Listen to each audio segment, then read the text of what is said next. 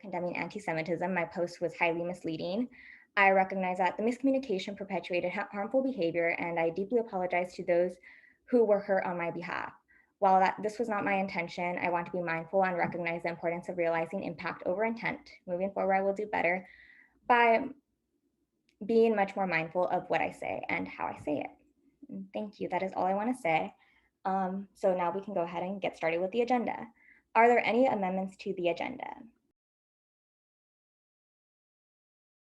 I would like to change my verbal report to written report. Can I strike TGIF, please? Can I also strike SWC Programming Fund? Can I strike for an advocacy grant? Can I strike ASRF allocations and strike AAC travel grant mini allocation, please?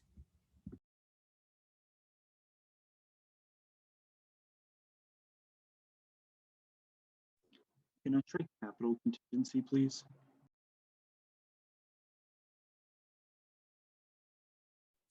That's a strike on capital contingency, right? Yes, that's right. Okay, thank you.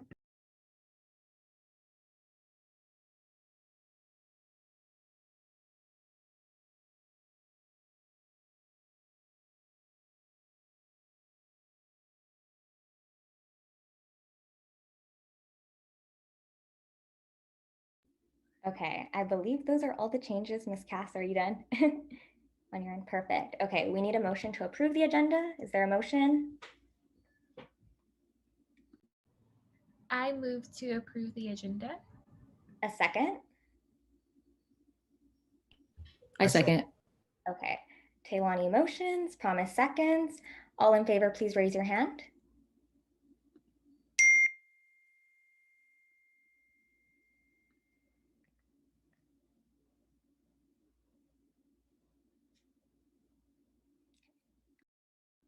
By a 13-0 vote, the agenda is approved.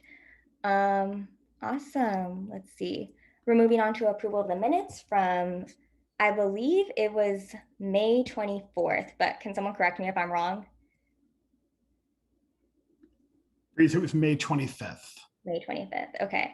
I hope that everyone had a chance to review the agenda from last week. Is there a motion to approve? I motion to approve the agenda minutes from May 25th, 2021. Awesome. Is there a second? I second. Okay, Cass motions, Promise seconds. All in favor, please raise your hand.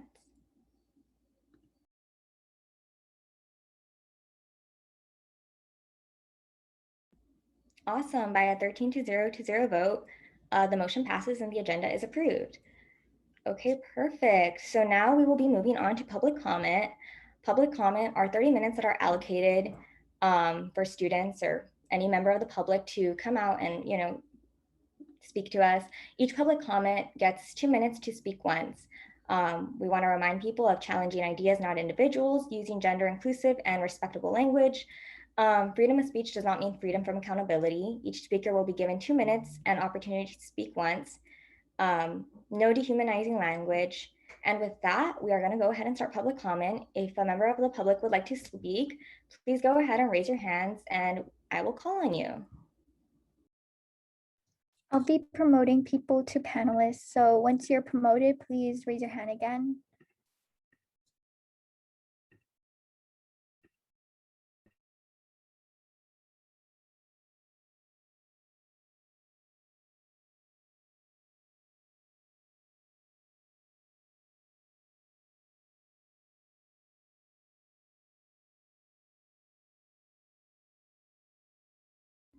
Okay, and since we do have 30 minutes, I'm gonna go ahead and start calling on people.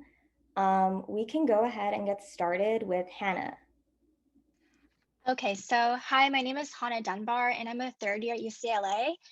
And I'm here tonight to ask you to vote yes on the resolution in support of Jewish students.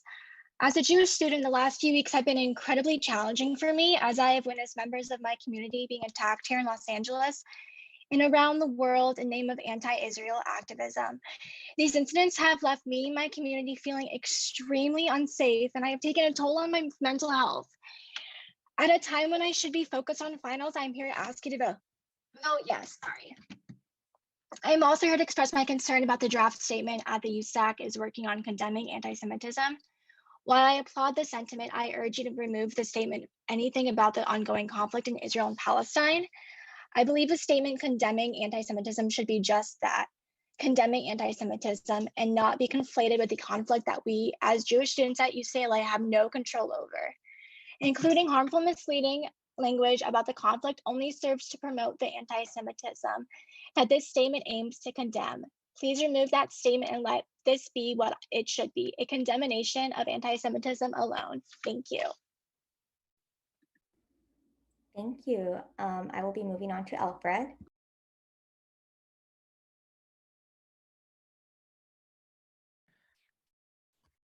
Good evening, Council. I hope all of you are doing well. As you all know, I'm Alfred and I'm the Elections Board Chair. I hope all of you are having a wonderful time transitioning into your new role as leaders of our student body. I'm coming to you today to make one final public comment before the end of my term. While I know that this may not be the best time, I still just wanted to put it out there for consideration. I'm coming here to advocate for an increase in election board stipends before I move on and graduate and I'm done with all of elections board. The reason why I'm saying this is the elections board is one of the student government bodies that has the most amount of work and is very thankless, very underappreciated. And this statement can be easily attested by many of the elections board members and our advisor. The work we have is year-long, preparing very hard for student elections, which starts in fall with educating students about student government while planning for winter, continues in winter recruiting students to run for office, and all the while planning for spring quarter, and ending with a very typically tumultuous election season. The amount of work and sacrifice that elections board member has to put is a lot. But despite this insane amount of work, the elections board is the second lowest paid amongst all of entities in the student government. The chair gets 124 per week. Everyone else gets 86 per week. Recognizing this, I work with the previous council to raise the stipends to 240 for chair, 160 for vice chair, and 115 for any other executive committee position. However, despite the stipend ceiling increase, we still can't be actually paid that amount because of a lack of funds in the budget. And that's why the elections board needs an additional $12,433 to reflect this change. And that is why I strongly want to encourage Breeze and the USAC president and the rest of council to strongly put this into consideration when you're balancing the budget for the next year, and to try to make sure that you have room for additional funds for this stipend ceiling increase for election board members. It's very important that the stipends for elections board members reflect the crazy amount of work they have. And yeah, that's the end of my public comment. Thank you. Thank you so much, Alfred. We really appreciate all your work. Moving on to Banat.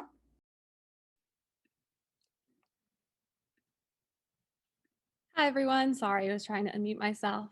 My name is Banat, and I'm the incoming president of Hillel at UCLA. I want to thank all the council members for listening to us tonight. As an Israeli student, I have spent the last few weeks fearing for the safety of both my family across the world and for myself on the campus that I call my home.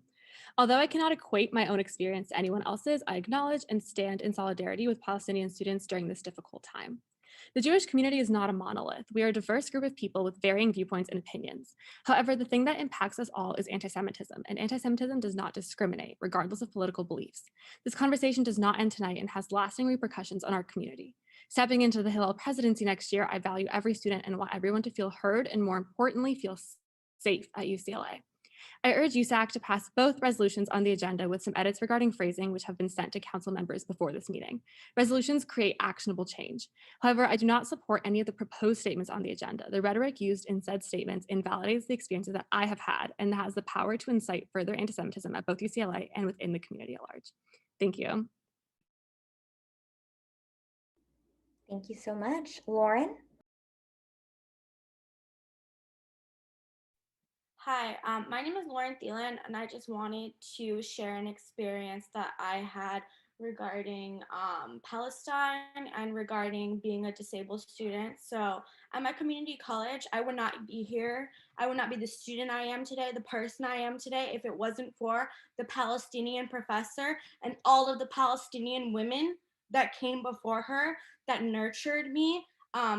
I have been bullied severely in the past and all of that. And, you know, when I told her that I wanted to create this club, this Model United Nations, you know, the this this club at community college, she saw my vision and she ran with it, and she has been sharing with me about, you know, she has not even been able to see her family for decades, and seeing the pain in her eyes and the suffering, you know, not even being able to go back to somewhere where she has ancestral ties to.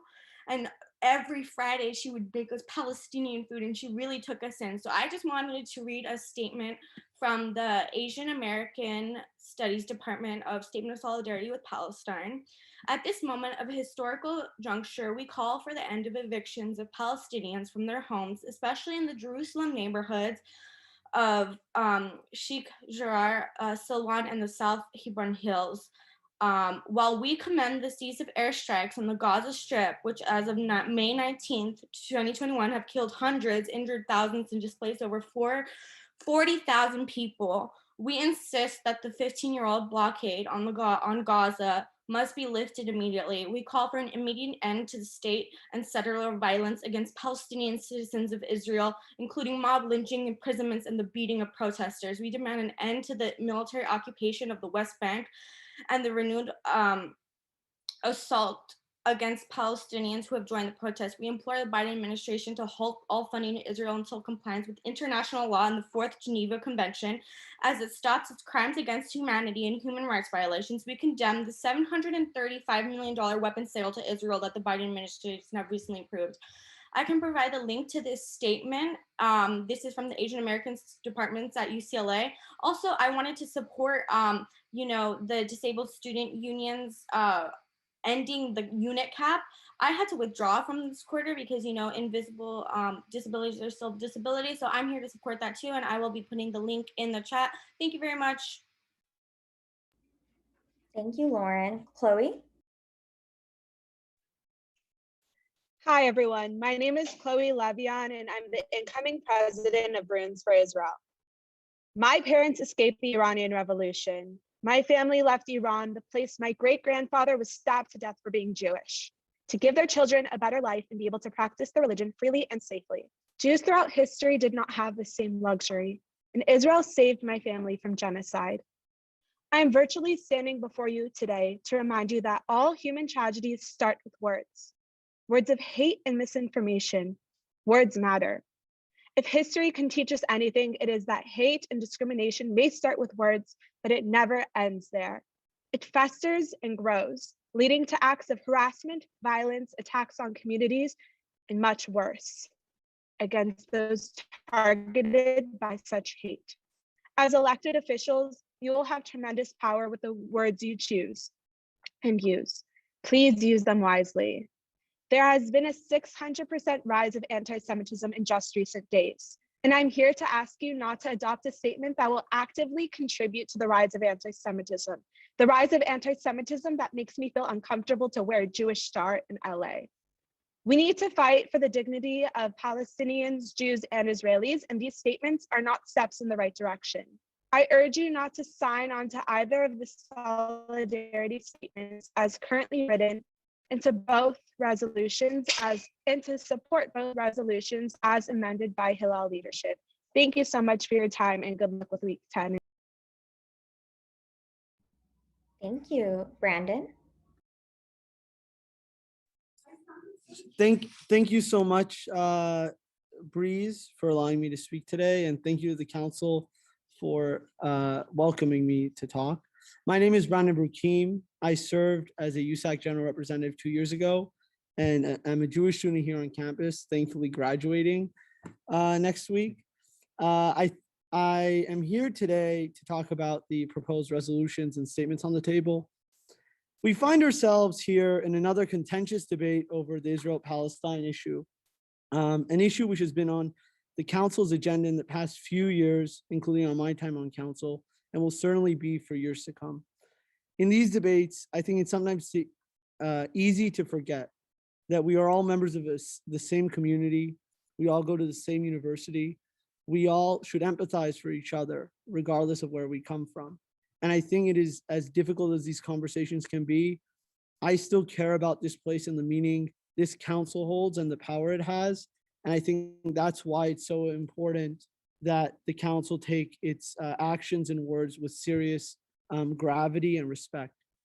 Today, I urge you not to sign on to either of the solidarity statements as currently written, but to support both resolutions currently on the council table, both in support of Jewish students and Palestinian students, with the amendments provided by Hillel leadership earlier today. Thank you so much. Great job. Thank you, Brandon. Kyle?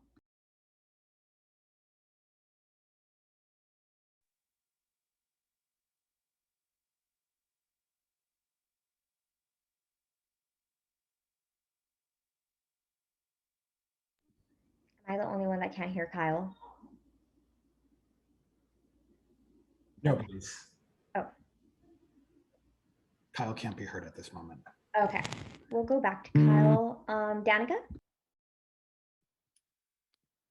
Hi, thank you for letting me speak today. So my name is Danica and I'm an American Israeli student and Vice President of Bruins for Israel at UCLA. I cannot begin to tell you how stressful the past month has been for me and my family. During the recent events, I was distracted from my studies as my phone was constantly buzzing every time a rocket was fired by Hamas, an anti-Semitic terrorist organization, at cities inside Israel, indiscriminately targeting Israelis of all backgrounds, including my own family. Watching frightening and unimaginable videos of thousands of rockets flying in the sky above homes made me frustrated and distressed. Members of my family had to run for their lives to bomb shelters. Do you know the toll it takes on a student's mental health when they are constantly texting, calling their family members and friends to make sure they are safe? This agenda, with 6 items on it directly connected to my identity, made me sick to my stomach. I'm not here tonight to argue with you about all the things that are being presented as facts that are just wrong, but I'm here to tell you that USAC is not representing Israeli students with any of these items, including the statement on anti-Semitism that misleadingly talks about Israeli violence against Palestinians, but mentions nothing about the violence that has been perpetuated against members of my own family. It is beyond insulting to me as an American Israeli student. I'm asking you tonight to not release the draft statements proposed on this agenda. They disrespect me, my family, and the many other Israeli students at UCLA. I urge you to not sign on to either of the solidarity statements as currently written and to support both resolutions as amended by the Hillel leadership. Thank you very much. Thank you, Danica. Mohammed? Yes, thank you very much. Hello, everyone. My name is Mohammed Mortada. I'm a first-year transfer student majoring in political science and minoring in Middle Eastern studies. To start on a positive note, congratulations to you all on being elected. I hope this council can stand with all students on campus, especially those from marginalized communities. This past month has been extremely tough for many, especially those who have family members or friends in Palestine. But unfortunately, this council has yet to stand in solidarity with our Palestinian Bruins. In the span of 8 days, over 200 innocent people died in the illegally occupied territories. That term is not from me, that's from the UN, of Palestine. I recall my time at Mount SAC, Mount San Antonio College, when the tragic events of the Christchurch mosque shooting occurred, killing 51 innocent Muslims. Neither the student government nor the administration acknowledged the atrocity. As a Muslim student, I felt left out and unsupported. I urge you to not let this happen again. I implore you to stand in solidarity with Palestine. Gene Block stressed on the importance of combating anti-Semitism, which is absolutely crucial and necessary, yet he left out an important part. He refused to condemn the killing of over 200 innocent Palestinians. I understand there can be pressure, and trust me, as a Muslim, I understand that. But this is not a Muslim issue. This is not an Arab issue. This is a human rights issue. No child should be killed by an airstrike. No child should be detained. No peaceful protester should be shot and killed. And as student leaders, you should ensure that Palestinian Bruins are welcomed. They are heard. They're supported. So please, and once again, please, I urge you, be on the right side of history and stand for justice. I yield my time. Thank you, Mohammed. Faris? Hi, yes. Okay, so give me one quick second. Okay, so I want to say thank you all for taking the time to hear from fellow Palestinians and allies on the horrible recent events that occurred in the past couple weeks as Israel attempts to once again steal land of Sheikh Jarrah and it's currently doing of the village of Silwan. I want to be very clear before I begin my statements, though. This is genuinely a humanitarian crisis. This is not a conflict. It's not a war. This is an occupation. It's an apartheid system in which Palestinians are landlocked in an open air prison as Israelis enjoy full political and economic rights.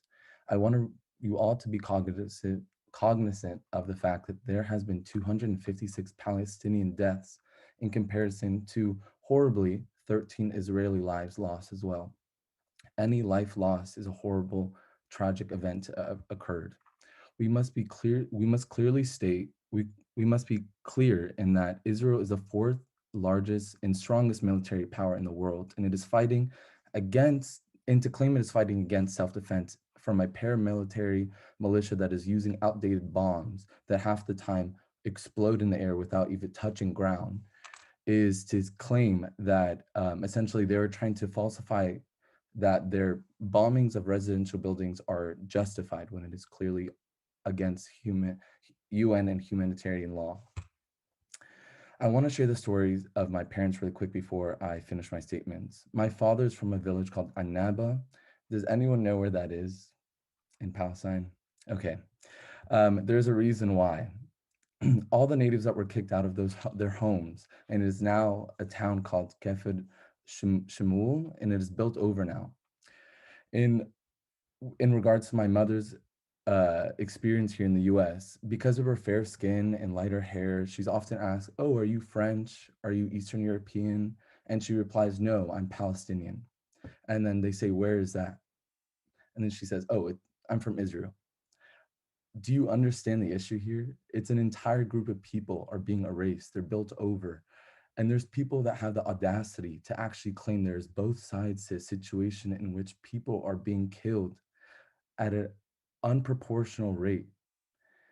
I want to make a final statement and say it is not anti-Semitic to state that denouncing Israel's apartheid of Palestine is anti-Semitic. That is harmful to actually claim the two as the same, and it belittles actual anti-Semitic claims and incidents that occur. And I want to state that any anti-Semitism that occurs is wrong on all levels, but to claim that denouncing an apartheid system is the same as making an anti-Semitic claim is harmful on so many levels, and it is so anti-humanitarian. It is harmful. So I ask you to please adopt the resolution, the first resolution on the statement of being solidarity with Palestinian students. Thank you. Thank you so much. I'll call back on Kyle since I know I didn't get the opportunity to. Okay, can you hear me now? Okay, perfect. Thank you. I apologize for the mess up at first. So I'm here to speak about UCLA admin removing the 19 and 21 unit enrollment cap from students with disabilities. This action was done without due process or consultation from student leaders. The office is only allowed to deny accommodations if they propose a substantial administrative or cost burden to the institution. They cannot take away, I apologize for that. They cannot take away what they have already given to students.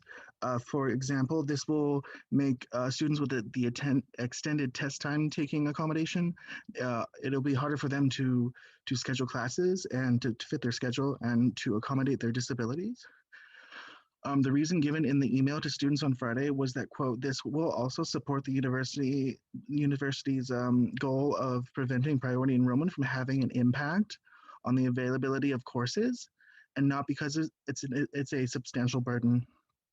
Each priority enrollment group is limited to 30% within each class, and half of all the seats in each class are reserved for every priority enrollment group as a whole.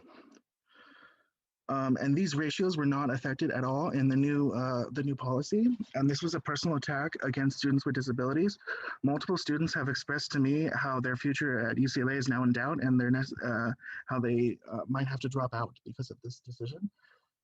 Also, the administration knew about this for 12 months and are only deciding on telling us right now, with fall enrollment a matter of weeks away.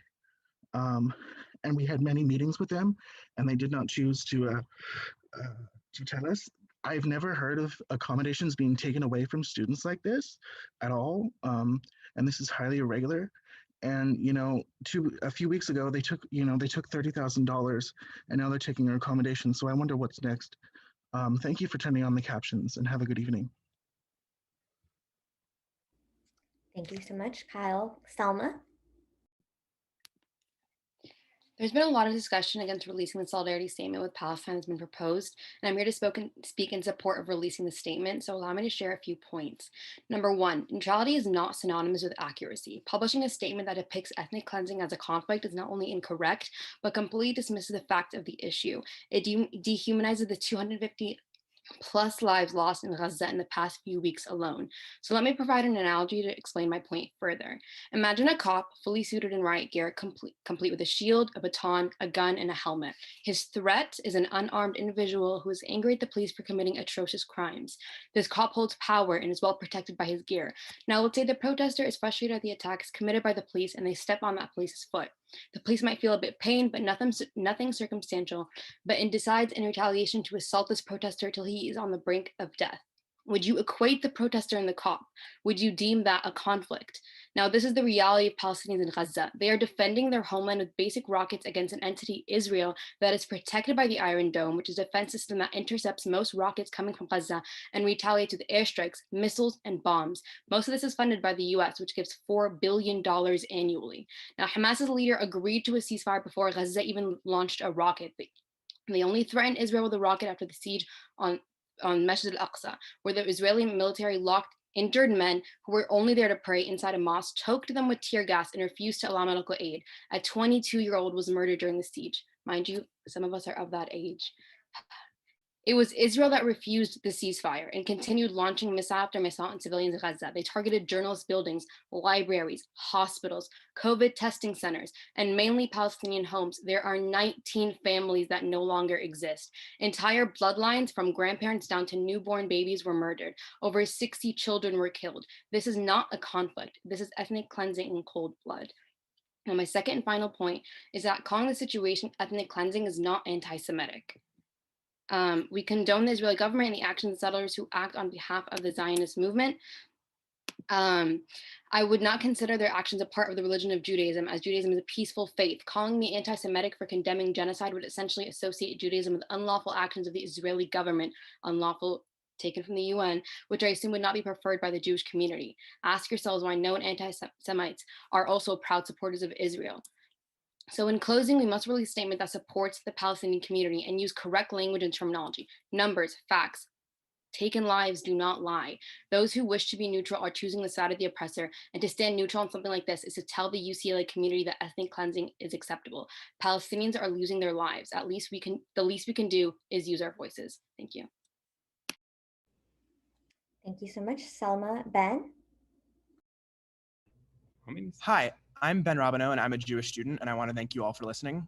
I consider myself very critical of the Israeli government. I personally feel very strong about many of their actions, especially recently, and I stand in solidarity with Palestinian students. However, political buzzwords like ethnic cleansing and settler colonialism are harmful, and while the intent may be to criticize policy, these words have an impact of delegitimizing Israel and furthering anti-Semitism, not educating people about the conflict. Speaking from extensive experience, there is a way to criticize Israel without using this harmful rhetoric. These words won't bring peace to Israel and Palestine, but will create unrest on our very own campus. I support both resolutions with the amendments that Hillel has provided, and fundamentally want peaceful coexistence for the region and all people living there, as well as on our own campus. Thank you. Thank you so much, Ben. Simon? Hi, can you hear me? Yep. My name is Simon Thorpe. I'm a student at UCLA second year.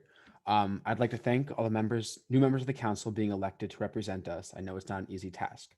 I'm here tonight because I'm just disappointed in the dialogue that has taken place over the past 2 weeks between USAC and members of my community, in addition to the statements that were made at last week's USAC meeting.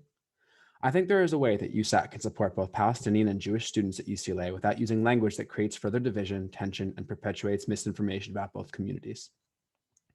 I'm afraid the draft statement being proposed does just that. As a member of the Jewish community, I'm asking you to release a statement condemning anti-Semitism and anti-Semitism alone, full stop. Yes, the latest wave of violent anti-Semitism began at a time of heightened conflict in Israel and Palestine, but not because of it. Whatever contextual impetus held by those anti-Semitic attackers is not the point of condemning anti-Semitism, and we should not validate or justify their hatred and warped reasoning. Anti-Jewish hatred should be condemned on this campus and in this country, irrespective of what is happening in the Middle East and despite one's real or perceived views in the situation.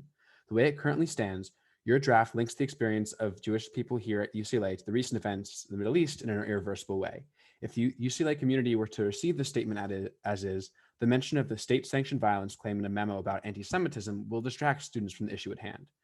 It is not possible for a condemnation of anti-Semitism to have its intended effect while authors equate the issue as a consequence of actions that a nation claimed in a different statement to be racist and oppressive have perpetrated. Please modify our draft statement condemning anti-Semitism to focus on what is happening here and do not conflate it with the conflict in the Middle East. Thank you for your time. Thank you. And I am going to pause time really quickly. This is my first time running a meeting with this many people. Josh, I did want to ask you, we are at 26 minutes. With that, because we only allow 30 minutes, that would mean that I should just finish the people in this room, right? You're muted, Josh. Sorry. Yes, I think because we have so many hands up, I think that if the council agrees, take the hands that are currently up right now, and then you could end public comment. If council disagrees, they should speak up now, and then we can go to a formal vote. Within the participants, like of the attendees? The ones that have their hands currently raised right now. Right? Yeah. Yeah. Wait, I wanted to clarify. I don't, because it kind of broke up for me. So it's you're asking like the folks who are also attendees and panelists, right? I see 2, 4, 6, 8, 9 hands currently up right now. There's 10 attendees as well. I'm just asking because I don't know if we promote them because we are at 26 minutes. I don't know if like the 30 minutes is like a hard cutoff is what I wanted to know, really. The 30 minutes is a hard cutoff unless you want to extend it. Okay, so I would ask the council then. I did pause the time. Are you guys, how does the council feel about promoting everyone else, or do we want to cut it off? It's ultimately up to everyone. I know we have a long agenda to get through as well, so. I just want to say that I think that it's very important for folks to be able to speak and like be heard. And I think especially with everything that is going on, we should just extend it until we finish, until everyone gets to speak. I agree. Thank you, Promise. Okay, so if we could go ahead and promote the 11 people. Wait, we have to vote first. Oh, we do? You do have to vote, yeah. Okay. Do I ask for a motion for that, Josh? Yep. Okay. I move to extend public comment. Do I say a time or do I what? You could say for the remainder of the current speakers, which would be 19 people according to my count. I move to extend public comment till the remainder of the 20 people who have their hands raised speak. Can I get a second as well? I second. Promise motions, Maya seconds. All in favor, please raise your hand. Actually, you should roll call. You would have to roll call because there's so many hands that are raised right now. Okay, yeah. Thank you, Promise. Love having you on council again. IVP? Yes. EDP? Yes. Gen Rep 1? Yes. Gen Rep 2? Yes. Gen Rep 3? Yes. AAC? Yes. CEC? Yes. ESC? Yes. PAC? Yes. PAC? Yep. FSC? She is not here tonight. SWC? Yes. TSR? Yes. ISR? Yes. Okay, perfect. By a vote of 13 to 0, the motion passes and public comment is extended. Okay, if we could go ahead and promote, I see a lot of more hands raised. I was, oh, sorry. What we've been doing, because I've been helping Cass as well, so it doesn't get too hectic. Just like moving people to attendees so that like then we're moving people as we go through. Is that all right still? I agree with that. That would work out. I would also ask that the person in attendees that is currently like does not have a name, it's UCLA underscore and a bunch of letters, please rename yourself before you are promoted. Thank you so much. It's just a preventative measure and safety precaution. Awesome. Okay, we will be moving on with public comment. Hamza? Yeah, hi. My name is Hamza Mirza. I am the current the outgoing external vice president of the Muslim Student Association. I just want to clarify that I'm not saying that to imply that I'm representing my entire community or to like try to give myself more authority, just to accurately represent myself. I fully support USAC releasing the statement in support of the Palestinian people with the current language. I think it's important to use the language that accurately defines what's going on, which is, as was mentioned earlier, one of the largest and most technologically advanced militaries in the world, and a society that claims to be democratic, having full political and economic jurisdiction over the territories of East Jerusalem, the West Bank, and Gaza, and having full impunity in any and all actions that are taken, including the removal of Palestinian families from East Jerusalem and the West Bank, and the indiscriminate killing of civilians in Gaza, as well as the destruction of infrastructure. Obviously, I abhor the death of any innocent person, including whether they're Israeli or Palestinian. But I think the fact that Palestinians in the recent conflict in Gaza were killed, around 20 times more Palestinians were killed than Israelis. The fact that hundreds of protesters were injured, the fact that one of the holiest mosques in the Islamic faith was attacked and desecrated, the fact that families are being forcibly removed from homes in which they've lived for generations, shows that the terms that are used, settler colonialism, apartheid, ethnic cleansing, are entirely accurate, and I support council releasing those statements. Thank you. Thank you, Hamza. Janine? Good evening, everyone. My name is Janine Dilla, and I'm here in my capacity as the Chief of Staff for the TSR office, but also primarily just as a UCLA student. The previous council unanimously passed a resolution in restructuring the Basic Needs Committee on May 4th of 2021, and I would like to urge this year's council to support the reiteration of the Basic Needs resolution on today's agenda. A month has passed, and we have only received one response, which was from Vice Chancellor Gordon, stating that he and his office will review the resolution and later be in contact to arrange a time to meet and discuss. But we have not received any other responses from administrative offices or the Basic Needs Committee themselves. The Basic Needs Committee did meet 2 weeks later on May 21st. The committee chair indirectly referenced the USAC resolution, but explicitly stated that he would push back on our demands and that there were already these systems in place. Unfortunately, again, there is lack of transparency and lack of recognition that there is a disconnect in community. We must work together and understand the campus climate, how we approach things, and center the student voice. We must hold UCLA administration accountable and move forward to best serve those in need. Thank you, and I yield my time. Thank you so much. Gabby? Hi, everyone. My name is Gabby Lazary, and I'm a Jewish student at UCLA. I'm here today to express my support for the resolution supporting Jewish students. I'm also here to support the intent behind the resolution supporting Palestinian students.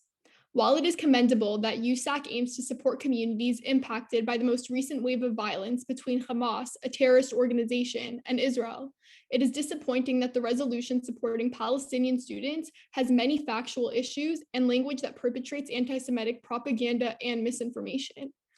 Therefore, I would like to see that resolution amended.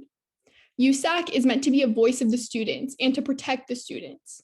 While the resolutions on the agenda claim they will acknowledge and protect, the harmful language used only further divides students on campus. Using false claims like apartheid and ethnic cleansing harms the Jewish community and makes it less safe. USAC needs to be responsible for ensuring that misinformation is not spread, especially in a statement or resolution. I'm asking you to not sign onto either of the solidarity statements as currently written and to support both resolutions as amended by the Hillel leadership. Thank you for your time. Thank you so much, Gabby. Jeffrey? Hi, thank you so much. I also want to start off by saying that I have sent the Internal Vice President my statement in case my Wi-Fi cuts off. But hello, everyone. My name is Jeffrey, and I hope everyone is doing well tonight. Madam President, members of the council, I want to start off by saying that I am not Palestinian, Jewish, or Israeli, and that I understand that I will never be able to completely grasp the experiences of these communities. Yet still tonight, I come before you to demand that you support Palestinians currently living in occupation and forcing and under complete and utter ethnic genocide. Let me be abundantly clear, while we sit here and debate if this council should actively take a stance against settler colonialism and genocide, the people of Palestine continue to be killed, displaced, and abused by the settler state of Israel. We can sit here and waste time and debate if these lives matter, but I'm here to demand that you take the power given to you and support Palestine. I urge you to vote yes without a moment's hesitation on tonight's statements of solidarity, and remind you that as an elected official, you have this responsibility, and your vote tonight is a reflection of your own values. We all know the truth. We know this is not a conflict, but this is an orchestrated murder of innocent people. You know the right thing to do, and as one of your constituents, I demand that you do your duty. Actively standing against colonialism and genocide is not anti-Semitic. Standing with the historical original people of this land against a state that has existed for less than a century is not anti-Semitic. I have no time for petty politics, crafted words, and polished statements, and neither do the people of Palestine. Vote yes tonight on the statements as written that call this genocide what it is. I demand you stand with Palestinians tonight once and for all. Thank you. Thank you, Jeffrey. Addie? Or correct me if I'm wrong, sorry. It's Adi, no worries. Thank you so much for taking the time to listen to us. I really appreciate it. So good evening. My name is Adi Vildorf. I'm the current education director at Bruins for Israel.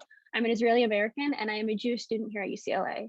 I'm here tonight for two reasons. The first is to urge you to listen to the voices of the organized Jewish community here at UCLA. And the second is because I'm here to tell you that I, like other Jewish students at UCLA, I'm really tired. For the past 3 weeks, I have endured seeing an onslaught of misinformation and anti-Israel posts, which clearly cross the line into being anti-Semitic, posted on social media. I have then had others try and dismiss as anti-Semitism by trying to define to me, a Jewish person and the granddaughter of Holocaust survivors, what is and isn't anti-Semitic. I and my fellow Jewish community watched as Jews were targeted on the streets of New York, Chicago, Miami, London, where they shouted such awful things as rape their daughters, and here right down the road in Los Angeles. Now I and my fellow Jewish students are forced to show up and defend my community to our own student government. I wish the council recognized this as an opportunity for our campus to have a conversation about anti-Semitism and how we can come together as a UCLA community to calm a rising tension here on campus and the rest of the world. However, the statement did no such thing. Instead, it utilized harmful, false, and inflammatory language and rhetoric about Israel, which encourages the rising conflict instead of respectful dialogue. By putting out a statement which promotes false claims of settler colonialism and ethnic cleansing, USAC is not only erasing 3,000 years of Jewish identity and history, but also the Jewish right to self-determine our ancestral homeland. That said, I would like to clear up some of the falsehoods which have been promoted by this statement. The first being that ethnic cleansing is taking place in Israel. There isn't an ethnic cleansing taking place in Israel. But if you don't believe me, then listen to Benny Morris, one of the most prominent historians on the Palestinian refugee crisis, who had stated that an ethnic cleansing was not carried out in Israel during the 1948 war. Not to mention the Palestinian population in the West Bank and Gaza has grown massively since the conflict began. And when Israel first declared independence, it offered citizenship to all Arabs in its territory. Citizenship, which 160,000 Arabs accepted, and now currently 1.8 million Arabs hold in Israel. That is all to say that both Israelis and Palestinians have suffered immensely during this conflict, and to accuse either side of ethnic cleansing is ignorant and offensive to the actual victims of the conflict. Spreading misinformation about the conflict does not help Palestinians. Instead, such misinformation is used as an excuse to dehumanize and incite hate against me and my Jewish community. I am tired. And as a student with the ability, and with students with the ability to foster positive change, I urge you to think about how Jewish students need to be supported on campus during this time, and to not sign onto the resolution as presently written, but instead I ask you to sign onto the resolution as amended by Hillel's leadership. Please, this is your ability. This is your chance to do positive change. Thank you. Thank you so much. Allegra? Hello, my name is Allegra Malul, and I'm a third-year Jewish student here at UCLA. I'm here today to voice concern for the statement USAC plans on publishing in regards to the Israel-Palestine conflict. From the draft statement I've read, I'm worried about the language used to describe the conflict. USAC's draft statement uses inflammatory terms such as settler colonialism, ethnic cleansing, and apartheid to describe the state of Israel. To insinuate that Jewish people are colonizing a land that they are indigenous to is anti-Semitic. It denies our history as a people, the struggles we have gone through historically, which has created the diaspora, and the approximately 4,000-year-long religious significance this land holds to us. To insinuate that the only Jewish state is ethnically cleansing Palestinians, something that we as Jews experienced ourselves during the Holocaust that led to the reestablishment of Israel, is anti-Semitic, as the state of Israel tries to limit the number of casualties in more ways than one. To insinuate that Israel is an apartheid state is purely false. Palestinians and peoples of other faiths and nationalities have equal rights to Israelis and representation in the Knesset, the Israeli government. In fact, there are many Palestinians who travel and work in Israel. Using these false inflammatory terms will put Jewish students like myself at risk. We have already seen the nearly 600% rise in anti-Semitism culminating in physical attacks in Los Angeles, New York, and more. Now is not the time to contribute to this, especially on campuses such as UCLA, which houses a notable Jewish student population. Further, it stands against American values as we are allied with Israel, and as a public, federally funded institution, I do not believe taking a stance against one of our allies is appropriate.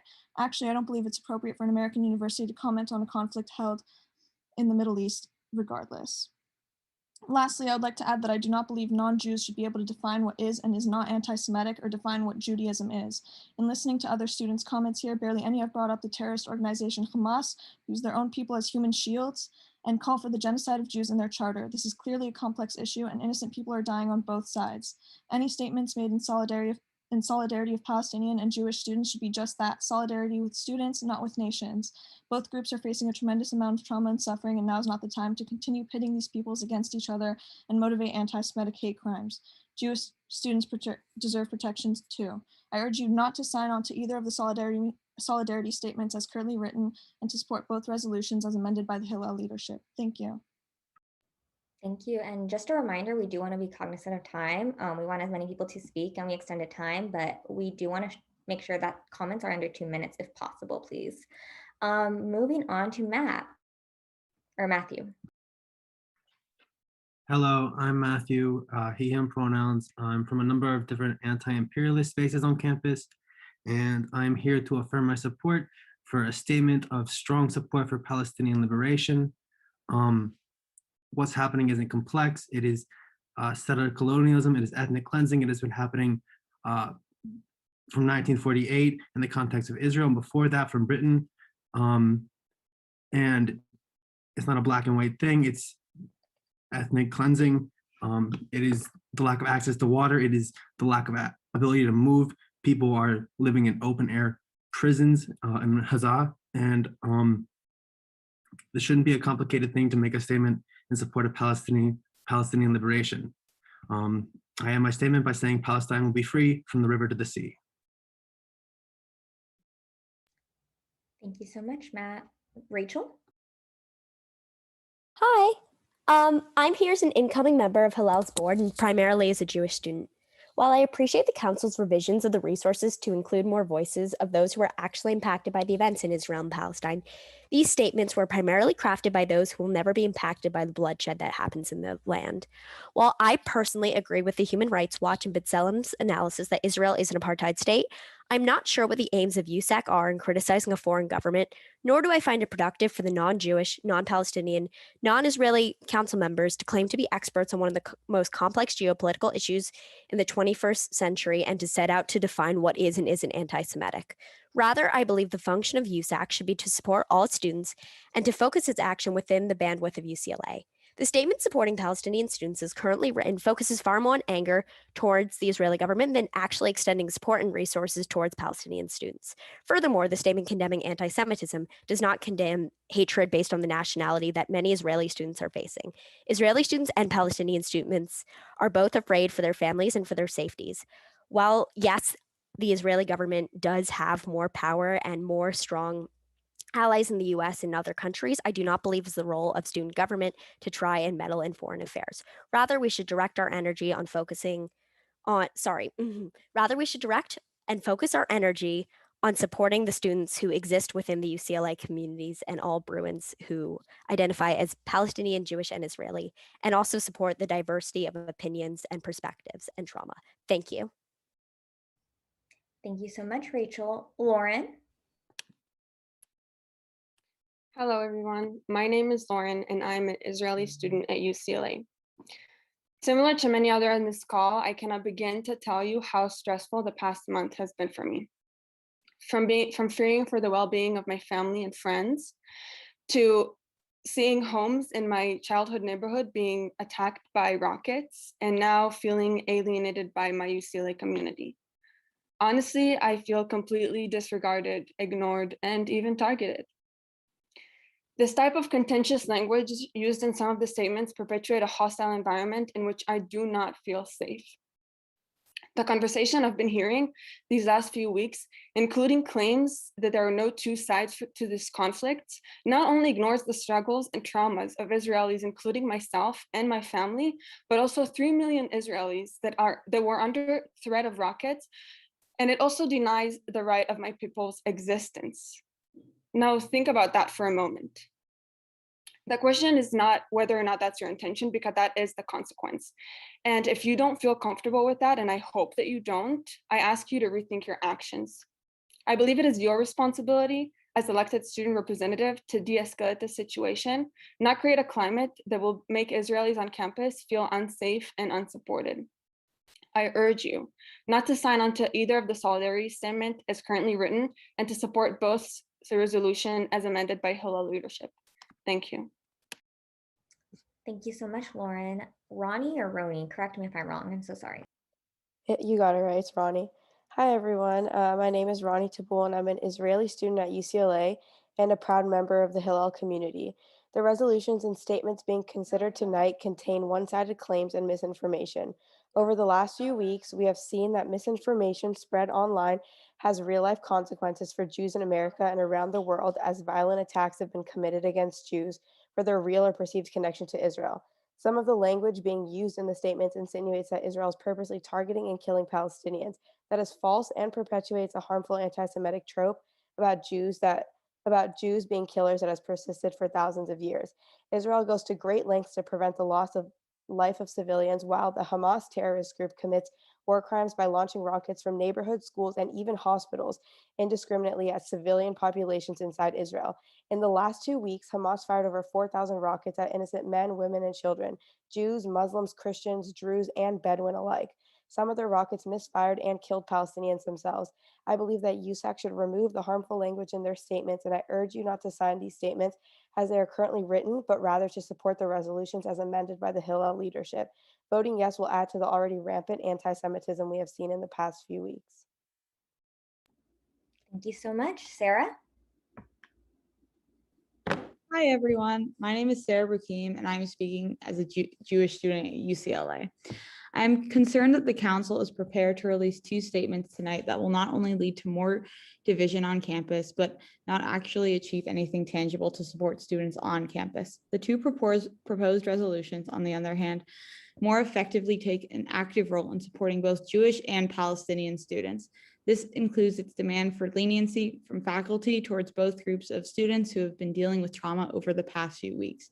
These 2 resolutions, being seen in parallel, and should be brought more in line with each other for the Jewish community, the Palestinian community, and everyone else involved. These communities need not only support, but the same form of solidarity being called for.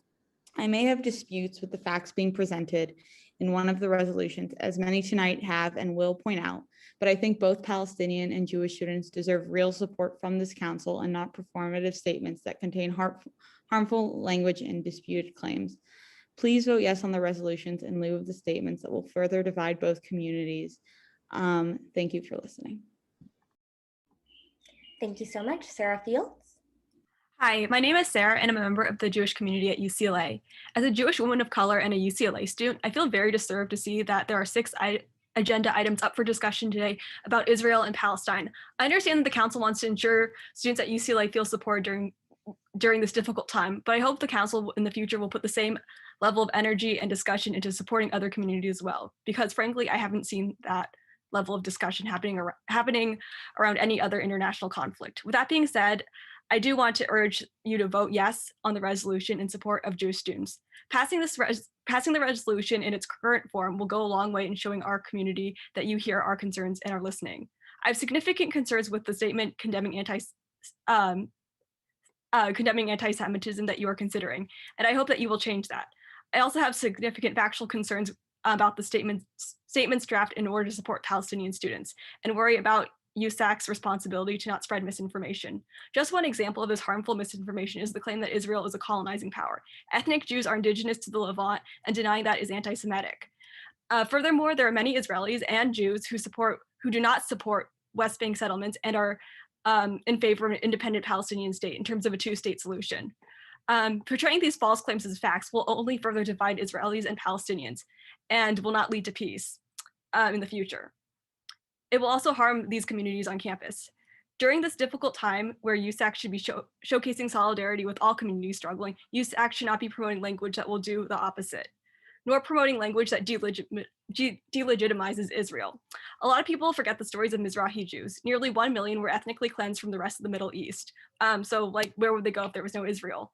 I'm in no way against criticism of Israel, but the language used in the proposed draft statement goes beyond criticism through the use of this harmful language. This draft also perpetuates the dangerous idea that Palestinian liberation comes at the cost at Jewish and Israeli safety, when both can come hand in hand.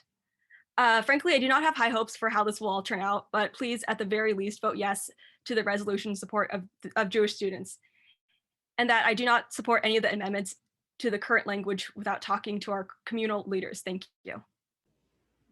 Thank you so much, Sarah. Azur, I believe. Correct me if I'm wrong. Hi, it's pronounced Azure. I'm a member of Students for Justice in Palestine, and I'm here to support the statement for Palestinian solidarity.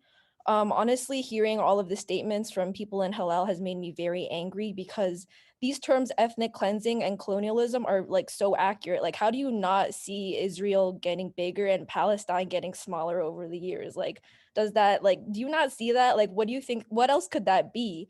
And like, that's kind of like saying that like when Europeans like came to America, that like, oh, like the indigenous people were like fighting back, oh, like they're so dangerous and violent. Like, no, like you just came here and decided that this land was yours.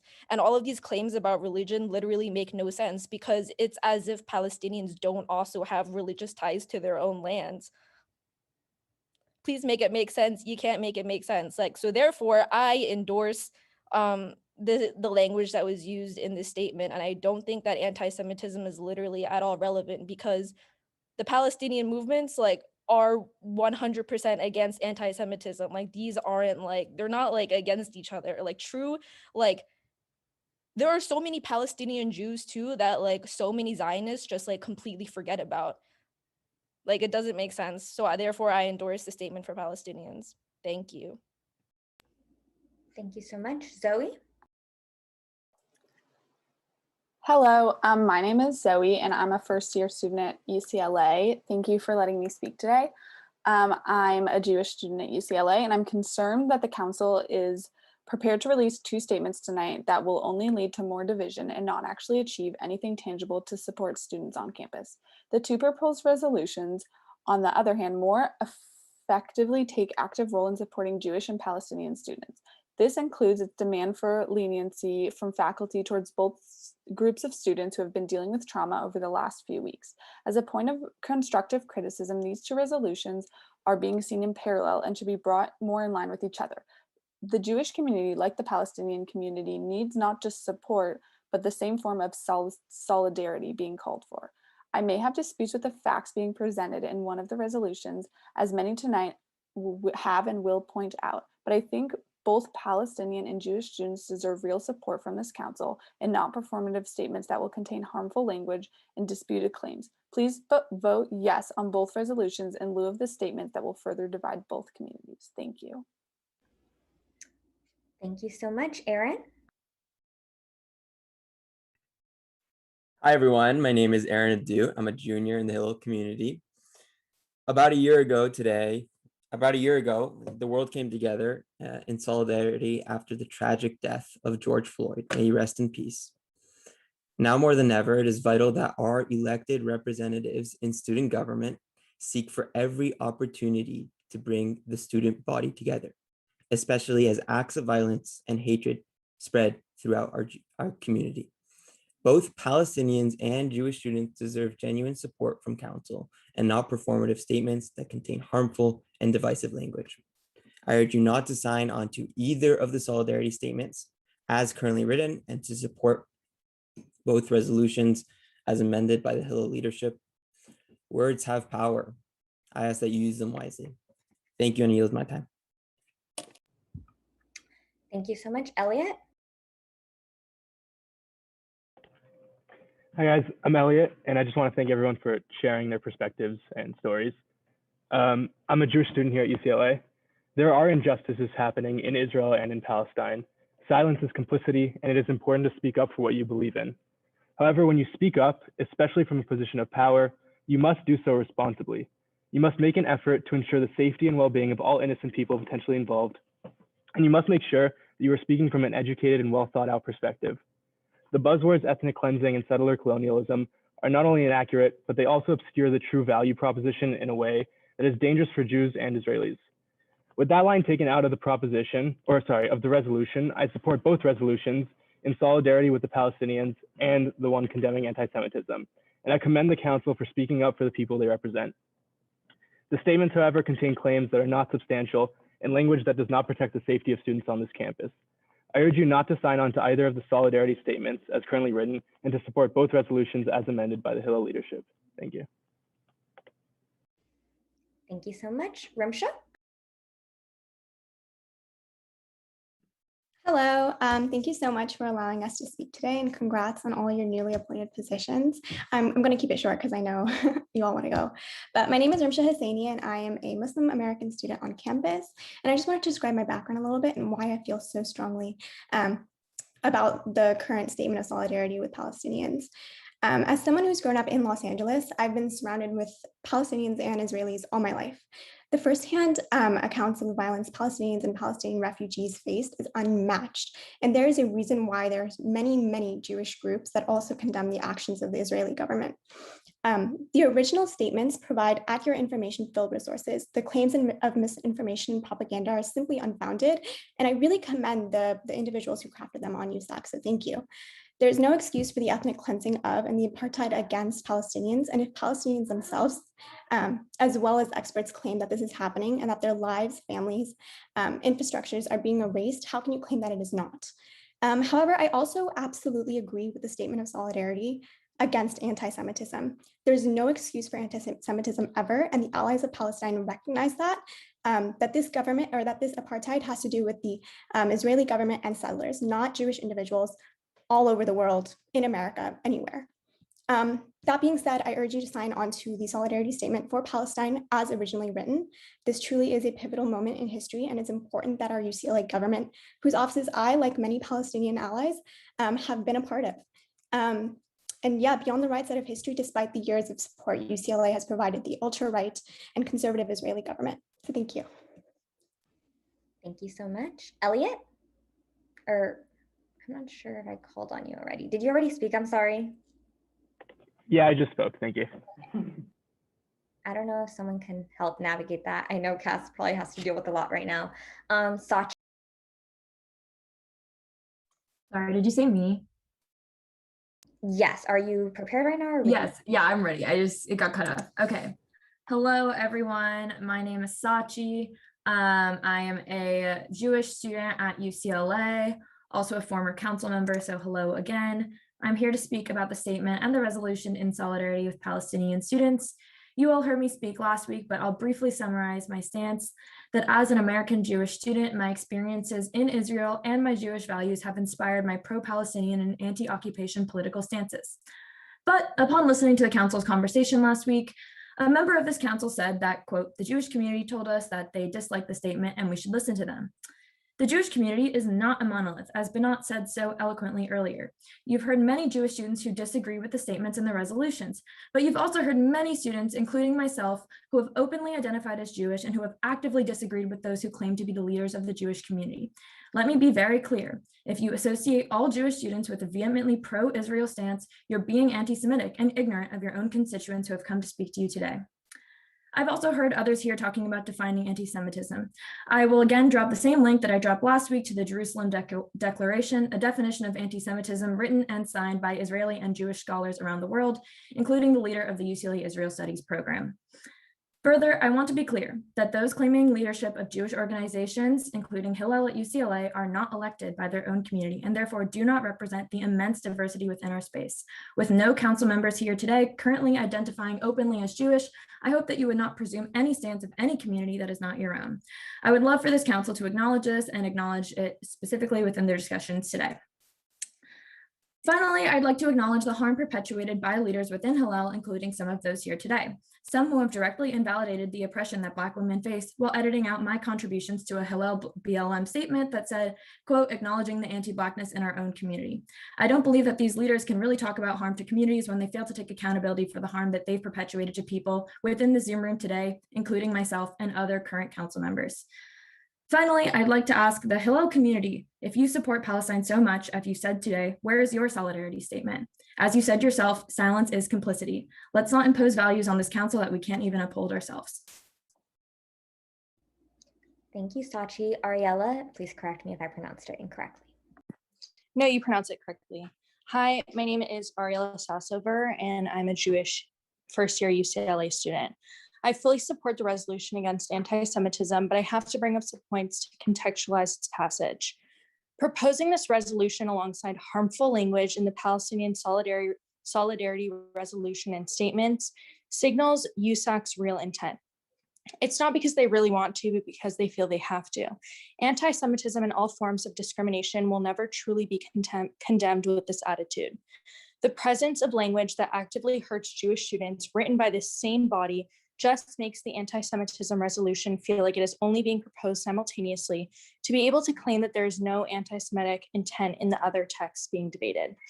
No one should condemn anti-Semitism for the purpose of avoiding any allegations of anti-Semitism when they ram through one-sided biased proclamations on a geopolitical conflict they don't wish to address with Jewish and Israeli concerns in mind. This is not a genuine approach to combating anti-Semitism. We can and should stand in solidarity with the Palestinian people and students on campus, but this should not and does not have to come at the expense of Jewish students. USAC should retract all statements and instead seek to rectify issues in the solidarity resolution so that both the Jewish and Palestinian communities have their concerns heard and are uplifted together in their own respective resolutions. Lastly, oh, sorry. Sorry, that's it. Thank you. No, you can finish off. That was completely sorry. Oh, no, you're okay. Don't worry. I understand that you're short on time. Thank you so much. I appreciate it. Orla? Hi, I'm here tonight to beg you to take action against UCLA's decrease of priority enrollment for disabled students. We have been told 2 weeks before enrollment that we will only be able to enroll in 15 units that we can access. It is an urgent barrier to education that will likely cause many disabled students to either not graduate on time or have to drop out of UCLA altogether. Many disabled students, including myself, rely on choosing all of our classes during priority enrollment because we need time in between classes to travel across campus, schedule transportation, take midterms and finals with extra time, and are limited in the windows in which we can take classes due to limited energy and the need for off-campus treatments. The reduction of priority enrollment, which is necessary to ensure that we have enough time between classes to travel across campus, starts fall 2021 when mobility is an issue on campus once again. Why did UCLA not explore other options to improve enrollment during the first pass for the rest of UCLA students other than taking priority enrollment away from literally disabled people? UCLA should have instead increased professors and classes. And the fact that UCLA cut disability priority enrollment, which is necessary to secure a spot in sections and labs that we can attend, before they cut priority enrollment for athletes, speaks volumes on UCLA's priorities. This is a blatant injustice that we should not have to be fighting against. Disabled students already struggle to advocate for ourselves. Please help us and do everything in your power to support disabled students at UCLA. I would like to be able to continue to attend UCLA. And in the chat, I will put testimonies, a link to them. Thank you. Thank you so much, Orla. Samuel? Hi guys, thank you for having me. And yeah, my name is Sam Seidel and I'm a second year political science and Jewish student leader at UCLA. I'm here today to express my support for the resolution supporting Jewish students, as well as the intentions behind the resolution supporting Palestinian students. The resolution supporting Palestinian students has many issues regarding the accuracy of its claims and paints an incredibly one-sided picture that inherently alienates Jewish students at UCLA. While I'm incredibly saddened to see the casualties on both sides of this conflict, I've also become incredibly frustrated that it's been largely characterized as one-sided. Israel has committed thousands of war crimes throughout this conflict in the forms of the missiles which they have indiscriminately rained down on Israeli cities, many of which are homes to Jews and Arabs alike. I believe it is USAC's duty to properly inform students on both sides in order to work toward a fair solution for all students. USAC is supposed to bring students together to find real solutions, not fuel the fire on existing conflicts. We attend one of the best schools in the country. We should know better not to alienate any marginalized community currently experiencing hate. We are leaders who understand that these performative statements are not helpful. I urge you not to sign on to either of the solidarity statements as currently written and support both resolutions as amended by Hillel leadership. Thank you. Thank you so much. Gabriella? Hi, my name is Gabriella Dawoodpour, and I'm the current president of SSI at UCLA. As a UCLA student who's read the proposed amendments, I want to urge you to vote yes on the resolution supporting Jewish students. The fact that I even need to be at this USAC meeting in the middle of finals because I worry about what the passage of these resolutions and statements could lead to is troublesome. The harmful rhetoric found within the statement condemning anti-Semitism only adds fuel to the fire that is anti-Semitism instead of calling for healing for all communities impacted. This statement brings up state-sanctioned violence perpetrated by the Israeli government towards the Palestinian people, disregarding the nuance that is required when dealing with such a complex issue. The fact that USAC feels the need to bring up Israel when condemning anti-Semitism shows in and of itself the correlation between anti-Semitism and the state of Israel, anti-Zionism, and it is for this reason, in addition to many others, that USAC must be much more aware of the statements they are making. Calling the Israeli government out for violence without addressing the origins of the conflict paints Israel as a villain, and people use this misguided claim to justify their actions of anti-Semitism. This harsh reality is clearly brought up in the statement, and without removing the mention of the conflict from the statement condemning anti-Semitism, USAC would be doing more harm than good. Furthermore, in its conflict with Hamas, a recognized terror organization, Israel is driven by its responsibility to protect Israelis of all backgrounds. This is the right and duty of every country, and Israel is no exception. The IDF Code of Ethics requires its soldiers to do everything they can and take every precaution necessary to target only terrorists, even as those terrorists use innocent Palestinians in Gaza as human shields. I also want to point out how disrespectful it is to have people who are not Jewish tell me what is and isn't anti-Semitism. Jewish people are the ones facing the consequences of this conflict, whether it be in or outside of Israel, and we are the ones who have had to fear for our safety and hide the fact that we are Jewish. There is a difference between criticizing Israel and calling the state itself an apartheid state and using harmful rhetoric. This rhetoric increases violence against Jews And we have concrete evidence of this based on the past few weeks and what we have seen in LA, as well as all over the world. Please do not partake in perpetuating this hate. I urge you to vote yes on the resolution supporting Jewish students, and I also urge you not to sign on to the solidarity statements without the changes made by Hillel leadership. Thank you. And last but not least, Danit. And correct me again if I'm wrong, sorry. No, perfect. Thank you. Hi, my name is Danit. I was the president of Hillel at UCLA this past school year. To be honest with you, I'm exhausted. I'm exhausted to be sitting here in my final weeks as an undergraduate at UCLA, having been incredibly stressed about this particular issue in these past few weeks.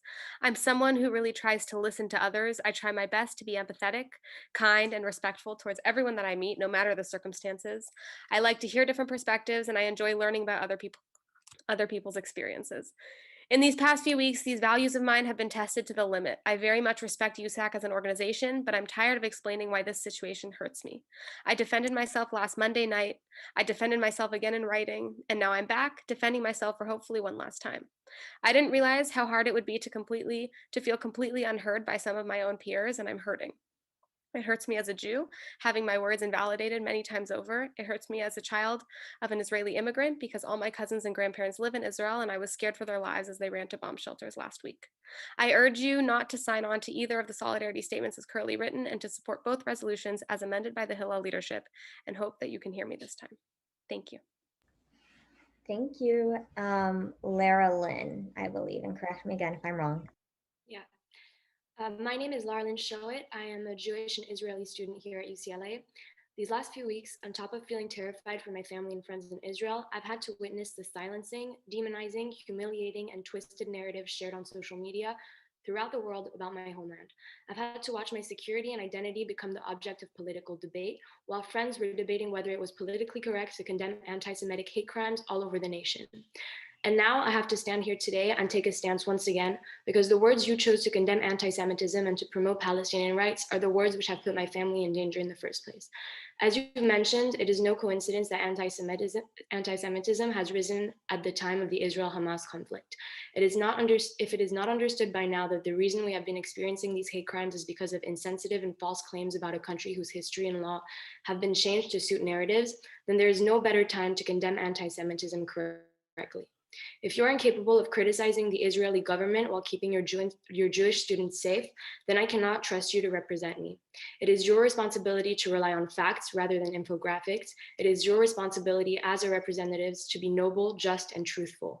You cannot pretend to speak against anti-Semitism while still using the word apartheid to describe Israel, and then condemn anti-Semitism as if your words are not the reason we're being targeted. You cannot claim to be pro-Palestinian rights and choose not to condemn Hamas, which uses its civilians as human shields. You cannot claim to be pro-Palestinian rights, not support a nation still looking for peace while having offered them a state 7 times. You cannot claim to fight against anti-Semitism when the very words you use put me at risk. I urge you not to sign on to either of the solidarity statements as currently written and to support both resolutions as amended by the Hillel leadership. Thank you. Thank you. Kian?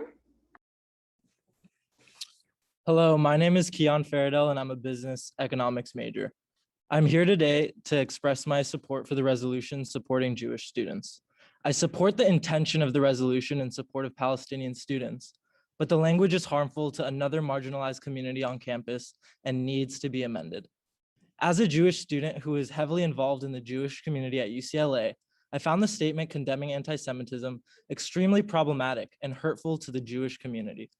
My Jewish peers and I do not support the statement condemning anti-Semitism in its current form. I have no idea why anything about Israel and Palestine is included in a statement condemning anti-Semitism when we should just be talking about anti-Semitism. Anyone from the Jewish community would tell you that in itself is anti-Semitic. The answer to one community feeling marginalized is not to marginalize another community. I encourage you to reject the statements and pass the resolution in support of Jewish students, and pass a resolution in support of Palestinians that does not include hyperbolic language and spreads misinformation about the history of Israel that in fact actually hurts Jewish students. I urge you not to sign onto either of the solidarity statements as currently written, and to support both resolutions as amended by the Hillel leadership. Thank you. Thank you so much. Okay, I think that we are done with public comment. Someone correct me if I'm wrong. Okay, awesome. Thank you so much, everyone. And just for the public, I know a lot of people are mentioning two resolutions and statements that will be discussed later tonight. I know it is week 10, so I do want to make sure that folks, if you do have homework or other things to do, please go ahead and do that. We will probably get to that. It is a long night and we have a few meetings to discuss. So I would say in about 45 minutes to an hour, we will probably get to those statements. I do see Jane's hand is up. So Miss Jane. Yeah, I was wondering if I could read aloud someone from DSU's public comment, if that would be okay. Absolutely. Okay, awesome. So this is just a letter from the Disabled Student Union to various USAC admin. So it reads, Dear all, the Disabled Student Union, DSU, is appalled to learn of the decision made by UCLA administration to reduce the number of units students with the Center for Accessible Education accommodation are allowed to receive during priority enrollment. Notice that this decision was delivered via an email sent by the CAE on May 28th, 2021.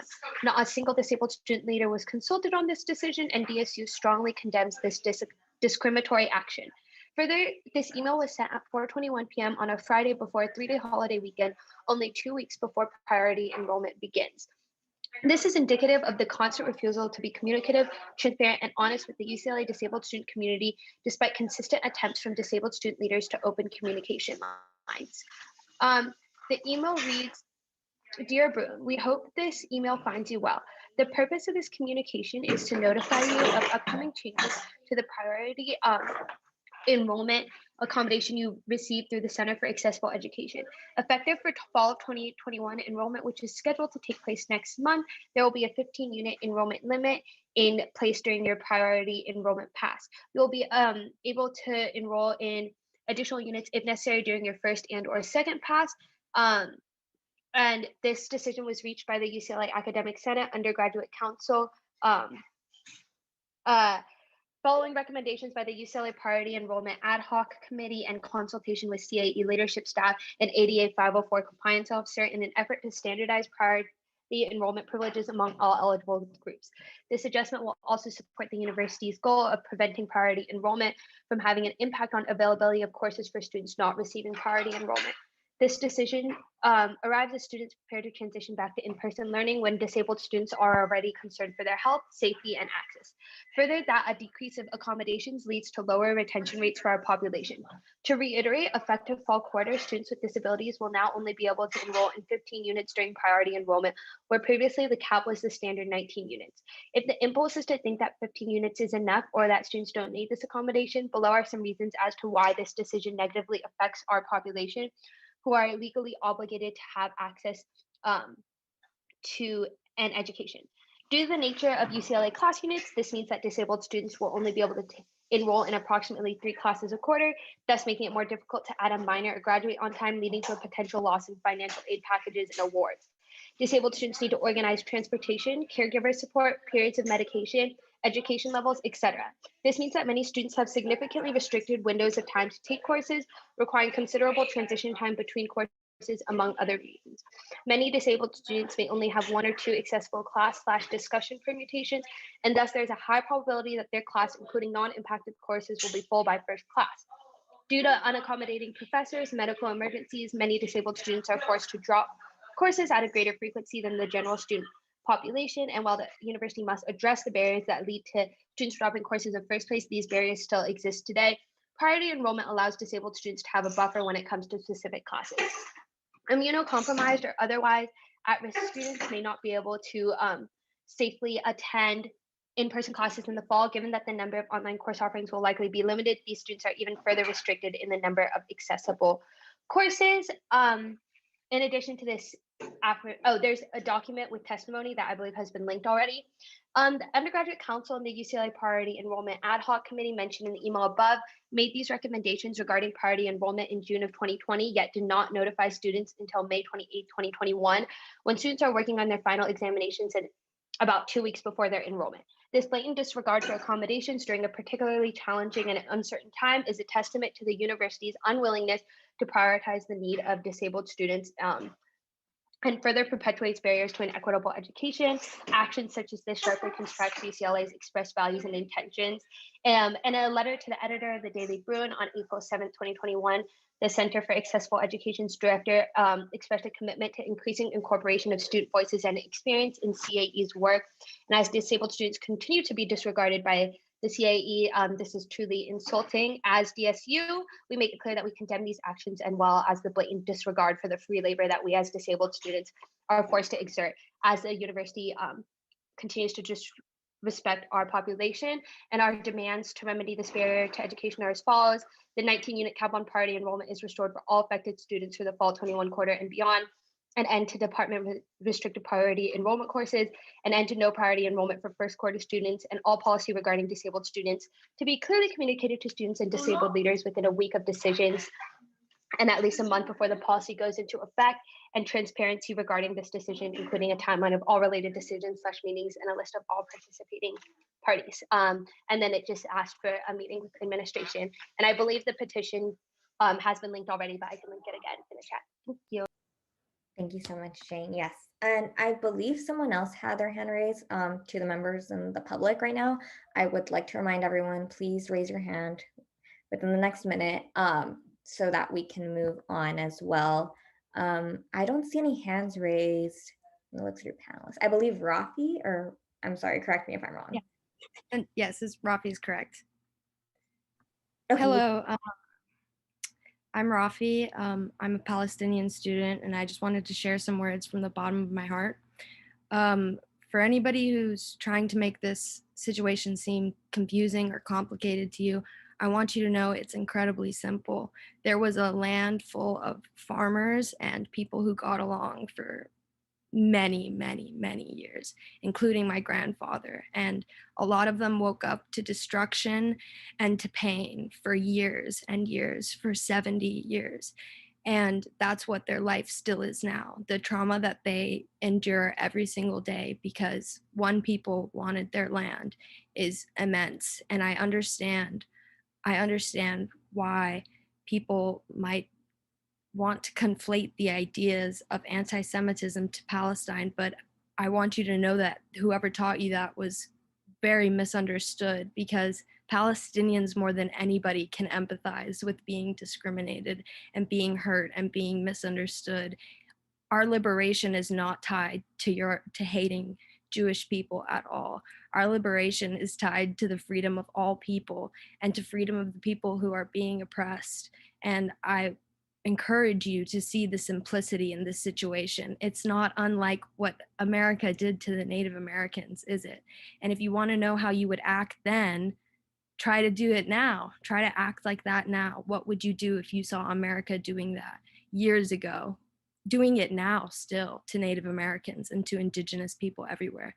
This is not an issue about religion, it's an issue about Indigenous communities and if we're protecting them or not, because we haven't been protecting them and we need to. Thank you. Thank you so much. And I was informed right now that there was a comment submitted from SJP, I believe, as so long as it is under 2 minutes. Whoever does have that comment could go ahead and read it.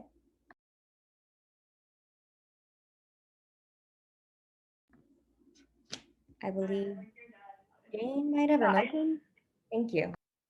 I think, was it the recommendations or the statement? Yeah, either one. I'm not sure. I was confused by the chat. I think if there are written public comments that want to be read, we can do that. But there's also the SAP at UCLA recommendations and criticisms of USAC Palestine Solidarity Statement, which I can read out loud as well. Yeah, Josh, I'm asking you just because I don't know if this is something that we would discuss during the time that we discuss statements or at this moment. This is only a place for public comment. So if they submitted a written public comment, you can read it, but we really need to keep it under 2 minutes. If it is about the statement and needs to be discussed within the statement, then we would discuss that at the latter part when we're discussing statements. So I don't know what they submitted, sorry, so I can't really judge, but I'll let you be the judge of what they submitted. And I believe it is something that we would discuss during statement time, right, Omina? Awesome. Yeah, I think we can add it to the drive as well, but we can discuss it during that time. Awesome. Okay. And again, just want to remind members of the public that you are welcome to come back later tonight, or you can stay through. Awesome. Okay. Miss Promise. Yeah, there's the one person whose like name is like UCLA, like the link, and I did promote them because they rose their hand again. Like if the person could rename themselves, or if you unmute, if you could kind of like say who you are. Hi, yeah, my name is Isra. I'm a Palestinian American, and I'm going to be attending UCLA in the fall. And I just want to say that this is not an issue of religion. It's an issue of an occupation and an apartheid and an ethnic cleansing of the Palestinian people that started in 1948. And over the past few weeks, I feel like I'm also tired of explaining to people that Palestinians matter, and this is not an issue of it's basically just an ethnic cleansing. And when we look at Gaza and we see families getting torn down, families getting wiped out, 226 people getting killed, this is not an issue of religion. And I urge you guys to take a stand and support Palestinians in this matter. Thank you. Thank you so much. And Haley, your hand is raised. Yeah, someone had submitted public comment, but they weren't sure how to like submit it. And so I have like the snippet of what they wanted to say, if it's okay to read it off. Yes. Okay, cool. So essentially this individual said, I am horrified by UCLA's use of the disabled student community as a scapegoat to take blame for poor planning on the UC's behalf. I have often struggled to get the classes I want, but I have never once thought they should take priority enrollment from those who need it.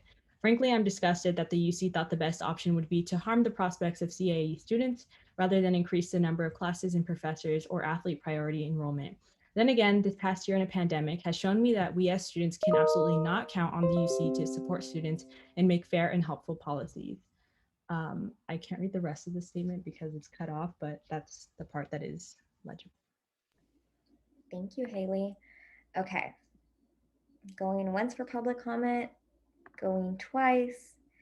Seeing as there is no more public comment, we are going to end at 8:34 p.m. Moving on to funding. We're going to go ahead and begin with contingency fund allocations. No, contingency programming funds. David? Hi, everyone. So this week we had a total amount requested of $4,685.93, and the total amount recommended is $3,858.65 to 6 non-USAC entities.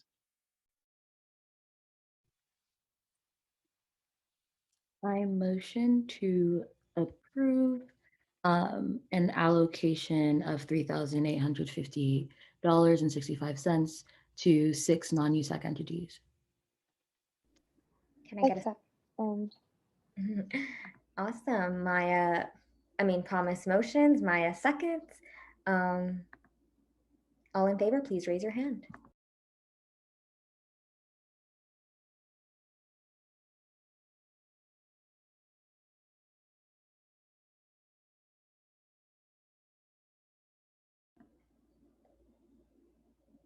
Okay. Tay, I think I'm just missing your hand. Are you abstaining? Sorry. Perfect. Sorry about that, y'all. No worries. By a vote of 13-0, the contingency fund allocations are approved.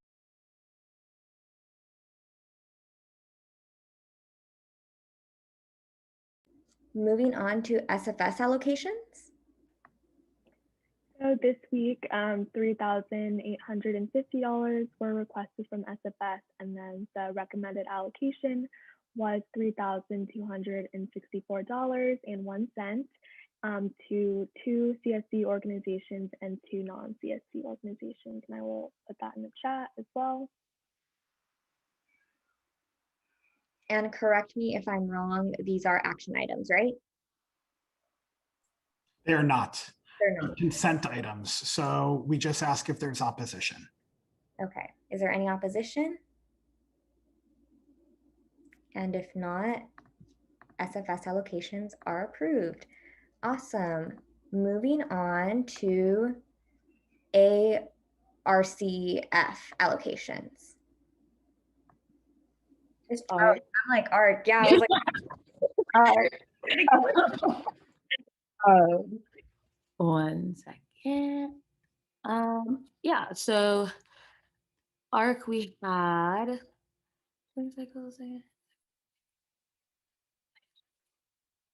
Okay, yeah. ARC, the allocations for the spring or our, because we reopened our application, so to allow for some students to apply. So after that, the amount that we are hoping to allocate, I gotta get a calculator real quick. Spreadsheet. 1 second. 1, 2.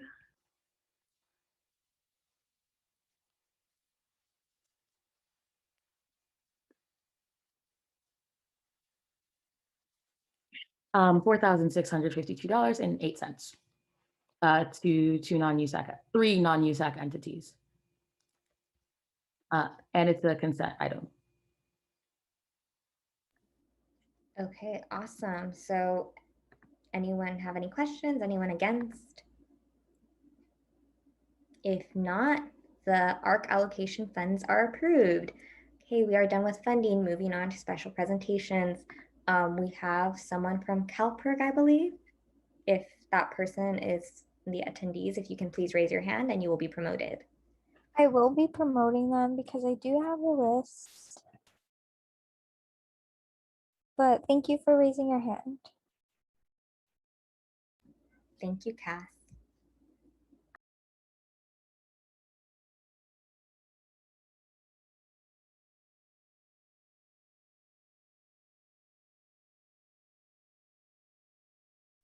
Hello, hi everyone. First off, I wanted to say thank you for having us today. And could Sean share screen for our presentation?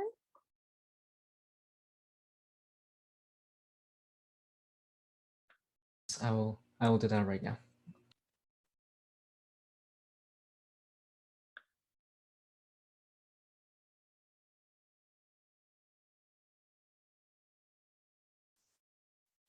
Okay, well, thank you all for having us here today. As per our contract with the university, we hold an annual review to update you on all of our work. And we have come a long way this year, and we are so grateful to have had the opportunity to work with you and your staff to really drive the push for a better future. And we hope to continue building a long-term relationship and update you about our progress.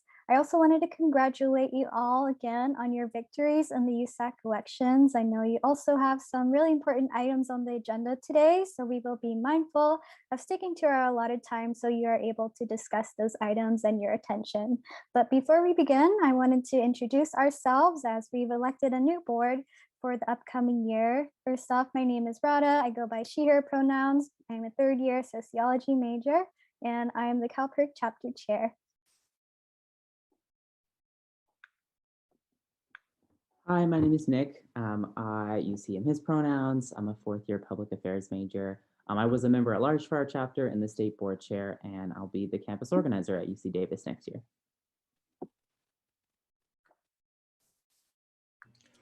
Hello, my name is Sean.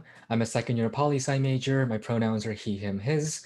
I'm currently the End Oil Drilling Grassroots Coordinator, and I'll be the vice chair for the chapter next year. Hi, I'm Adriana. I use she, her pronouns. I'm a second-year environmental science major, and I am a member at large for the CalPERG board at UCLA. Hey y'all, I'm Daniel. I use he or they pronouns, and I'm a third-year biochem major returning as the chapter's member at large. Hi everyone, my name is Bucky. I'm a second-year environmental science major. I use he, him pronouns, and I am a member at large for our chapter. Hi, my name is Grace Leary. I use she, her pronouns. I'm a second-year history and poli-sci major, and I'm also a member at large. Hello, everyone. My name is Pra. My pronouns are she, her, hers. I'm graduating this year with a degree in history. I am the outgoing California chapter chair, and I'm going to be on staff as a campus organizer next year at UC Berkeley. And just quick apologies, I did get my wisdom teeth removed, so I sound a little muffled, a little swollen. Great, thank you, Prav. Now that you have all met us all, we are now going to discuss our mission, our organization's awards, our chapter here at UCLA, and our campaigns. So as you may know, CalPIRG is a student-run, student-funded organization whose primary mission is to train student leaders to act on problems that affect the lives of all Californians while also working to promote and provide solutions to these pressing issues. And the way we do this is by combining the energy of students with the expertise of professional staff that includes organizers and advocates who work both on and off campus to advocate for the public. We have chapters at 9 California campuses and a statewide student board that approves campaigns and sets our budget. And we won a number of awards in the last year. We won the 2020 American Climate Leadership Award for our work to commit the UC system to 100% clean electricity. We won the grand prize for Youth Earth Week for our Climate Action Summit, which featured 700 attendees from across California. And over 30 speakers, from the senior advisor to President Biden for climate policy and innovation, Sonia Agarwal, to the rapper, Lil Dicky. Our New Voters Project was a finalist for the Civies, or the American Civic Collaboration Awards, for our work to turn young people out to vote. And UCLA won the Ballot Bowl Award for most registrations at a campus vote center after we worked with Student Affairs to get 2 vote centers at UCLA. And then regarding our chapter at UCLA, throughout this past year, we recruited a total of 376 volunteers and 302 interns who all took on an aspect of each campaign and learned a tangible organizing skill. We also educated 18,500 students about organization through class presentations. We have a total of 16,000 students on our email list currently. But moving on to our campaigns, this past year, we ran our campaign for 100% clean energy, affordable textbooks, and oil drilling, our New Voters Project, hunger and homelessness as well. And Adriana will start us off with our statewide priority campaign, which is our 100% clean energy campaign. Thank you, Prav. So this year, our statewide board of directors, oh my goodness, excuse me, sorry. Our statewide board of directors voted to make our 100% by 2030 campaign our statewide priority. We know that climate change is one of the most pressing issues of our time, which is why we need to transition towards clean energy as quickly as possible.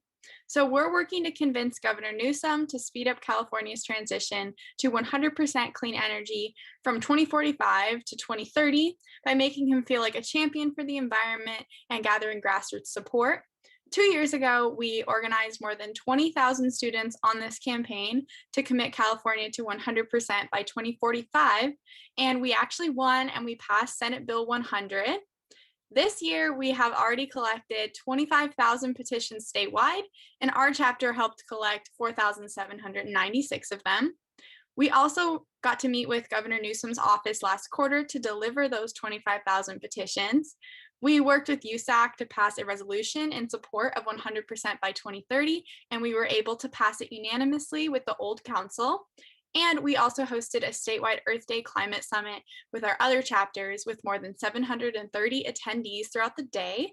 So now Radha is going to talk about textbooks. Thank you, Adriana. So currently we are working to make textbooks more affordable for students. The cost of textbooks has increased by 1,041% since 1977. Students should not have to decide between buying a textbook and their well-being. And so our solution is to make textbooks more affordable by having the UC regions implement a UC-wide grant-funded program that makes open textbooks that are free or cheaper for students. And we know the regions care about their image, and this would allow them to show they care about student success. So we are organizing the support of our entire campus community by building media attention, grassroots support, and meeting with key stakeholders to show support for a UC-wide grant-funded program. And this year, we collected over 1,801 petitions, published 5 articles, met with 4 UC regions, including UC Regent Oakley, Regent Park, Regent Sherman, and Regent Butler, and with the Academic Senate Chair, Shane White. And we got a UCSA resolution passed, which was super exciting because the regions want to see collective support from the overall student body. And I'll pass it off to Sean to talk about EOD. Oil drilling has had disastrous impacts on our environment and our communities. It pollutes our air and drinking water and also causes harmful health effects like upper respiratory disease, cancer, and birth defects.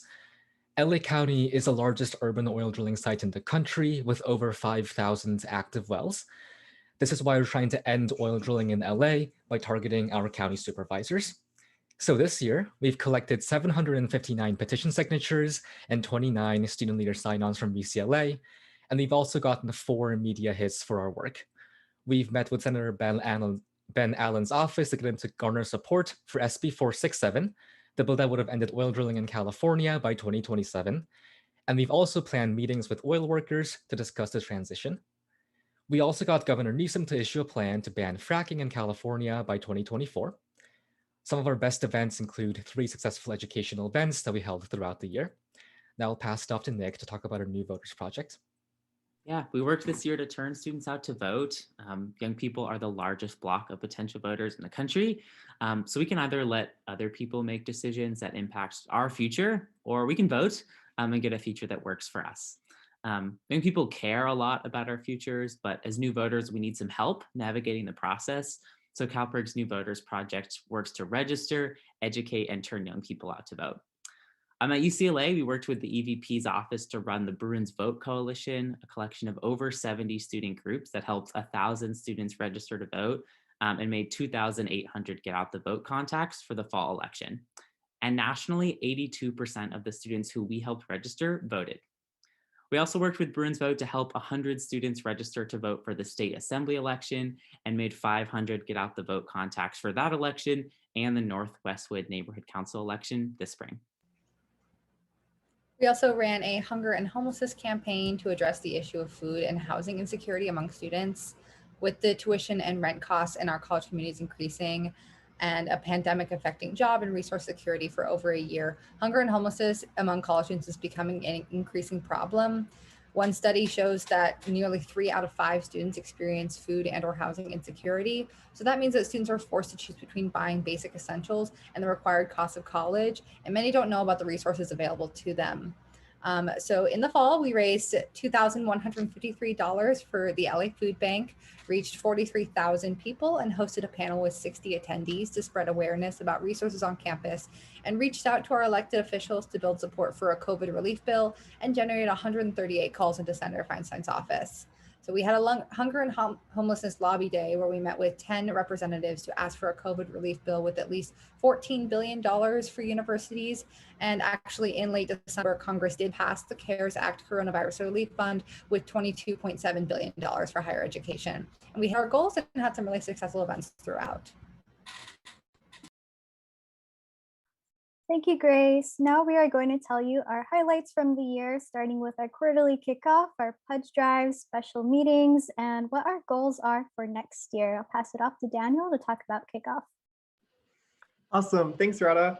To give a little bit more context about some of our highlights, at the beginning of every quarter, we hold a kickoff meeting to expand our reach to even more students and inspire current chapter members about all the campaigns that we're running. In the winter, we had the largest kickoff at UCLA in over 30 years when we had 185 students all collectively join one Zoom room. And then this spring, we had a total of 161 students at our spring kickoff meeting. There were some of the highest numbers from across all PERG chapters nationwide, so that was really awesome. And then one of our most important tactics for generating such interest in student activism is through class announcements. In the winter, we identified 864 interested volunteers through our class announcements. And in the spring, we reached out to over 100 classes. And then one of the big reasons why it's so important to recruit and hold an effective kickoff is to ensure that we have enough people power to run our pledge drive. The reason we've been so effective on all of the issues we mentioned so far is because of our pledging numbers. Our nonprofit organization is completely student run and student funded. We're funded by students through a voluntary opt-in fee of $10 per quarter. And we pool these resources with our chapters across the state, which gives us the grassroots political power, the resources, and the staff training to effectively advocate for the student voice and win big on all of our campaigns. We're currently more than 23,000 student voices strong across the entire state, which allows us to have a big impact when we advocate and lobby on all of our campaigns. We're also required by our contract with the university to have at least 10% of the student body pledge to demonstrate that we have enough student support to keep our chapter on campus and continue to do the organizing work that we do. Since transitioning online, the pledge drives have been a bit more difficult to run due to just a finite amount of students that we can actually reach out to. But 2,000 more students have pledged on as members of CalPIRG since we transitioned to spring, with 864 new members joining in the winter and then 354 new members joining just this quarter. And now I'll pass it off to Bucky to discuss some of the most important meetings that happened this quarter. Thanks, Daniel. We met with Vice Chancellor Gordon and Administrative Vice Chancellor Beck, and we updated them on our recruitment drives, pledge drives, and campaigns. We also introduced our new board and next year's organizer. We also met with UC Regent Oakley, Sherman, and Butler to tell them more about our affordable textbooks campaign so that we can strive for big wins and implement open affordable textbooks across the UCs. And we also met with Academic Senate Chair Shane White to discuss our initiative for affordable textbooks and the New Voters Project for this quarter's elections. This summer, we will be working to save our pollinators. One of the largest killers of bees are pesticides called neonics. Our solution is to convince Amazon to stop selling this product. Stopping the sale of neonics will give them a good press for taking action, and that's why we are building outreach with our sister nonprofit, Environment California, by going door to door, reaching thousands of Californians to elevate their voices on the issue. Next fall, our campaign mix will consist of our 100% campaign, with our goal being to continue advocating to move SB 100's effective date to 2030, our affordable textbooks campaign, with our goal for next year to continue championing the UC Regents on textbook affordability, our End Oil Drilling campaign, with our goal for next year being to pass an LA County ordinance banning oil drilling in the county, and splitting our fourth slot are the New Voters Project and the Hunger and Homelessness campaigns. Our goals for the Hunger and Homelessness campaign will be to fundraise, spread awareness about resources, host food drives, and lobby for policy that helps alleviate poverty. And our goal for the New Voters Project will be to increase student turnout at UCLA for the Governor Newsom recall election by helping thousands of students register and make plans to vote. Thank you, Bucky. And as you can see, we have come a long way this year, but we are so happy to finally see you all back in person next year. Thank you for having us today. And if there's time, we can also take some questions if there are any. Oh, I was muted. Sorry about that. Thank you so much for coming out. I just really want to commend Prov specifically. I'm just wanted to say I'm really proud of you and the fact that you're going to continue to do this work, and really all the graduating seniors. Yeah, you know, Promise and I both sat on council last year, so we really appreciated all your efforts and collaborating with y'all whenever we could, and really looking forward to collaborating with the new leaders. And congratulations to you guys as well on getting elected. That is a major accomplishment. Yeah, does any council member have any question or comment?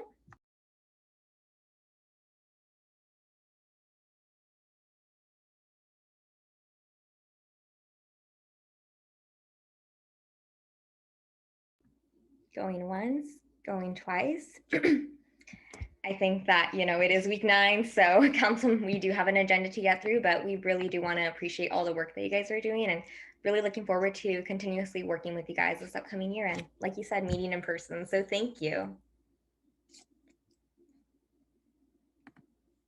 Awesome. Okay, thank you so much, CalPERG. There are no appointments, so we'll be moving straight into officer reports. I'll make mine really brief. So we've already had a lot of applications. We've interviewed over 50 people, so that's what I've been spending my time doing this past week. We have released the appointments apps have been released. And I did want to discuss that right now within my time as well.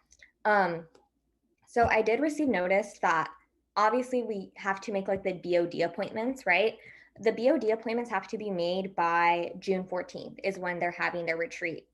I do know that we wouldn't have a council meeting between now and then. So I was told that if the person was like guaranteed that they would go through, but obviously like we want to make sure that they have enough time to interview through ARC as well as, you know, interview through us, because we want to make sure that all the students that should be, you know, all council members have a say in who gets appointed for these positions. That being said, those appointments do need to be made by that date, if that is the case. So I'm wondering if council was open to having a special meeting. I know we called one last week, but we would need to have a special meeting by June 14th so that the 2 students that are appointed can attend their retreat. And I'm like yielding my time, I guess, if any thoughts, if anyone has any thoughts on that, and if people are comfortable with having a really short meeting either next Tuesday, I know it is finals week, or, you know, later in the week when people might be a bit more free from finals. Erman, I see, oh, Patty. Yeah, let's go to Patty. Thank you, Breeze. I just wanted to make a quick comment, if possible, earlier in the week, just so for the appointments, we would have time to coordinate all the logistics for the retreat and give them the notice. And then in the interviews, just make sure that you are making them aware of the retreat so they have as much notice as possible. It is also included in that description of the appointment. It's just such a valuable opportunity for them to get the jump start on this position, and essential for the position to be able to attend. Yeah, I do think that having it earlier in the week is important. That being said, like being mindful, of course, that, you know, all our student reps, especially ARC people, I always feel bad because I know how difficult those can be to arrange those times. So, you know, earlier in the week is preferable, but if it has to be later in the week, that is also fine. Erman, your hand is up. Yeah, I did just want to say that I think it's important that we do have a special meeting, just because I think we have a imperative to have everyone go through the appointments process equitably, and that means having everyone go through the same appointments process. And so I think we should have a meeting in which all council members are able to ask questions of the prospective appointments and to vote on them fully, especially the BOD appointments, because those are long, those are really impactful and long appointments, a lot of money that they oversee. And as someone who sits on ARC, I definitely understand that we may have to act quickly on that. But I think that the priority for me is that we do and go through that same process, and that we're transparent about going through that, you know, equitable process with everyone who goes to that appointment experience. So I just want to say that I think it's very important that we do a special meeting for that. Thank you, Erman. Promise? I had a couple of questions. I think that we're gonna have to do a special meeting as well. Like, I don't think we have a choice, honestly. We're gonna have to have one next week. But I was wondering, when do the applications for the BOD appointments close? Like, so they're rolling. All applications are rolling, with stipended positions being considered first. That being said, I have received a couple of emails from people letting me know, like 4 or 5, letting me know that they applied for BOD and when they would hear back, obviously because it's rolling with stipends going first. So I haven't looked at the applications themselves, but we do have people that have applied. my next question is, because we are gonna have to call like an emergency meeting or a special meeting, in order for like ARC because they have to go to ARC first. Like ARC has to have their meeting and interview first, and ARC votes, and that's completely separate of this one. So like, would it be okay? Would we be, I guess, would it be okay if we like made it like made a deadline for the BOD application during this week, maybe like Thursday or so that like folks who have been interested, we can, or yeah, to kind of like, or Friday, so folks who are interested like are able to like have noticed that it is going to be closing specifically for BOD. So then ARC can do interviews over the weekend.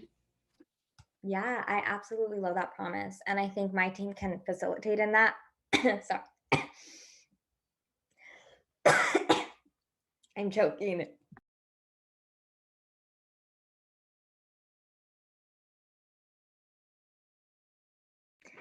Okay, sorry about that. Yeah, I think my team can also facilitate that, and maybe we can all do a story post, right? So maybe if my team tags all of your offices, you can all go ahead and repost that just to inform the student body on that. Yeah, thank you so much, Promise. We could go ahead and do that. And are people open, I think moving on now to discussion of when we would have this meeting, are people open to having 7 p.m. Tuesday, since that is a time I think most people already shut off and we don't have to find another time?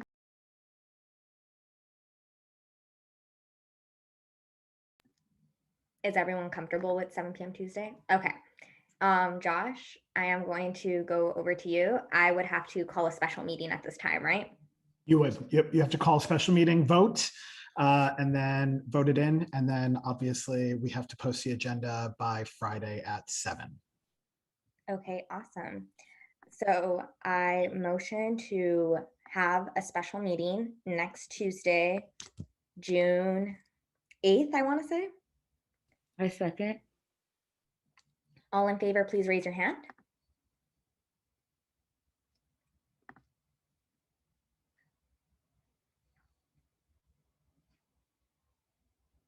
Awesome. And by a vote of 13-020, the motion passes and we will be having a special meeting next week at 7 p.m. And those meetings would probably take about an hour because council members, please be prepared to ask important questions, as these are our appointments, and we want to make sure that they are holding themselves accountable, but also promising that they will be transparent with the student body and doing what they need to do with their responsibilities. So please be prepared for that. Next, we have to discuss meeting times during the summer. Ms. Cass, I don't know if you have any decision on that yet, or what the most available times are for our council members. Yeah, I was able to only send the when to meet like just now, but there's 8 people that filled it out, and it looks like the times available is Sunday at 7 p.m. Could you send it? I mean Monday at 7. Could you send it? Yeah, I can send the when to meet in the chat right now. Thank you. Yeah, and just so council members are aware, I'm not sure if the when to meet includes it, but as a reminder, we cannot have council meetings on the weekends.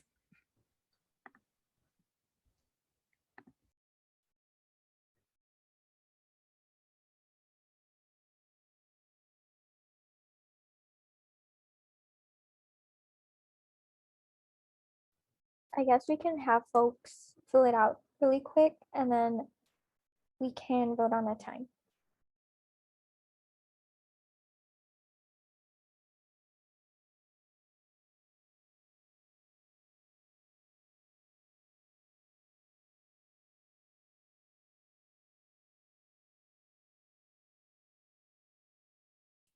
And just as a reminder, folks, so typically Friday night sunset until Monday morning, we cannot have meeting. So just be mindful of that. We prefer not to go past 6 o'clock on Friday night. And because it is summer. You don't have to stick with the after hours. I just want to throw that out there. Whatever time works best. It could be during the day or it could be during the evening. Am I allowed to talk during this time? Should I raise my hand? I'm so sorry. Go ahead, Tay. Sorry. Do y'all like morning meetings? Cause I personally do, but I don't want to make this more difficult than it has to be. I'm open to morning meetings. That being said, if the meeting does have to extend some time, and since we are doing biweekly meetings, these meetings do tend to run a bit longer. I don't want it to cut into, like, you know, people's work days or if they have internships. That's my only issue with that. Promise? Yeah, I also wanted to add that, like, I not for necessarily for morning meetings because it's not as accessible to students if they want to come to the like meeting, because I was like, oh, maybe 10 a.m. But then I was like, I don't know if students would come to a 10 a.m. meeting. So I think like late afternoon, even earlier after, I don't know if people are able to like block out a part of an afternoon during the summer. Possibly, maybe. Yeah. Okay, we can keep having these discussions. Sarah? Yeah, I just want to say that I'll be working full time over the summer, 9 to 5, so I would appreciate if meetings are after that, although I know that we'd love to have them a little earlier. Okay. So, wait, you want to have them earlier? Sorry, Sarah? Sorry, I was just acknowledging that people would like to finish meetings earlier on in the day, but I see in the chat also some other council members are working full time, so we wouldn't be able to make it if it was during the workday. Yeah. Okay, so I am seeing the poll right now, and it looks like majority of people are available Monday at 7 p.m. The only person right now is Natalia. Natalia, would this pose an issue for like your regular attendance? No, it's gonna be fine. Sorry, I accidentally didn't fill that. Okay, so is everyone comfortable with Monday at 7 p.m.? Perfect. This is going way better than I expected. Great. Okay, so I believe I have to motion again for summer meetings, right? Yeah, Breeze, can we just do two things? One, within this, could we also talk about quorum? If you want to vote on quorum, and then can you also talk about what weeks? Are we doing weekly, bi-weekly, monthly? And then you can move to vote. Do we also have to say when they'll start? Yeah, we do. Yeah. So I do know that since we are having a meeting next week, I am open to maybe us starting on the 22nd because we usually wouldn't have a finals week meeting, but I don't know how everyone else is feeling about that. Patty? Breeze, yes, the 22nd would be a good date.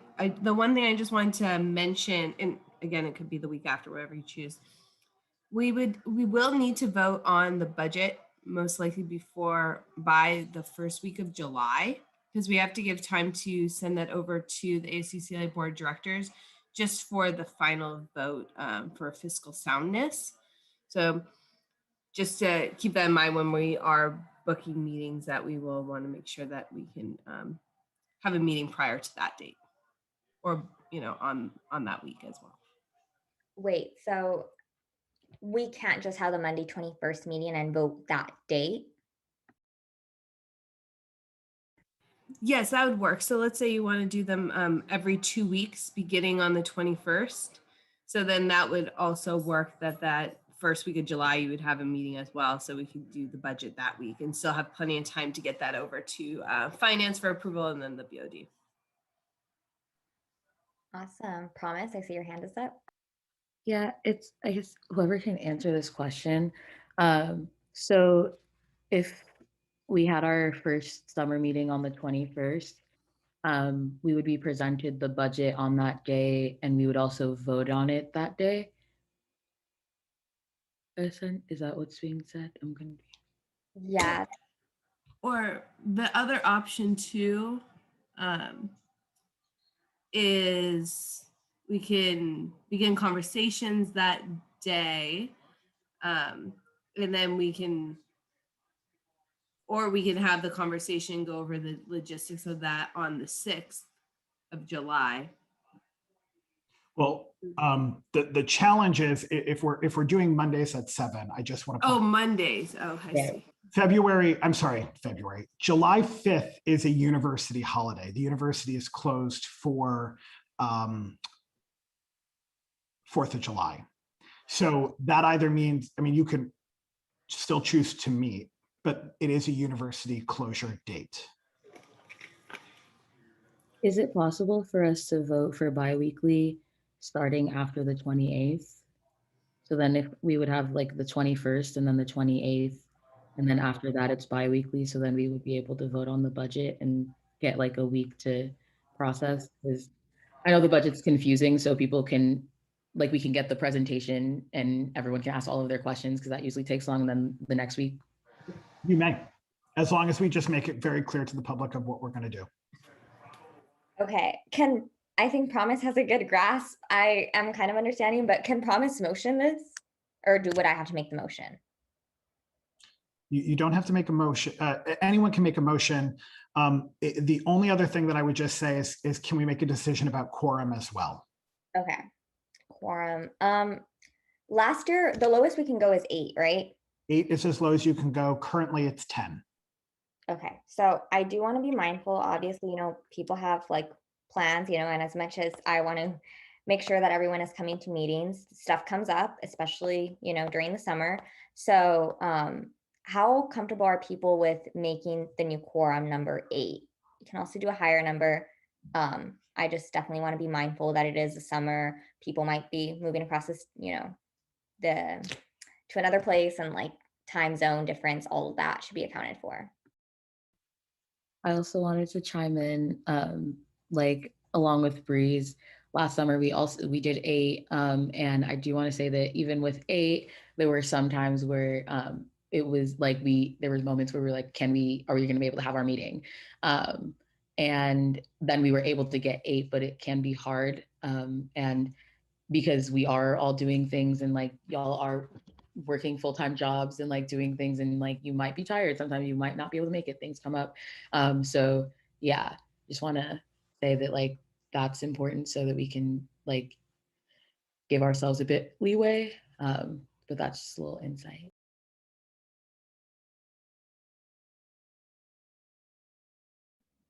Okay, maybe does anyone have a disagreement with having 8? If anyone wants to vocalize that or express that. I think it should be 9, yeah, I think it should be 9 because I mean, we're doing it bi-weekly already anyway. So I think 9 would be a considerable number. Okay, anyone else? How are people feeling about 9? I have a question, Carl. Would you be able to explain a bit why 9 instead of 8? The current number is 10, correct? Mm-hmm. So honestly, I'd be fine with just keeping it at 10. I mean, it's like I said, it's bi-weekly. I understand that some individuals have internships. If we want to go specifically per person and kind of see like who has the internship and who doesn't, and who possibly wouldn't be able to make the meetings, then that would be fine. But I just think eight individuals being able to, you know, just, you know, pass stuff and make votes on stuff. I think that it doesn't sit well with me. That's why. So I do want to say that even if it was 8, like most council members did come out. I mean, I think I've only missed 2 meetings since I started my term as AAC. Promise also has not missed many meetings, even if it was 8. So I think even like, I don't think people would actually not come out. I think it's like, if anything does come out, right? Like we want to be mindful of that. But I see Haley's hand, and then back to Promise. Yeah, I definitely agree with the 8 because it does provide folks with the flexibility in case that an emergency comes up. But I do like foresee a lot of us still coming to the meetings overall. But again, just like emphasizing the flexibility in the case that an emergency does come up, because we're still in a pandemic and there's a lot going on still. Yeah, and I also wanted to like clarify that changing it to 8 and making quorum 8 is making it so that we can have like hold a meeting like with 8 people, but and we can like have votes and like start the meeting like past the agenda, so that if in the beginning we do have 8, then if people can't show up until like 30 minutes in, we still have quorum in order to begin the meeting. Just to do a little clarification there. Yeah, and then just going back to that point, I think like sometimes like I would be coming late like from work during the day, and it would just be helpful, you know, to know that the meeting could still start even if I was not present at my computer. So maybe we can do an even vote. All those in favor of 8 and all those in favor of 9. I think that might be a good way. So if folks could raise their hand if they would prefer 8 people.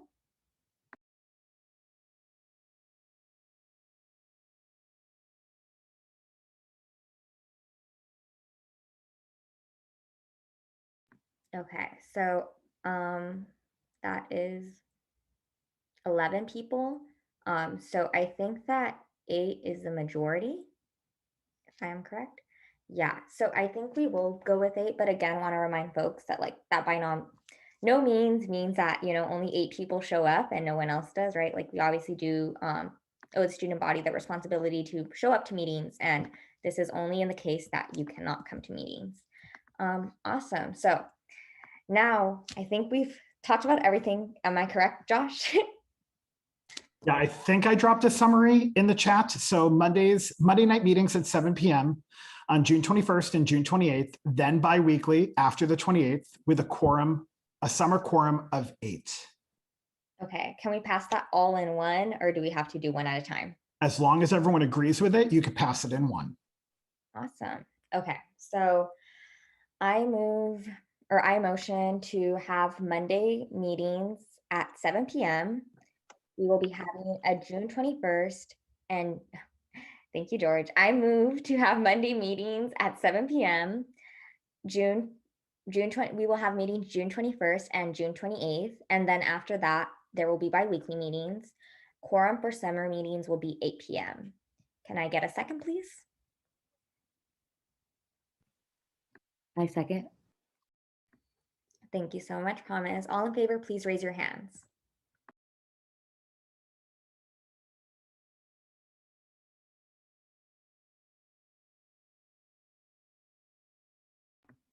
Awesome.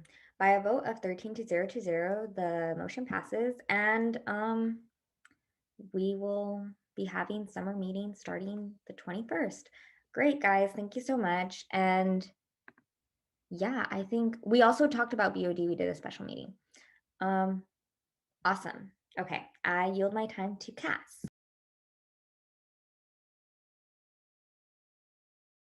Or I don't know if she struck her officer report. Yes, she did. I did written.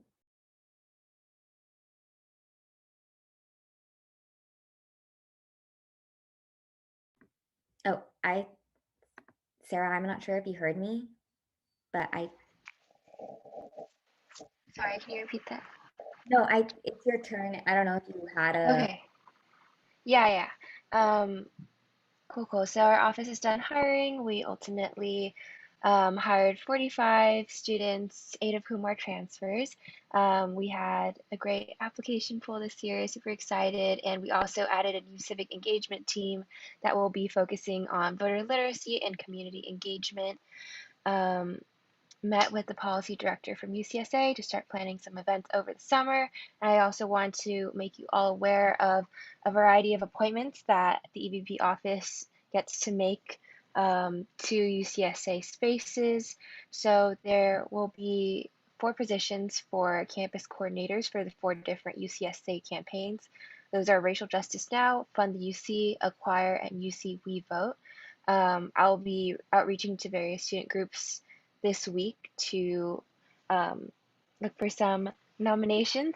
But if there are any individuals from your office, or if you yourself would like to serve in this position, please feel free to let me know, and we can talk more about these opportunities. As for the international and transfer student coalitions, I have spoken with Herman and Natalia about their appointments or if they should like to serve themselves. And I also want to do one final push for the Title IX Student Advisory Board applications. I'll drop the link in the chat momentarily. Those are due tomorrow. Meetings will be virtual for accessibility. And throughout the summer, there will also be UCSA appointments on a rolling basis. These include the collective bargaining representatives, which do a lot of labor union work, the student advocate to the regents, which cycles out per regents meeting, so rolling throughout the year. Same thing for the student observer to the regents, and as well as a variety of system-wide committee representatives. These are super awesome advocacy experiences and really great opportunities for leadership growth, so I'd highly encourage you all to consider applying and sharing the link with anyone who may be interested. Thank you. Thank you for all of that, Sarah. Awesome. Carl, I see your hand is up. Did you want to do a spoken one today? That was a mistake. I'm sorry. Oh, no worries. Thank you so much. Moving on to AAC. Hey y'all, so not too many updates from me. My office apps are closing on Friday. And as Breeze mentioned, appointment apps are now open as well. And then apart from that, I've been attending transition meetings, and I've also been meeting with Jane to discuss like web accessibility and expanding CE accommodations for the upcoming year. And we also have some upcoming meetings with the CAE director to discuss our respective and collaborative goals for the upcoming year. And then also like some talk about like academic senate appointment applications with Herman. Yeah, that's basically it. Amazing. Awesome work, guys. Okay, I believe all of the rest are written. Moving straight to admin reps. Jessica? Breeze, Jessica's actually not here this evening as she's on vacation. Good for her. She should. George? No updates. Good to see you all. Thank you, George. Pleasure to see you too. Josh? No updates. Just take care of yourselves, friends. It's finals week. A lot is coming up, and then you're transitioning into your summer. I know that you've done a lot of work with your offices. Again, Fernando, Jessica, Patty, myself, George, we're all here to support you, Orlando. So if there's anything that you need, don't hesitate to reach out and ask us, but please pace yourself. Be good to yourselves. Good luck with finals. I definitely agree with that sentiment. Thank you so much. Fernando?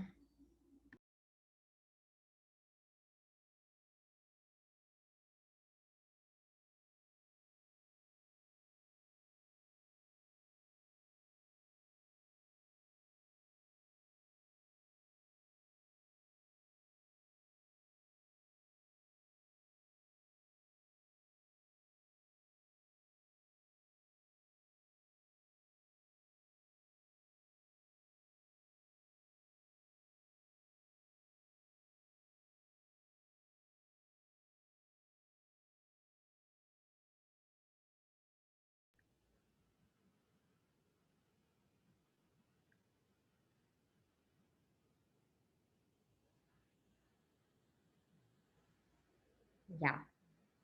Thank you, Fernando. Yeah, I was one of the people that did not transition my email. So Angie, you should look into that as well, if that is something you're interested in doing. Awesome. Okay. And I think the last person is Patty. Thank you so much. No updates for tonight. Awesome. There is no old business. Moving straight into new business. Okay, let's get into it, folks. Palestinian Solidarity Statement, Draft 1. Jane, you have the floor. Hi, yes. Okay, well, I basically just submitted the same draft that we had talked about last week because I know we said we weren't going to make any decisions. Oh my God, wait, hang on. That's my roommates. Sorry, I submitted the same drafts as last week and also the draft that was made with Pasa and Emily's edits.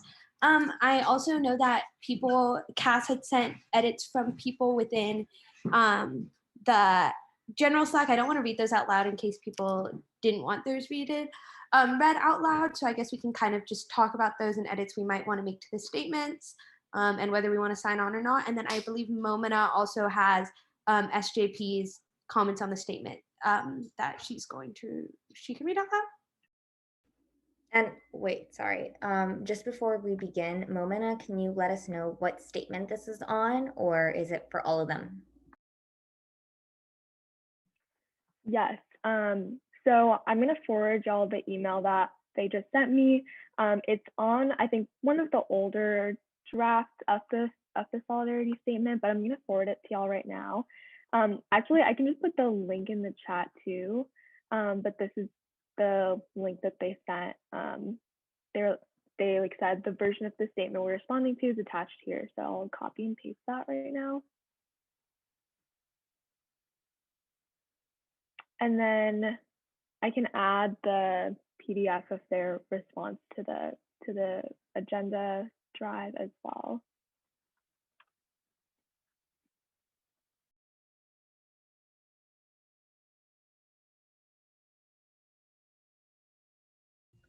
Oh, I think Bree stepped away for a second. I just wanted to ask, would it be possible for us to share screen when we're going through each one? I don't know, Fernando, would you be able to facilitate that? Because I think, or like with sharing the screen.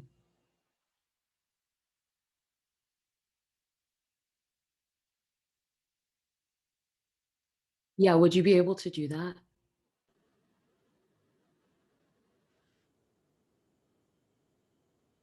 Yes. Yeah.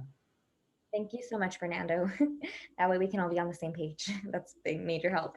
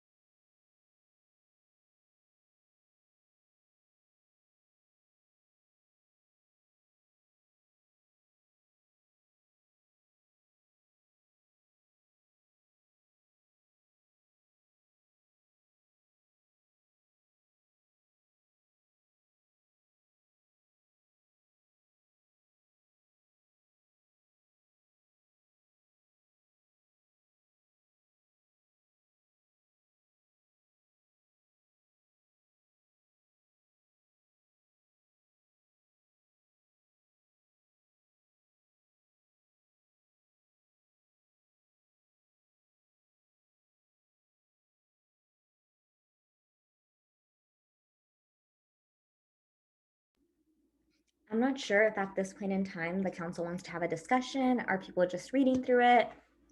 Where are folks' thoughts? Maybe we can all read through it individually and then have a discussion on each one. I just want to know. Yes. Can we read through them and then read through what SJP said? If Fernando can share that screen too. Okay. Yeah. So thank you so much, Fernando. We appreciate it.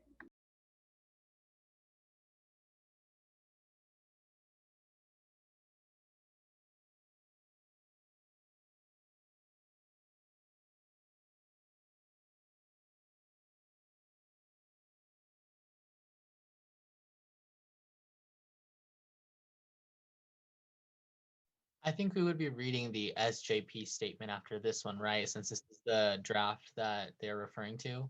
Is that correct, Momina? Yeah, so this was the draft that was sent to them maybe earlier last week that they responded to. And they said they had an extensive meeting about it and like didn't have the capacity to present about it, but wrote up the like written thing about their response. And I just added that to the drive, and I can also put the link from the drive in the chat right now.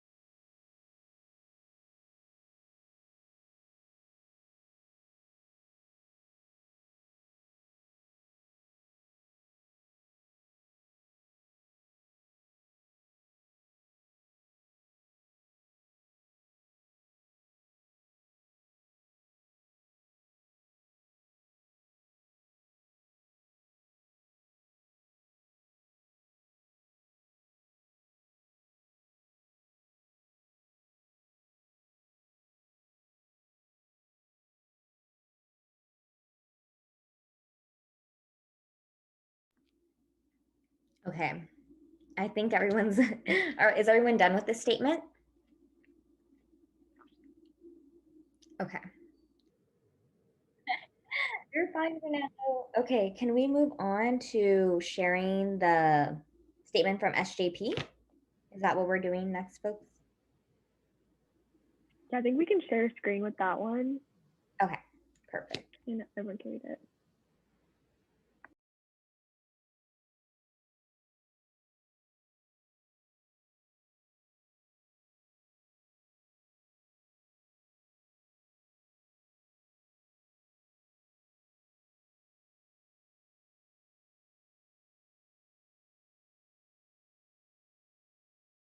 Oh, I'm gonna say too, I put it in the chat, but I think we should just discuss this statement instead of the ones I had submitted, if that's okay with everyone, because this is the one that SJP discussed and seemed to have like a lot of edits.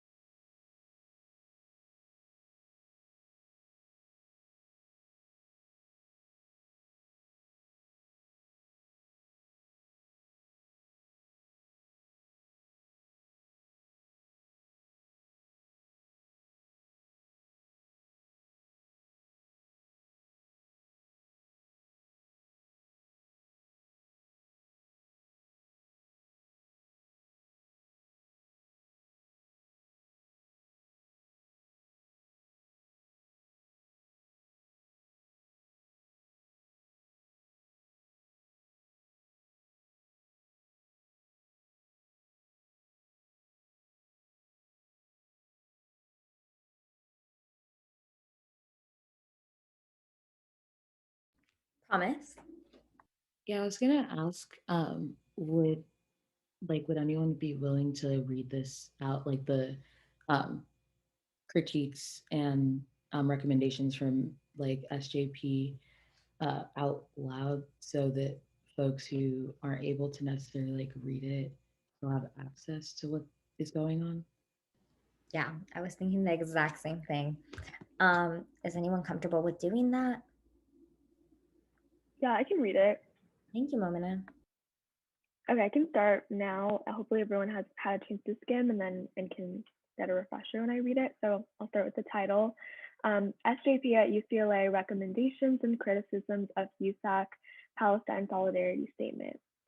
First and foremost, SJP at UCLA Board, on behalf of the organization, would like to state the framework from which we are coming in the following recommendations and criticisms. If a statement with the objective of Palestine solidarity is to be issued, the language, approach, and spirit of the statement should center Palestinians and the movement of the Palestinian people. Anything other than this is frankly disingenuous. To that end, we also believe that a statement such as this should primarily consult with the Palestinian community, Palestinians, and spaces that have been organizing for and educating around Palestine. We would like to make it clear that while a statement in support and solidarity is positive and appreciated gesture, a statement which presents muddy or incorrect analysis, which decenters Palestinians and calls for the Palestine movement, or a statement which erases the factual conditions in Palestine and for the community broadly, is more harmful than no statement at all. In engaging with the statement, we have the following criticisms and recommendations. We have confusions and concerns with the existing statement, spending an entire paragraph discussing anti-Semitism in a statement that is ostensibly about Palestine and solidarity with the Palestinian people. The current framing creates the false notion that anti-Semitism is an intrinsic component of the Palestinian liberation and Palestine solidarity movement, which needs to be brought up and discussed by default in any commentary or support for Palestinians. This does a massive disservice to the movement by creating this incorrect perception of association between the fight for Palestinian freedom and the problems of anti-Semitism. Anti-Semitism should be combated in all of its manifestations, and fighting anti-Semitism is 100% aligned with the fight for Palestinian liberation. The statement as it stands, A, decenters Palestine in this paragraph, and B, undermines the calls for solidarity by adding qualifiers which uphold the Orientalist and colonial logics that those who support freedom for Palestinians must do extra work to prove they are not anti-Semitic. We support keeping in language involving the correct characterization of Israel and its actions as settler colonial, apartheid, and ethnic cleansing. Despite likely denial of these facts by supporters of Israel and its actions that has been or will likely be received, these descriptors are accurate to the reality of the situation, and we believe it is important to be firm on the truth and in spreading knowledge about the realities of the experience in Palestine. We appreciate the explicit uplifting of the calls for divestment from weapons manufacturing and support for Israeli settler colonialism and the existing organizing around this effort. We highly encourage those involved in the writing of this statement to continue to firmly uphold this call, as it is one of the most direct and concrete ways to stop the ongoing violence perpetuated against Palestinians, and is a call that is reflective of the interests and demands of the UCLA community, as seen in the previous USAC Council's unanimous passing of a resolution in support of divestment, as well as a large number of endorsing student organizations and wide-ranging public comment and statements from students and community organizations in support. We would like to reaffirm in our recommendations that the statement intended to be in solidarity with the Palestinians be unequivocal in its solidarity with the Palestinian people and its support for the cause of Palestinian liberation as the truest way to be in solidarity. While we appreciate that members of council reached out to us regarding this statement, we conclude by reiterating that if USAC intends to continue to center Palestine in the future, they must prioritize outreach and communication with Palestinians and the Palestine Solidarity organizations first and foremost. Primarily consulting and legitimizing those who are supportive of Israel when it comes to issues of Palestine only continues to silence Palestinian voices and perpetuate further violence. We firmly believe that Palestinians are most equipped to speak on their own liberation and ask that USAC defer to Palestinians when necessary. We hope that these considerations and recommendations are seriously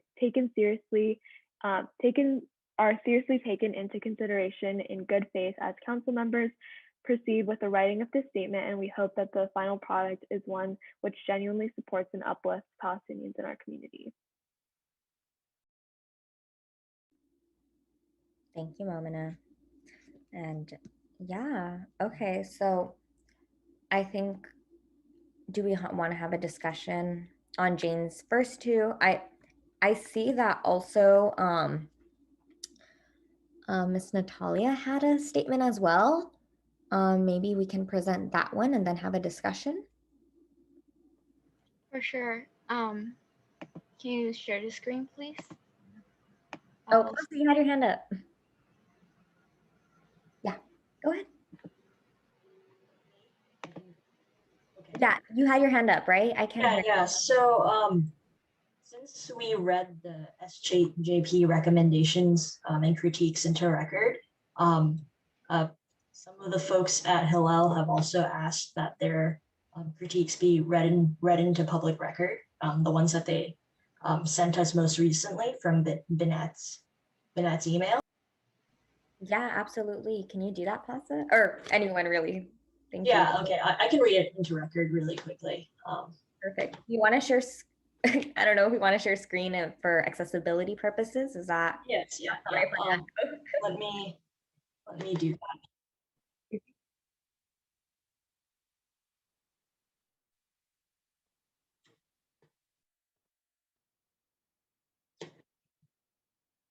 Oh, yes. Okay, I can forward this email to you. Or maybe Pasa, even if you wanted to get it on a doc real quick, right? So it's easier. Yeah. Maybe Natalia, you can go ahead and share yours first, and then Pasa will go to you, if that's perfect. Okay, can we do Natalia's first, Fernando? Sorry for the confusion. I dropped the link in the chat. Fernando, can you please help me share the screen? Thank you.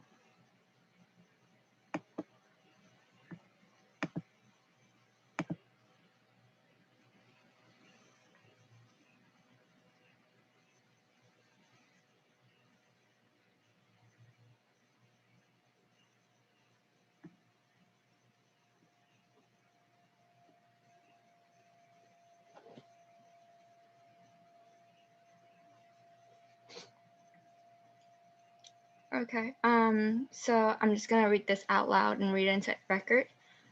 As elected members of the Undergraduate Students Association Council, we are committed to be the representative voice for over 30,000 undergraduate students at the University of California, Los Angeles. The USAC office of affirmed that we stand in solidarity with Palestinian students at UCLA and the Palestinian community at large as they struggle to reclaim their personhood in the wake of recent events in Sheikh Jarrah, a predominantly Palestinian neighborhood in East Jerusalem. As airstrikes and rocket attacks were exchanged between Israeli military and Palestinian militant group Hamas in Gaza, strikes by the Israeli Defense Forces and Hamas rockets resulted in 243 Palestinian deaths, including dozens of Hamas senior operatives and 66 children and 1,910 injuries. Palestinians rose up to defend families that were being targeted by the Israeli military and forcibly removed from their homes in Sheikh Jarrah. Since then, the Israeli military has executed targeted attacks, storming the Al-Aqsa Mosque, which is a national symbol to the Palestinians and the larger Muslim world, enacting violence on protesters throughout Israel and occupied Palestinian territories, and toppling 3 buildings linked to Hamas after warning civilians to evacuate. Each year, the U.S. provides Israel with more than $33.8 billion in military aid funding, and in return receives surveillance technologies, new weaponry, and control tactics that have been battle-tested in fighting between Israel and Hamas. American military aid has been justified to help Israel defend itself from foreign threats, as is the case of the 1973 coordinated attack from Syria and Egypt that happened on Yom Kippur, as well as the current threats posed by the Iranian government, Hamas, and Hezbollah. However, as seen in recent events in Sheikh Jarrah, Israel's military now has the capability to not only defend itself, but also inflict significant damages on outside forces. To be clear, this violence from Israeli military assets has been led by far-right political forces in the Israeli government, actors wholly separate from the Israeli and Jewish peoples. As representatives of the student body, we recognize that some sentiments in favor of protecting Palestinian rights have been manipulated for the purpose of perpetuating anti-Semitism, and we heavily condemn these practices. We acknowledge and abhor the recent severe rise in anti-Semitic attacks in the US and in Los Angeles, and we strongly condemn these actions and affirm that UCLA needs to be a safe space for both Jewish and Palestinian students. We stand in solidarity with the Jewish community and strongly condemn those who have been anti-Semitic in the name of the movement for liberation. Any movement that seeks liberation cannot hold any bigoted sentiment towards an oppressed people. We also acknowledge that UCLA has played a role in the oppression of Palestinian people by continually funding companies that violate Palestinian human rights. As elected members of the student body, we urge the university to stand in solidarity with Palestinian students and conduct a critical review of how involved elements of the US military-industrial complex affect our education in the lens of faculty, students, and administration. Even though a ceasefire is in effect, we want to make it clear that the struggles that students face are not over. We want to encourage all students to educate themselves on the history of the Israeli-Palestinian conflict, stand in solidarity with other students, and for professors to take international events into consideration when teaching classes. Additionally, we want to highlight some of the students' organizations who have been organizing for Palestinian liberation. As council members, we aim to make it abundantly clear that we believe UCLA ought to be a place where all students feel safe and are free from harmful attacks.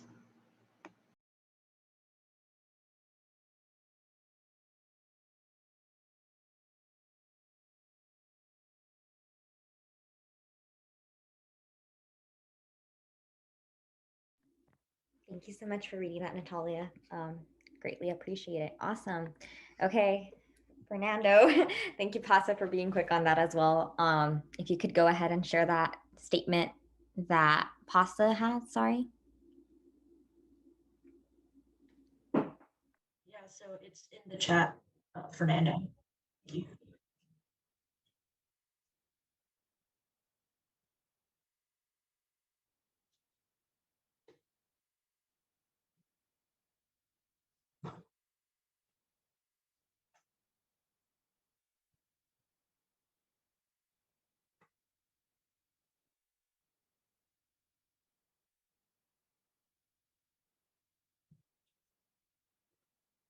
Dear council members, thank you for your continued attention to these issues. We have had a chance to review the USAC agenda for tonight's meeting, and for your consideration, would like to provide our general stance on the agenda items at tonight's meeting. While we support the sentiment, we are opposed to both the Palestinian and Jewish solidarity statements and urge the council to not move forward with either of them because they continue to make unsubstantiated claims and unfairly conflate Jewish and Israeli students with the actions of the Israeli government. If such statements go forward, we will have no choice but to publicly condemn such remarks. However, we would love to de-escalate our public debate over these issues and find a path forward to cooperate as a single UCLA community. We generally support the two resolutions regarding Jewish and Palestinian students, though we have two edits that we view as preconditions to us being able to support the statements publicly. 1. In the Palestinian Solidarity Resolution, we cannot support any statement with references connecting Israel to ethnic cleansing, apartheid, or settler colonialism, with no other further amendments. These are political buzzwords, and while the intent may be merely to criticize policy, these words have an impact of delegitimizing Israel and furthering anti-Semitism, not educating people about the conflict. These claims are unsubstantiated, and we cannot support any resolution that makes such inflammatory accusations. 2. We insist that in the anti-Semitism resolution, the council makes direct reference to Israeli students in addition to Jewish ones, as is currently written. These two groups are not interchangeable, and the current language denies Israeli students recognition and empathy, which is something we believe every student deserves, regardless of your views on the Israeli government. We sincerely appreciate the receptiveness to our other edits and your willingness to listen to Jewish student concerns. Awesome. Thank you, Pasa, for reading that for us. Okay, we can stop sharing screen now, Fernando. I think as far as all Palestinian solidarity statements, maybe we can go through those first, discuss as a council, and then move on to the other statements and resolutions, if everyone's okay with that. Perfect. Yeah, so I think we can have an open conversation on each of them. I don't know who wants to go ahead and start, but I think, Jane, do you want to start us off with the first one? Yeah, I think for the first one, I don't know if we have to discuss that one. I think I put in the chat, maybe we should just discuss the one that SJP had commented on, because I think it's kind of similar. Would that be okay with people? Or did we want to, the first one is the one we discussed already last week, by the way. Yeah. Erman. Yeah, I just wanted to say that comparing the draft and because the one that SJP looked at, that link still had a bunch of comments on it. And so I think that comparing that document to the ones that do not have comments that were presented in the agenda, it looks like draft 2 is the closest one to what SJP was commenting on with integrated edits. So I think we could also refer to SJP's that document that has those bunch of unaddressed edits on it. But to me, it does seem like draft 2 is the closest to the version that SJP was commenting on.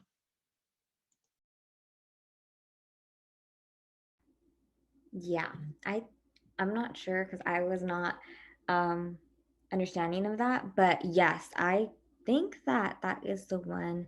Unless Jane, I don't know. I think that's fine. I think we can discuss draft 2. Thank you, Tay, for sharing it. And then if we like have those edits that SJP had in mind as well, I think that's fine.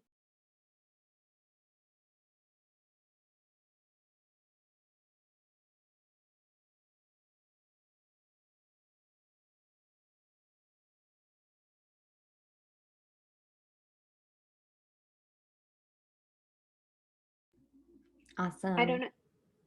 Do we maybe want to do a roll call? I mean, I'm not sure if we want to have a discussion as a council or what this exactly looks like, since it is simply a statement, right? I have a question. Yes, Prom. So which is the statement that SJP and MSA, the one that they like approved of on the agenda? Is that draft? No, so I think that was the issue, is that version that SJP saw, like those were their critiques of the one that is being presented right now. Like statement of solidarity draft 1 and 2. So there is currently no letter, I guess, that SJP was comfortable with. Yeah. Okay, so I guess my next question is, like, is there a version that we were planning to vote on tonight? Or like that, I know we're planning to, like folks were gonna decide, like, kind of just gonna go through all of them, but Yeah. which one, like which one is which? Yeah, so I think that the only one that they had originally been comfortable with was the original one that I had written a while back. And at that time, I know that they had approved of that one, but these follow-up ones that were made, they were not okay with. Like, I didn't put it on the agenda. So I'm not sure if that could even be discussed right now, unless I could be corrected. Jane? Yeah, I think, yeah, I don't know whether we were planning on doing like an informal roll call vote for signing on. I feel like I'll personally give my opinion now, which is that I think that all of SJP's edits are fine, and I would be willing to. I'm pretty sure I own the doc for one of the statements. I'm not sure, would be fine making those edits. And I think I would support, if I know they had mentioned wanting to take the anti-Semitism paragraph out, I would support taking the anti-Semitism paragraph out of this statement, and also taking the the mention of the Israel-Palestine conflict that Hillel had wanted out of the anti-Semitism statement. I'd be comfortable taking that out too. And if anyone wants me to edit those, I'm pretty sure I own at least one of the statements. Yeah, I mean, if those edits can be made right now and we want to do a roll call, I think that would be productive, since we are backed up. As it is, I think, yeah, we could do those edits right now, Jane, if you're comfortable with doing those, and we can circle back to them. In the meantime, we can move on to the resolutions. Yeah, I can make the edits real quick that SJB suggested, and then yeah, I think a roll call, and I'll send the link on which I'm making the edits. Perfect. Sarah? Could you clarify one more time the difference between an informal roll call and a vote on like resolutions versus letters? Yeah, so I think a resolution, we need to have a number of people within the council to actually pass forth a resolution. It has to be more than half. So I believe it would have to be 8, but 2/3. Okay, yeah, 2/3. This, since a statement is different, a statement is simply, people would sign on to a statement of solidarity. So that is an informal vote, if that makes sense. Got it. Yeah, thank you. Awesome, thank you. Did we want to discuss Natalia's? I'm not sure if we want to do that. Oh, I own the doc. Jane, I'm gonna, because I'm facilitating this, can I pass Yeah, I sent the link to the doc that you own in the chat. If you can just give me ownership, then I can make the edits. Thank you. I'll do that right now. Did we want to discuss Natalia's statement?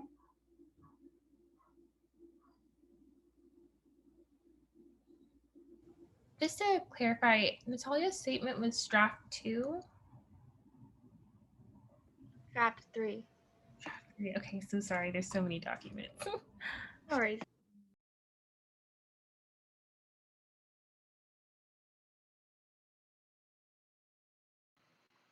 One more clarification.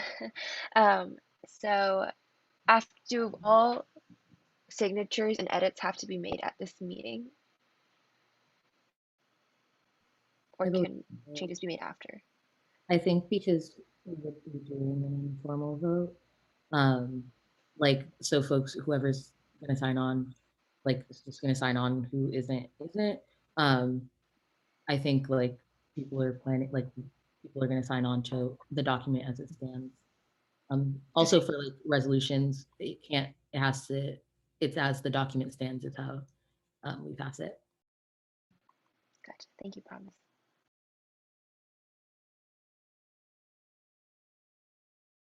Okay. I don't know how folks are feeling right now. Do we want to move on to the resolutions and discuss those in the meantime? Haley? Okay, quick question, clarification question. So based on the 3 different statements that we have, it is okay if we were to release like 2 total. So one of, I guess, like statement draft number 2, and then separately Natalia's coming from her office. Is that how we're going about things right now? Or are we just planning to Yeah. one? Sorry. No, you're completely fine. So statements of solidarity can be released from individual offices, right? Mhm. Not everyone has to sign on. So Natalia could still release hers, and I think she just opened it up if anyone wanted to sign on to that, as did Jane. So yeah, I think that is simply it. I do, for resolutions themselves, they do have to pass with a 2/3 vote. It's 10 right? o'clock. It is 10 o'clock.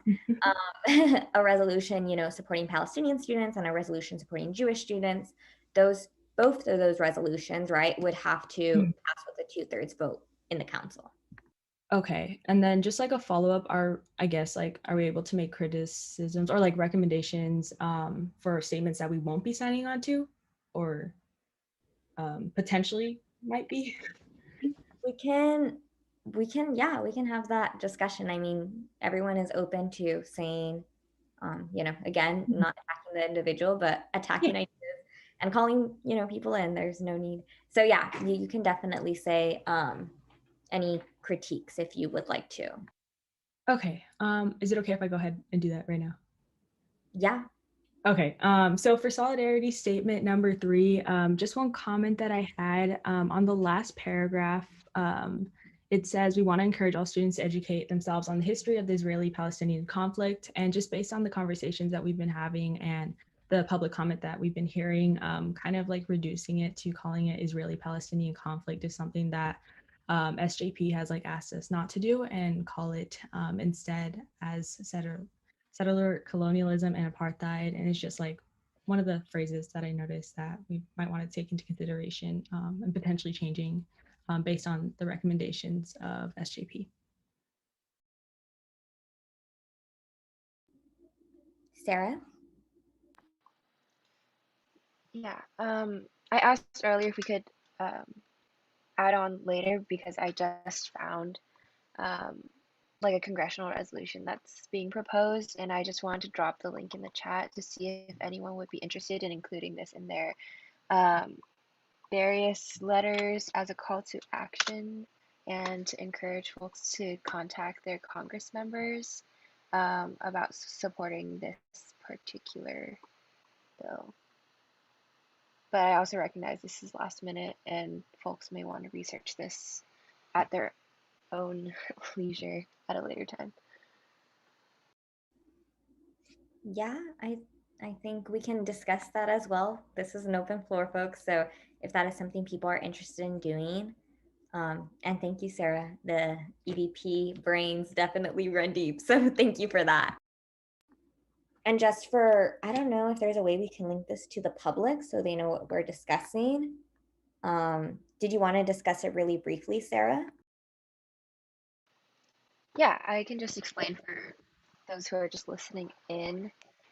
Um, so I'll just read out the little description here. So the Palestinian Children and Families Act, HR 2590, was introduced by Congresswoman Betty McCollum. And it states that the U.S. will not fund the Israeli government's imprisonment and torture of Palestinian children, theft and destruction of Palestinian homes and property, or any further annexation of Palestinian land. Yeah, thank you, Armand, who linked. Yeah, I don't know if we could link this to the public in some way.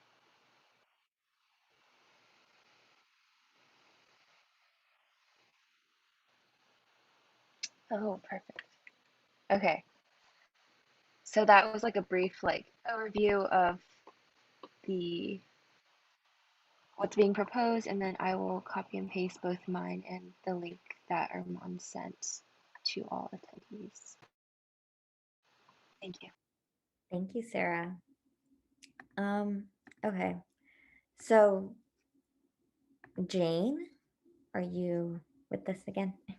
Yes. Okay. So I edited the original statement that Breeze had owned via like in regards to SJP's edits. So maybe we can share. Do you think that like share screen and then read it and then do a roll call vote / opinion or something? Yeah. Sorry, Fernando. Could we? It's the same one, right? It's number 2. No, it's not number 2. It wasn't on the agenda. It was the one that SJP had read. I'm sending it to Fernando right now, though. And yeah, I just had made quick edits based off. It's similar to number 2, but I had made edits based off what SJP had written. I would just be careful. If it has not been a document that's been viewed by the public, we cannot vote on it tonight. If it is an edit to number 2, we can vote on it tonight, but we can't present a new resolution or a new statement without the public being able to view it. Prom? I was going to say that I do believe this is an edit, because this is this is the document, and like this document, like the variations of it, I believe number 2 is has everything that's in here currently. Great, let's review. Minus the edit. I do want to say that there are some key differences when it comes to citation, and especially the second half of this document, that differ pretty substantially from draft number 2. So I think we can still review this document, but I do want to note those differences, since it's not a direct edit of that second draft. Yeah, I haven't reviewed it. Okay, so let's go ahead and share screen. We can review it, and then we could ultimately, I guess, see if it is something we can discuss tonight. Oh wait, Prom, you had your hand up again, sorry. No, sorry, that was nice. Is Do you want me anyone? to read it out loud? Yes, thank you so much, Jane. I'm so sorry. Okay, awesome. As we see the continual ethnic cleansing, settler colonialism, and apartheid of Palestinian peoples, the USAC Office of the President, General Representative 1, Academic Affairs Commission, Community Service Commission, Facilities Commission, Internal Vice President, Student Wellness Commission, Cultural Affairs Commission, Transfer Student Representative, and Campus Events Commission affirm that we stand in solidarity with Palestinian students at UCLA and the Palestinian community at large as they struggle to reclaim their personhood. On May 15, 2021, Palestinians rose up to defend families that were being targeted by the Israeli military and forcibly removed from their homes in Sheikh Jarrah. Since then, the Israeli military has executed targeted attacks on Palestinian resistance by launching rockets that killed Palestinian civilians in Gaza, including children, attacking the Al-Aqsa Mosque, which is a national symbol to the Palestinians in the larger Muslim world, enacting violence on protesters throughout Israel and the occupied Palestinian territories, and bombing a building in Gaza that housed international media outlets in an attempt to stop news from circulating about the attacks. Since its establishment in 1948, Israel has been characterized by state violence and social control. And as we well know, injustice anywhere is a threat to justice everywhere. Close to home, the apartheid state of Israel has found for itself a natural ally in the prison industrial complex of the United States. U.S. police forces regularly visit Israel to train alongside their military and learn how to better repress and control Black and Brown communities. Each year, the U.S. provides Israel with more than $3 billion in military aid funding and in return receives surveillance technologies, new weaponry, and control tactics that have been, quote, battle tested, unquote, on the Palestinian population. We also acknowledge that UCLA has played a role in the apartheid of Palestinian people by continually funding companies that violate Palestinian human rights. As elected members of the student body, we urge the university to stand in solidarity with Palestinian students and push for divestment from state-sanctioned violence. This demands a critical review of how involved elements of the U.S. military-industrial complex affect our education in the lens of faculty, students, and administration. Even though ceasefire is in effect, we want to make it clear that the struggles that students face are not over. We want to encourage all students to educate themselves on the history of settler colonialism in Palestine, stand in solidarity with other students, and for professors to provide academic leniency to Palestinian students on campus. Additionally, we want to highlight some of the student organizations who have been organizing for Palestinian liberation and denounce attempts by college administrators, I can edit that, or as administrations, politicians, and pro-Israel groups throughout the UC system and around the country to silence their voices. And then we could link some orgs there.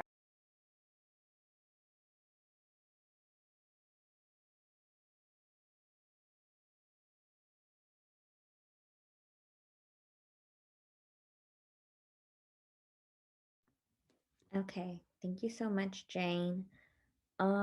Yeah, so I don't know if people want to discuss this statement or how do we go about this at this point? How are people feeling? Sorry.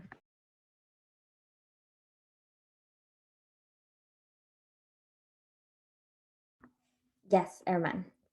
Thanks. I think I want to I was comparing draft two to this edited version as we were going through it, and I just wanted to vocalize some of the key differences just to give a brief summary of that for the audience as well, just in case, because I know that there's a lot of documents floating around right now, and so I think that that clarity might be useful. The first three paragraphs are almost the exact same. In the second draft, it's simply the main changes are the removal of any specific offices because this would be the space where we decide who signs on and who doesn't. And then the date was modified from May 15th in this edited document to May 6th in draft 2, as well as the addition of about twice as many more sources and citations. And then in the second half of the document, the key difference is the removal of a paragraph in draft 2 that references the communities around UCLA that are affected, specifically Jewish, Israeli, Middle Eastern, and Muslim populations, and then references the anti-Semitic attacks that have been occurring in the US and in Los Angeles, and states a condemnation of that anti-Semitism. And then it ends with that acknowledgement about UCLA's role in the situation and has that call for divestment that happens earlier in this edited version that we're seeing here, as well as featuring an addition of citations. So that's just a summary of some of those key differences. I just wanted to say that I really appreciate the edits that Pasa and Emily did with that second draft, and I appreciate the really quick edits that Jane did in this version. I personally think that it would be more useful for us to turn our attentions to the drafts that were presented to the public in the published agendas, and then see if we wanted to incorporate the drafts from this version into there or how we wanted to modify those, just because those are the ones that were most clearly available. And I think that as I hopefully just summarized well, there's only a few differences between especially that second draft and this version that we just read. So yeah, I just wanted to present that info. Thank you, Arman. Appreciate that. Promise. Yeah, I just wanted to like clarify that this version that Jane did edit was presented to the public last week. It was the one that was on the agenda last week that we discussed at length, like as a council, and that we spoke with Hillel with, and also that folks who came last week who, like when this was on the agenda, like were able to speak about. So it had, like, the public has had 2 weeks now to see the original version of this.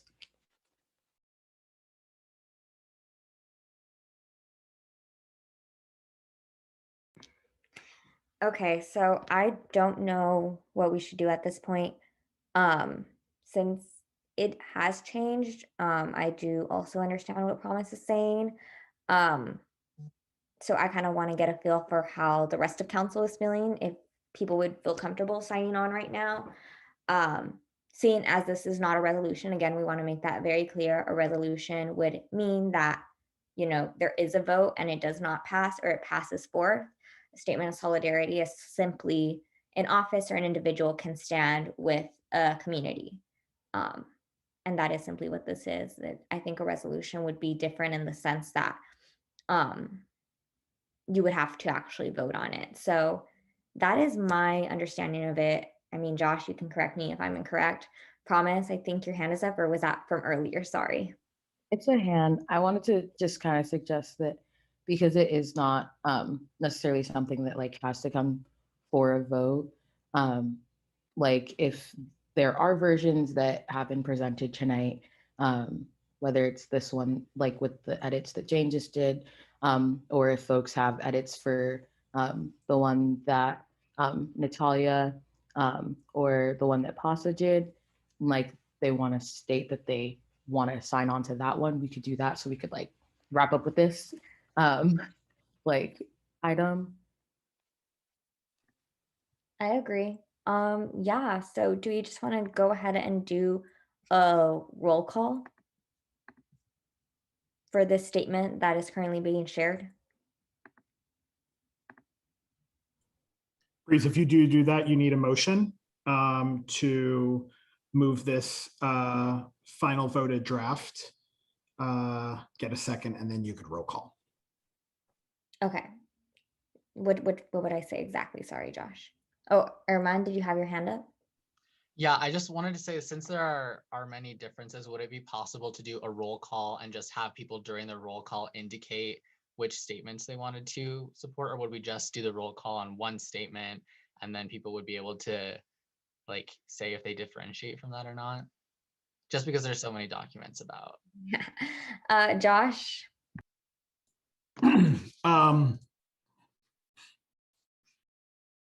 Yes, you can. It sounds like to me, well, you all have to make a decision if everyone is going to sign on to one document. I think that start with one document, see who wants to sign on. And then if you want to move to additional documents, you can also talk about those and who would want to sign on to those. Natalia? I just have a clarification question. When we talk about, you know, vote a roll call to sign on to this, is it saying that in the end there will be 2 or 3 different versions of letters that are published by council, or is it just like whichever one has the most like signatures will be the one published by council? No. So again, since it is simply a statement, you would not have to sign on, right? So if a statement that you don't want to personally sign on to is the one that, you know, even if it were the majority of council did want to sign on to that specific one, you do not have to. And you can also, your office could honestly release their own as well. I know last year at the AC, we did a lot of statements of solidarity without council as well. So you do not have to worry. And you can honestly, if you wanted to post yours right now, you could do that as well. Okay. Okay, awesome. So I am a little tired, so correct me if I'm wrong, Josh, but I could just go simply down the line and people will say what statement they're signing on to. Correct. Can we So we've got draft 1, draft 2, draft 3, and then this most recent draft, which can we list it as draft 4, just so that it's easier of when we say who's doing what. Is that okay with everybody? Yeah. Yeah, let me change the title. Thank you. Yes, and then Breeze, you can go down and then see who wants to sign on to what.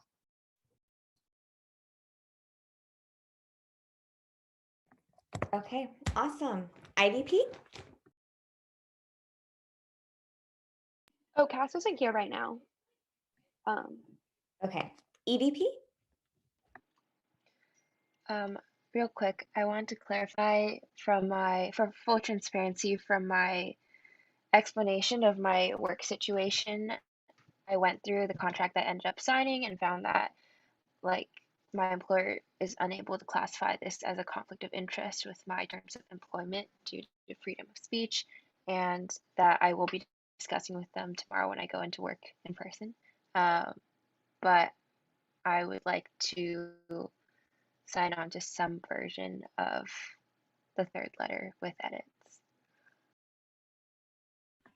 Awesome, thank you. Gen Rep 1?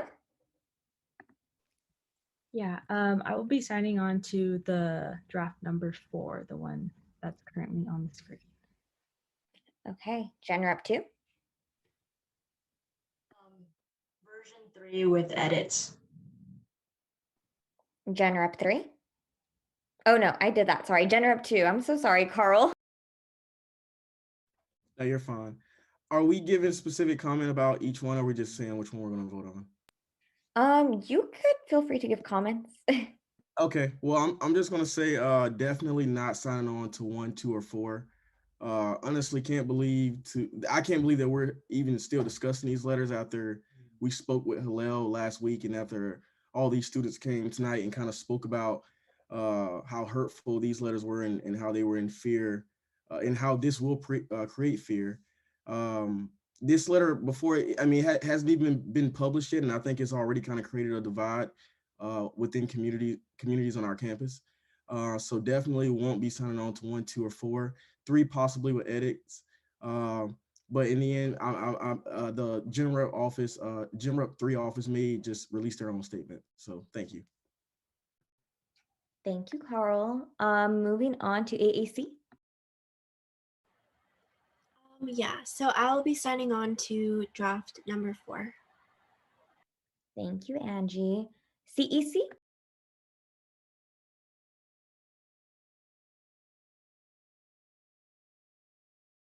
Maya. Oh yeah, no worries, Maya.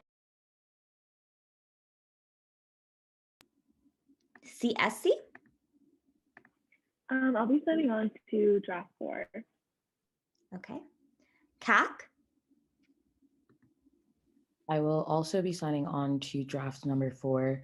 And I want to state also that I do not see any good in cushioning genocide, cushioning war crimes, cushioning ethnic cleansing, cushioning apartheid. I refuse to do so. I refuse to be told to do so. And I urge others to also take those matters with the gravity that they are. So I will be signing on to draft number 4, which does that, which is honest in that, because even if it makes us uncomfortable, even if it forces people to it's making us uncomfortable because it's forcing us to come to terms with various things that might make us uncomfortable. Our communities hurt others.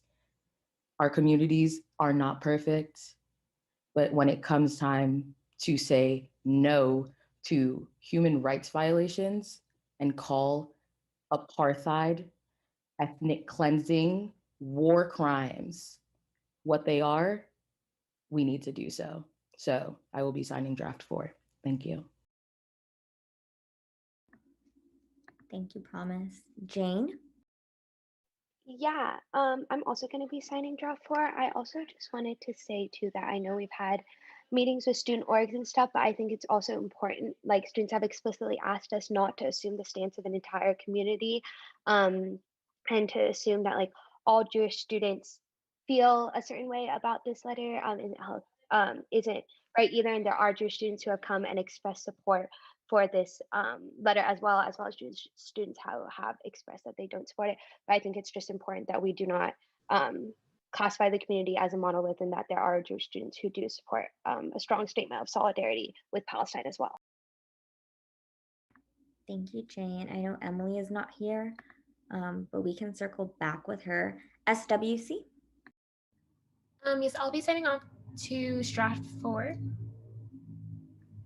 Thank you, Tay. TSR?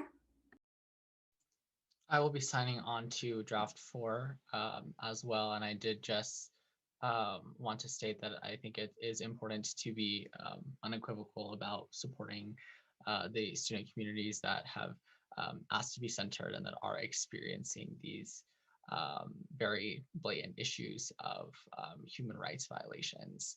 But that I also think that this process of letter writing has been one that has exhausted not only council members, but also many student communities, many individual communities, even, in this very meeting, to even get to this point to go through roll call has been a confusing matter with a plethora of documents and edits. And so I also want to say that I think we have gone through this experience and learned a little bit about what those issues of transparency when it comes to talking with student communities has been. And I hope that there are certain practices that we can have with one another, and especially when bringing documents to the table in council spaces like this, that do make it a little bit easier on not only ourselves, but more importantly, the student communities and the student body that we serve, to have an easier understanding of the conversations that we're having and the types of things that we're hoping to say.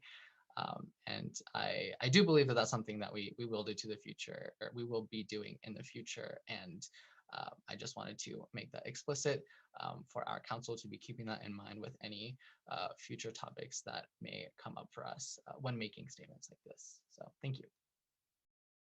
Thank you, Arman. It definitely has been a learning experience for us all. For the public to know, I will also be signing on to statement number 4. Is Cass here? If she is not, we can circle back with both Emily and her as to Natalia, sorry. Yeah, I think you haven't asked me yet. Oh, I am so sorry, Natalia. No worries. I just want to say that I really don't agree with this process, and just like how council is going to be releasing multiple statements. I'm declined to sign on to any statements tonight, and I will be withdrawing my statement, and I will be releasing a statement tomorrow morning on this issue. Thank you, Natalia. Great. Okay, so wait, Breeze. Yeah. Oh, you're back. I'm sorry, but I'm good now. I will also be signing on to statement number 4. Thank you. Great. Okay. I don't think IVP is back. Okay. I think we can move on to the statement condemning anti-Semitism. Let me see. I believe Haley, that is you. Yeah, it is me. Did you want me to share my screen? Because I have the statement and then I have the recommended edits from Hillel. So I can go ahead and share my screen with the statement and then show you all the edits that they asked to make. Yeah. Or also, yeah, you can also let Fernando know, whatever is easier for you. Okay. Right. Let me, I think it's, yeah, I'm gonna just share my screen. Let me do that right now.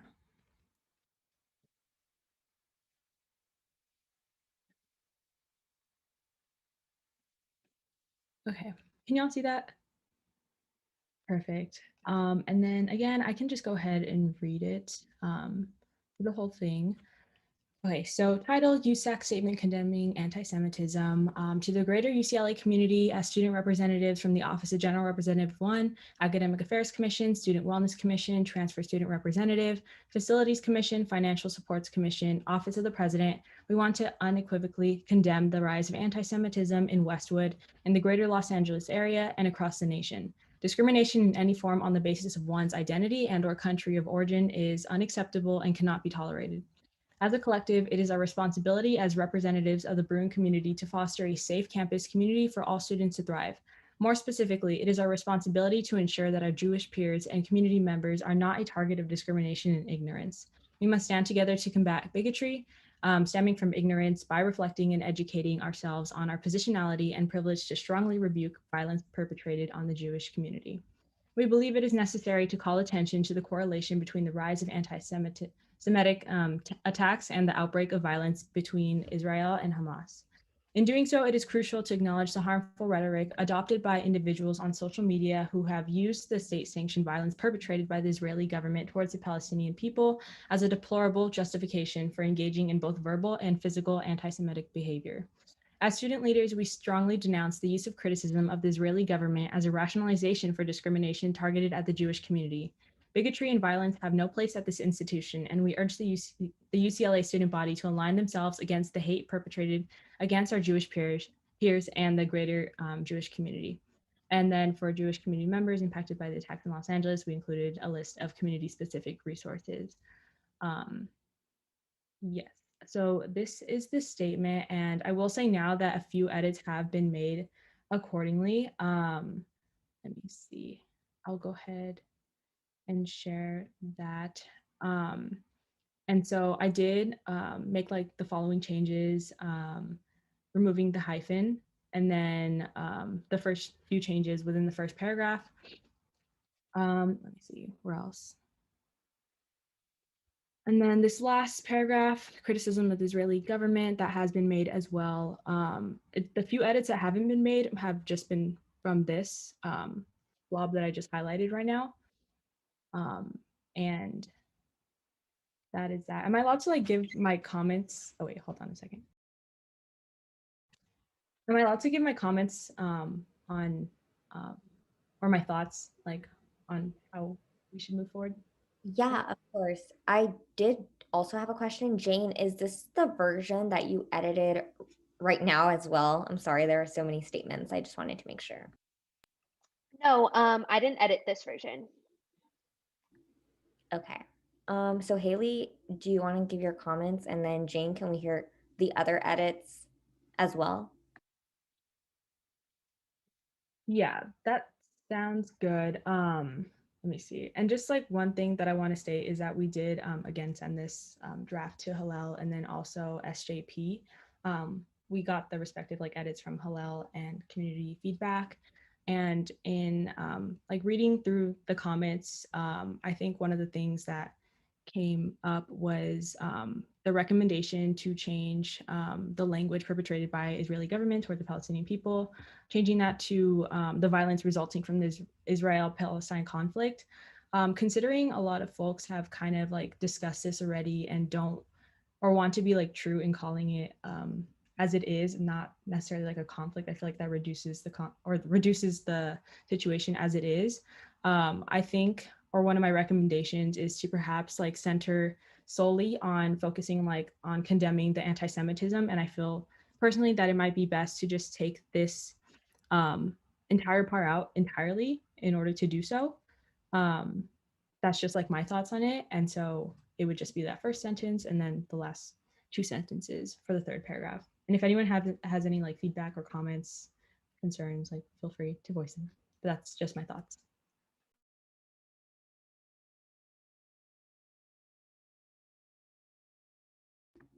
Any thoughts? Jane, could you, great. Okay, Jane, what?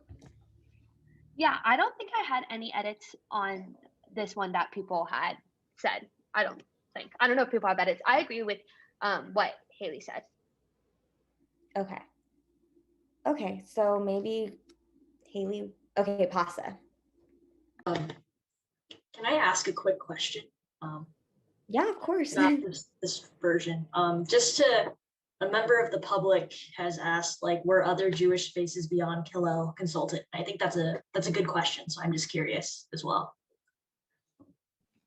There were other community members, which I'm not entirely sure if I'm able to name them, who aren't associated with Hillel anymore. Yeah, they did give their input. Okay. Yeah, because again, like I did want to be mindful of the fact that, like based on the comments that we heard today, that we shouldn't be assuming that the Jewish community is a monolith, and there are students that exist outside the organization. I wanted to be cognizant of hearing their voices, as leadership might not be representative of everyone's views. Okay. Yeah. No. Thank you for that clarification. I appreciate it. Yeah.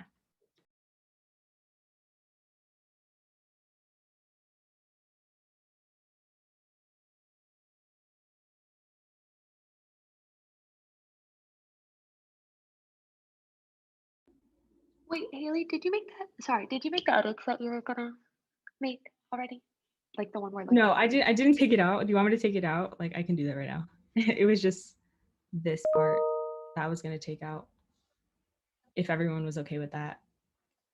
I guess like I'm basically asking if anyone is opposed to me taking this part out.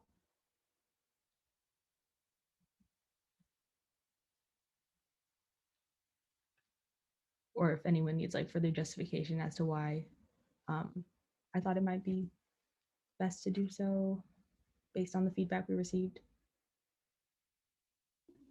Yeah.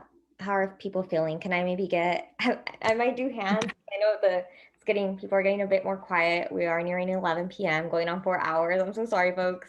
But maybe we can do like a raise hand feature to see if people are comfortable with removing that piece, just to keep community input at the forefront.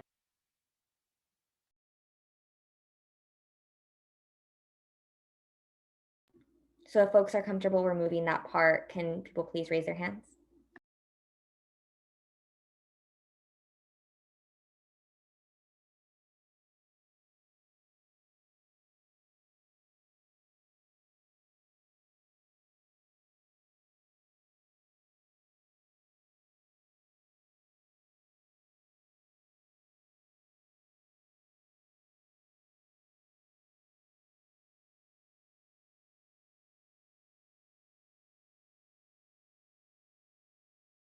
If just to facilitate like the conversation, is there any particular reason why folks who like didn't raise their hand are opposed to it? Because that's like my assumption if hands didn't go up. Yeah, I only saw 6 hands go up, and I would like to know why. Sorry. Can I ask for like a verbal roll call vote for this?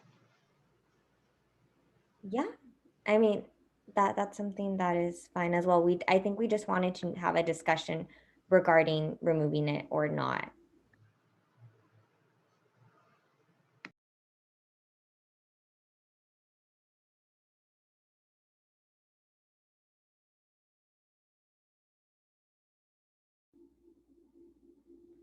Haley, would you like to simply remove it since it is your statement, and from there we can just go a roll call vote?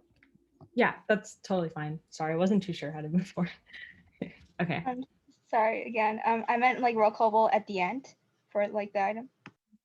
Oh, yeah, that's what we're doing, right? Like after I make the respective edit, we're just gonna do a roll call vote, or not necessarily like a vote, just like.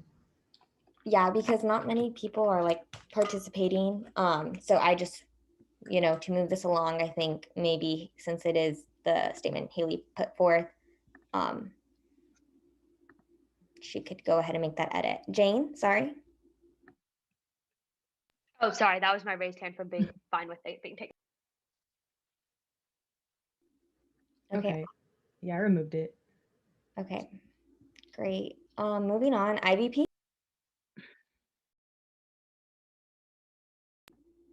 I don't think Cass is with us right now. EVP.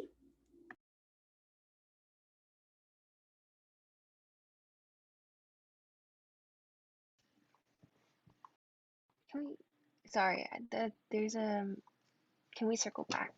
I have to grab something real quick. No worries, Gen Rep 1. Yeah, I will be signing on to this statement. Gender of 2.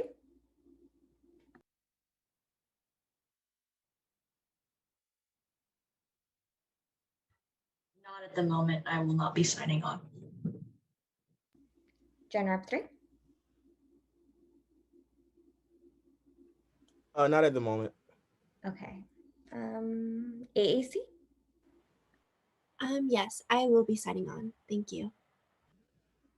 CEC.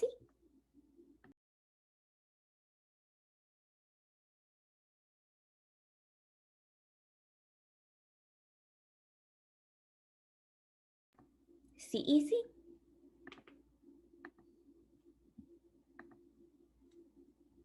No worries, Maya. Thank you for letting us know. I'm so sorry about your connectivity. CSE.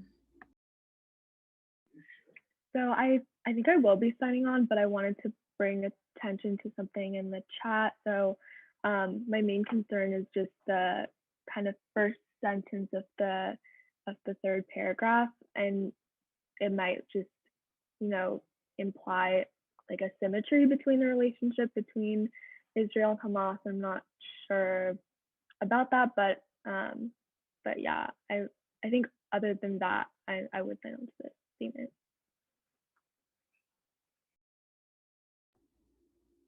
Thank you, Momina.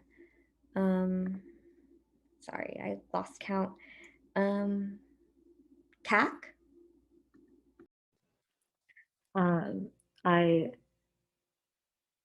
I will be signing on to this current statement. I don't agree with the edits that were given to us by Hillel. I want to make that statement.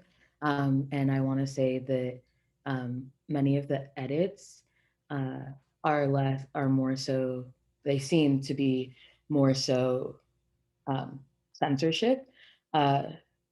So yeah, I just want to make that statement. And yeah, I would only be signing on this one because, and I also want to emphasize the fact that the Jewish community is not a monolith, and Hillel is not the only space where Jewish students and Jewish student leaders reside. So yeah. Jane. Yeah, I think I'll be signing on. I agree with Momina that maybe taking out that first sentence. And I also think if we want to send this to relevant organizations again, I would support that too. Emily's not here. Tay. Sorry, couldn't find my mute button. Yeah, just echoing Jane and Momina, taking out that first sentence. But yeah, I'll be signing on too. Erman. I will not be signing on to this version of this letter. I think that there are many student leaders that have voiced, especially those that this letter does implicate a dissatisfaction with it. And at this point, there is not that communication with some of the other student leaders. And so I cannot sign on to this letter at this time. Thank you. Natalia. Yeah, no, I cannot sign on to this letter in its current form. Okay, thank you. And for the public to know, I will want to make changes as discussed by Momina, Jane, Tay, and I will be signing on. Thank you. Okay, moving on to. I have a question. Yes, Haley. Sorry. So just like a quick clarification question. Are we allowed to, I guess like before releasing a statement, because I also like agree with the recommendation to remove the first sentence. Do we have to bring it to council meeting again or sorry? No worries at all. Since this is a statement, again, nothing really had to be brought forward to council. I think we wanted to have an open discussion since, it did impact different student communities, but like resolutions are completely different. Those will be voted on. If, for example, resolutions tonight do not pass, then, those can't come forward. But statements of solidarity are different things. So they do not be brought forward to council anymore. Those changes can be made. based on the people that want to make changes to them. Great. Okay, moving on. Maya. Sorry, I think my Wi-Fi is good now. But I just want to say that I would like to sign on to some form of this statement, but I'm not sure if I can at the moment, just because I think that a lot of students who the statement affects have expressed dissatisfaction with the statement in its current form, and I would like to consult with more Jewish students and Jewish student organizations before moving forward with signing on to anything. Thank you, Maya. Sarah? Yeah, similar to Maya, not signing on to the statement at this time, just from the dissatisfaction expressed by student leaders. Also want to recognize that, yes, Hillel and various other groups that were present today are not representative of the entire community at large, and would be interested in any collaborative efforts from offices who will not be signing on, should another form of the statement be created. Thank you. Okay, I think we're getting like halfway done. Moving on to a resolution supporting Palestinian students. Yeah, so I submitted 2 resolutions, both calling for academic leniency and for increased mental health support and resources for Bruins from the Palestinian community and the Jewish community, respectively. I can read them, starting with the resolution in solidarity with the Palestinian community. I can share screen or. Yeah, or if you're unable to share screen, Angie, just go ahead and drop the link in the chat. And Fernando, sorry for this, but if you can go ahead and share screen.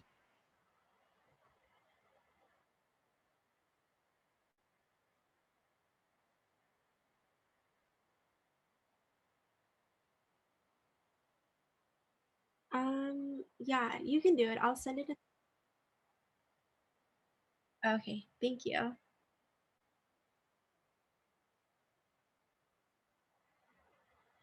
Okay.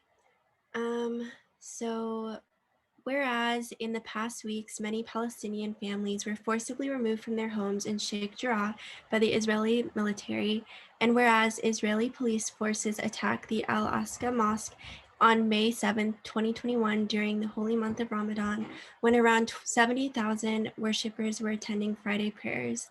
Israeli police officers used tear gas, rubber bullets, and stun grenades on Palestinian civilians, including women and children. And whereas this recent violence between May 10th to May 17th has left at least 212 people dead from Israeli airstrikes, the majority of them Palestinian, including at least 61 children, and destroyed 132 buildings in Gaza, and have left 2,500 people homeless.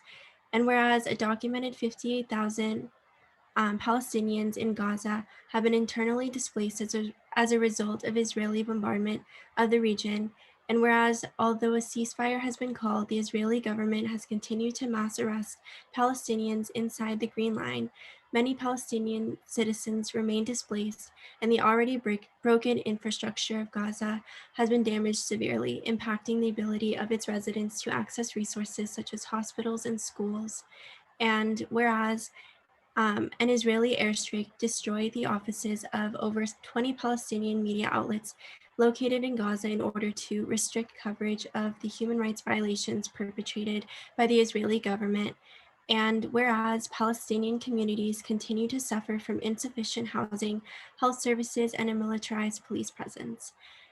Whereas the university has not done anything to show support for their Palestinian students at this time, it has not even acknowledged the pain that Palestinian students are currently facing.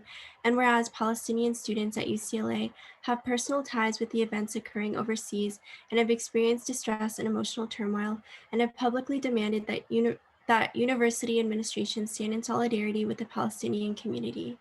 Therefore, let it be resolved that the Undergraduate Student Association Council stands in solidarity with the Palestinian community and with our Palestinian students whose families and community are being severely impacted by the crimes of apartheid and persecution perpetrated by the Israeli military. Let it further be resolved that the USAC calls on university administration, the academic senate, academic departments, and individual professors to practice academic leniency for Palestinian students and to take into account the needs of Palestinian students during this time. We strongly urge professors to simplify finals, and we condemn making remote finals more difficult and strenuous for students.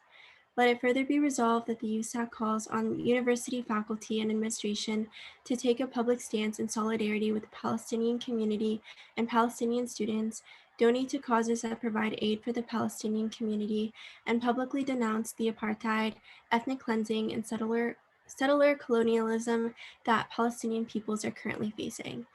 Let it further be resolved that the USAC calls on counseling and psychological services CAPS to offer a greater number of counseling sessions to Palestinian students and to actively work to hire more diverse counselors in the future. Let it finally be resolved that the USAC calls on the university, system-wide administration, and students to exercise empathy in this distressing time for Palestinian students, heed our demands to practice academic leniency, and stand in solidarity with the Palestinian community.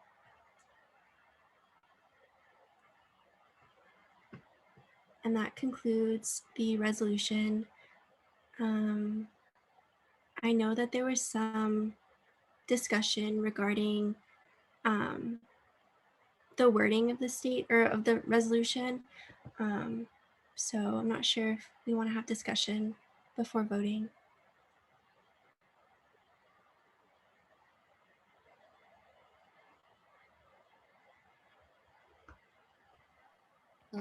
Sorry. Go Or on. I was just gonna say that for like folks, because I know this is a lot of everyone, like council members, first resolution on the agenda. Here, if no one has like any comments to the resolution as it is, or any additions that they would like to discuss, then we would someone would motion to begin a vote. So, yeah.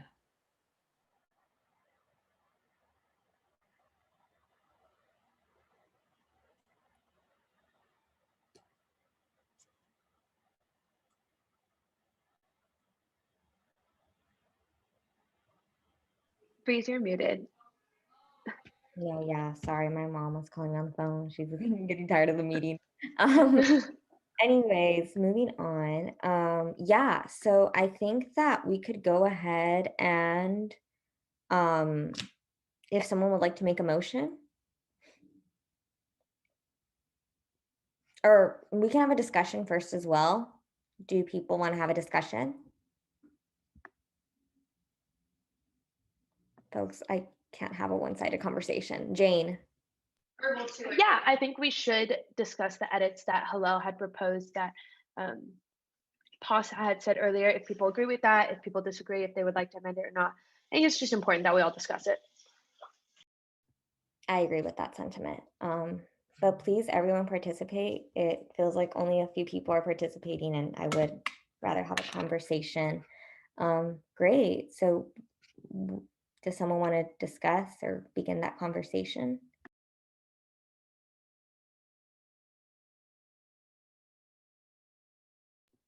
Pasa? Because I read them into record, I should clarify what those edits were. It's been a couple hours, so I'm people might have forgotten. So yeah, in bullet 1 of what they sent us, they said they said we cannot, quote unquote, we cannot support any statement with references connecting Israel to ethnic cleansing, apartheid, or settler colonialism with, and this was in bold, no other further amendments. So just in summary, I think that's like their only suggested edit. That's why they said no further amendments. So if folks have thoughts on that, let's talk, I guess. Yeah, thank you, Pasta. May I have Okay, Maya. Yeah, hi.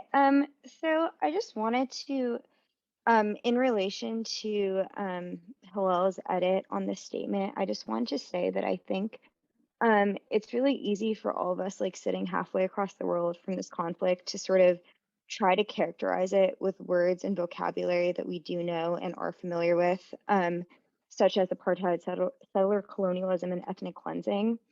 And I think it's important to recognize that this that this vocabulary might not necessarily always be exactly descriptive of what's going on, because I think that every conflict that's happened in history is different. However, I think that because we probably lack exact accurate vocabulary to like accurately describe the violence that's happening and also give it the gravity and weight that it deserves, I think that the best that we can do is use these words that we are familiar with and do give us a pretty good picture of what's happening. And that's why I think it's important to leave that vocabulary in the resolution, because I don't think that there's a better way of explaining things. Thoughts? Any other thoughts? Promise? Yeah, I wanted to say that also, like, as people who are like halfway across, like we are across the world, global conflict and issues that are happening across the world are not as distant from like us as we think they are. And I also want to highlight that students and people who have like experienced these things, who named them these things as well, like in their own words, like deserve to be honored in that. Um, like, and regardless of whether or not it it is what this government has done, and I think that trying to use different language as a way to um, like push in what is actually happening is not right, to the people who are experiencing these things. Um, and I think that it's really sad that like we like have to even say that. Um, and I think that like council members who have been saying that these are words that are like too much, or they're gonna divide the campus, or that they do more harm than good. These words are things that are happening that are doing harm. Um, the words are not the things specific, like saying that there is apartheid is not the harm, it's the apartheid itself. Um, saying that there's ethnic cleansing is not the harm, it's the ethnic cleansing that's occurring itself. Um, so the only way that I will be signing on to a resolution is if they do not include those edits. We will not be doing right by Palestinian students. And me as a person, a Black person who is also African, um, like this, it would not be right by those who have come before me, who have experienced these things, to not name it too. So yeah, that's my piece. Thank you, Promise. Jane? Oh, yeah, I agree with what Promise and Maya said. I think it's important to keep these words in.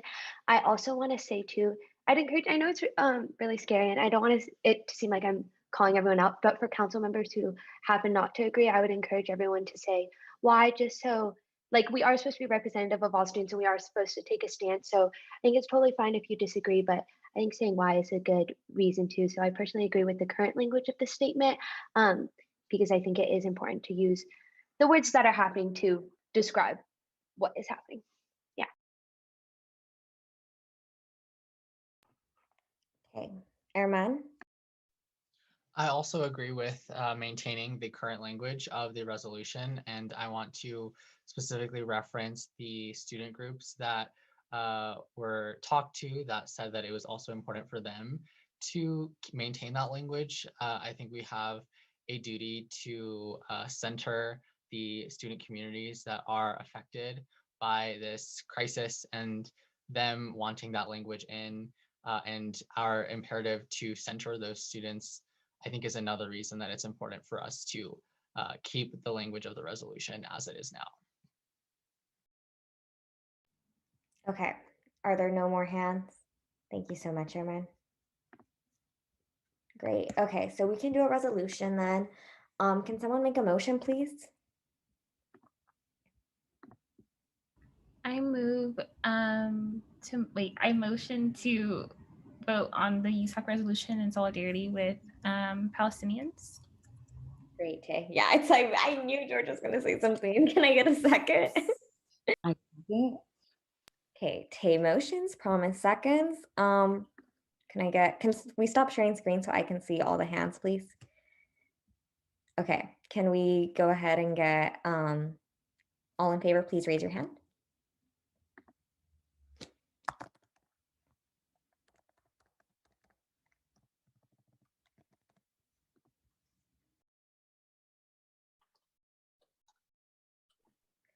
Great.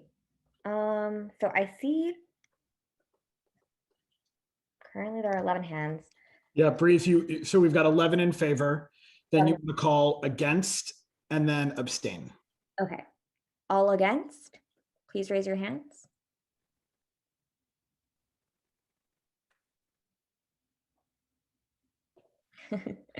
Thank you, George. All abstaining.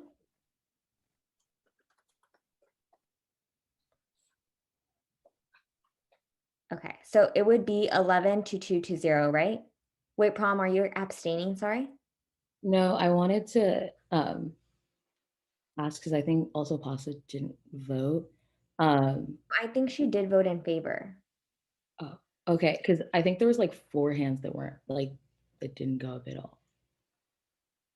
But also, I was gonna state that an abstention is like kind of what Josh had said last time. It's not necessarily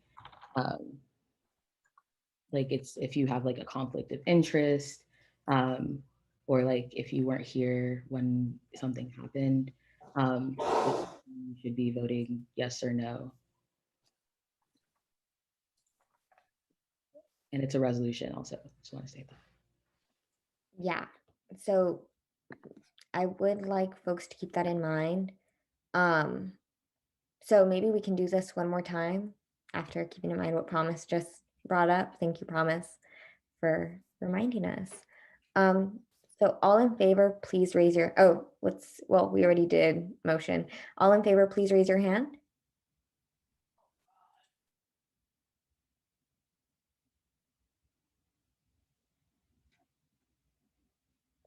Okay, so at the moment, I still see 11 hands that went up. Thank you. Please lower your hands. All against?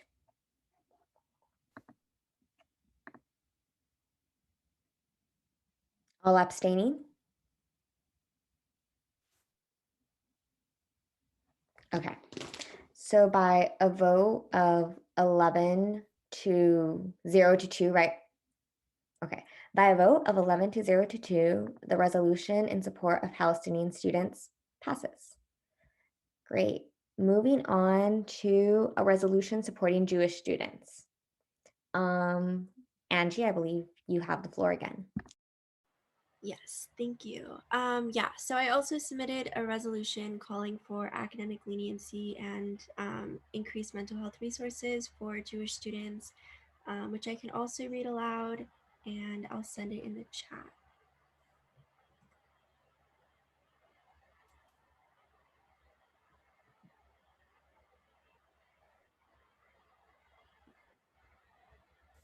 Okay. So a resolution in support of Jewish students amidst rising anti-Semitism.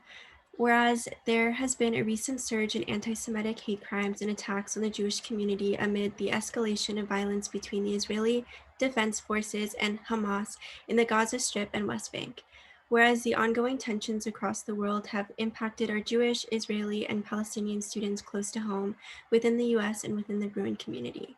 Whereas the hateful anti-Jewish rhetoric, physical assaults against Jewish people, and vandalism targeting Jewish businesses have been used to perpetrate anti-Semitism, white supremacy, and neo-Nazism.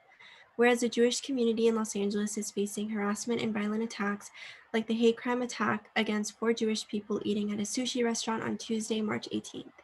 Whereas 4 Jewish synagogues in Arizona, Illinois, and New York have been vandalized by anti-Semitic aggressors in the past month. Whereas a family spending the Jewish holiday Shavuot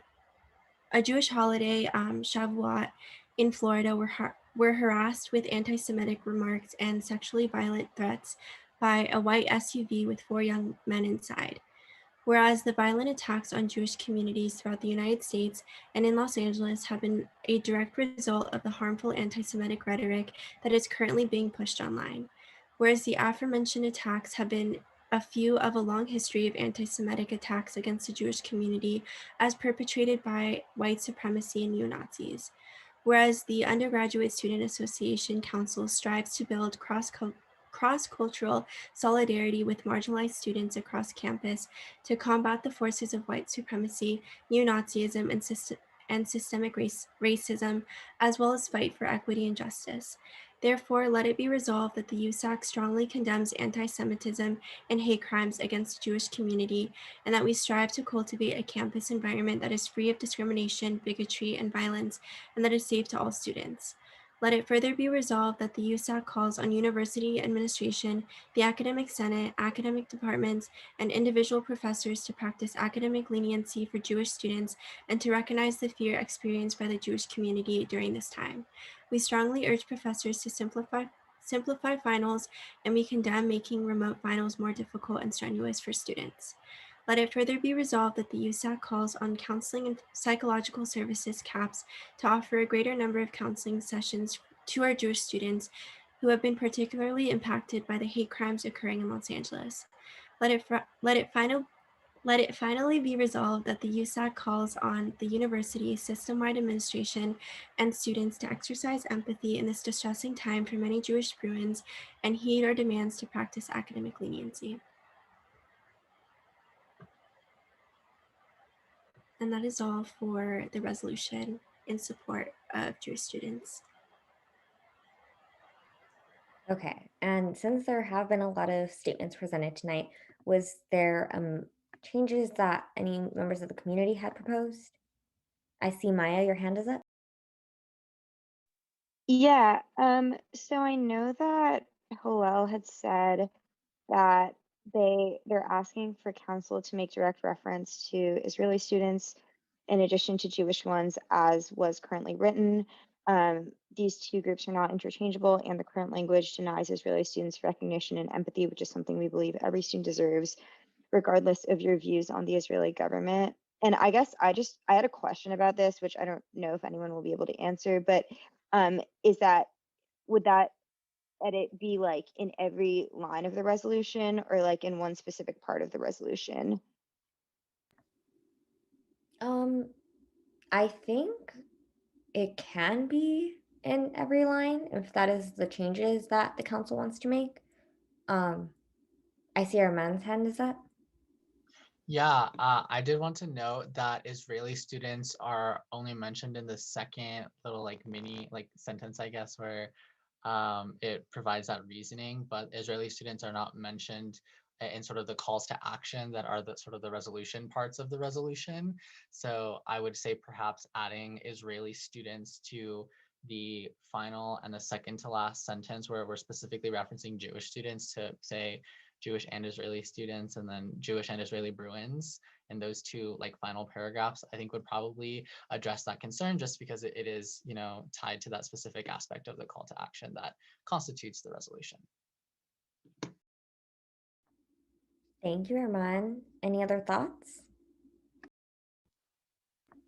Promise?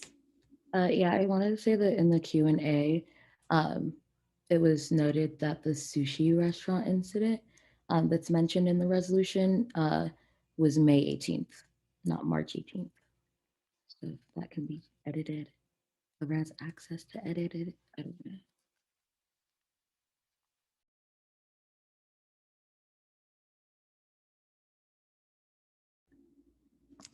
Yeah, so I guess thoughts on Hillel's suggested edit, sorry.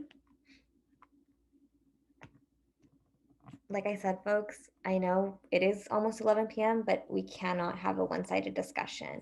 Jane? Yeah, I'm down to add Israeli students too in whichever statements we feel necessary to ensure that we're doing the company. I don't know if anyone changed the date thing, but I can change that if we need. Yeah, I changed it. I think. Is it showing up? Yeah, I think it is. Changed. Correct me if I'm wrong. Sorry. Okay, and from what it looks like in the chat, I think that people are in agreement with both Armand and Jane on making the changes. Yeah, so Jane, can you facilitate, or who has access to this document to make those changes? I have access to it. I can make those changes now. Armand, did you say only the last two sentences? Those were the places where I noticed that Jewish student. Oh, it looks like in the third to last one, it also says Jewish students. Yeah, those are just the places where, you know, Jewish students were particularly mentioned that I think that it seems that the explicit recognition of Israeli students was also asked for in that request. Okay, thank you.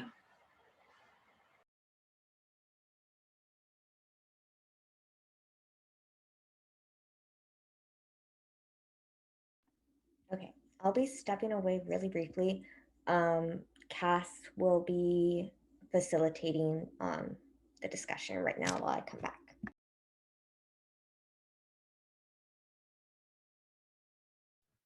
Okay, I'll be stepping in for Breeze right now. Like Breeze said earlier, if there's anything that you would like to say about the resolution, please do so. One edit I would suggest to the first sentence. So just clarifying like the last part of the first sentence, I think putting the Israeli Defense Forces next to Hamas kind of implies like an equivalence between those two entities when one is a part of the state of Israel and the other isn't affiliated with the state of Palestine. So potentially either just removing from like that section and then just saying escalation of violence in the Gaza Strip and West Bank. But what are anyone else's thoughts on that? I want to say that I agree. Yeah, I do. I agree. I think that because Hamas is not affiliated with the current state of Israel, or not Israel, of Palestine, and like the Israeli Defense Forces is the military, I think to just with violence in the Gaza Strip. Yeah. Thank you for bringing that up. And then I think Angie made the edit.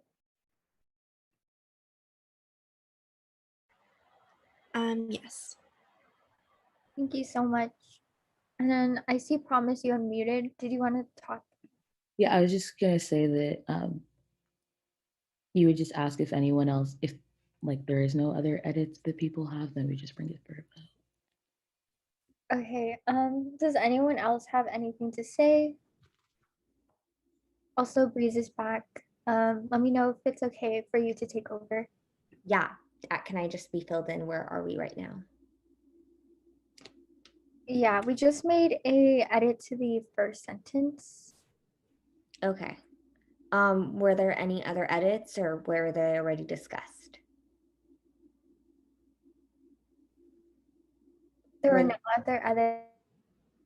no other edits? There were no other edits since you left. But I think we were closing out the discussion, but I think if anyone has anything to say still, please like unmute or raise your hand. Yes, please do. Going once, going twice. Okay, could I get a motion for the resolution in support of Jewish students amidst rising anti-Semitism? I move to approve a resolution in support of Jewish students amidst rising anti-Semitism. Can I get a second, please? I second. Okay, promise motions, everyone seconds. Let's go ahead and all in favor, please raise your hands.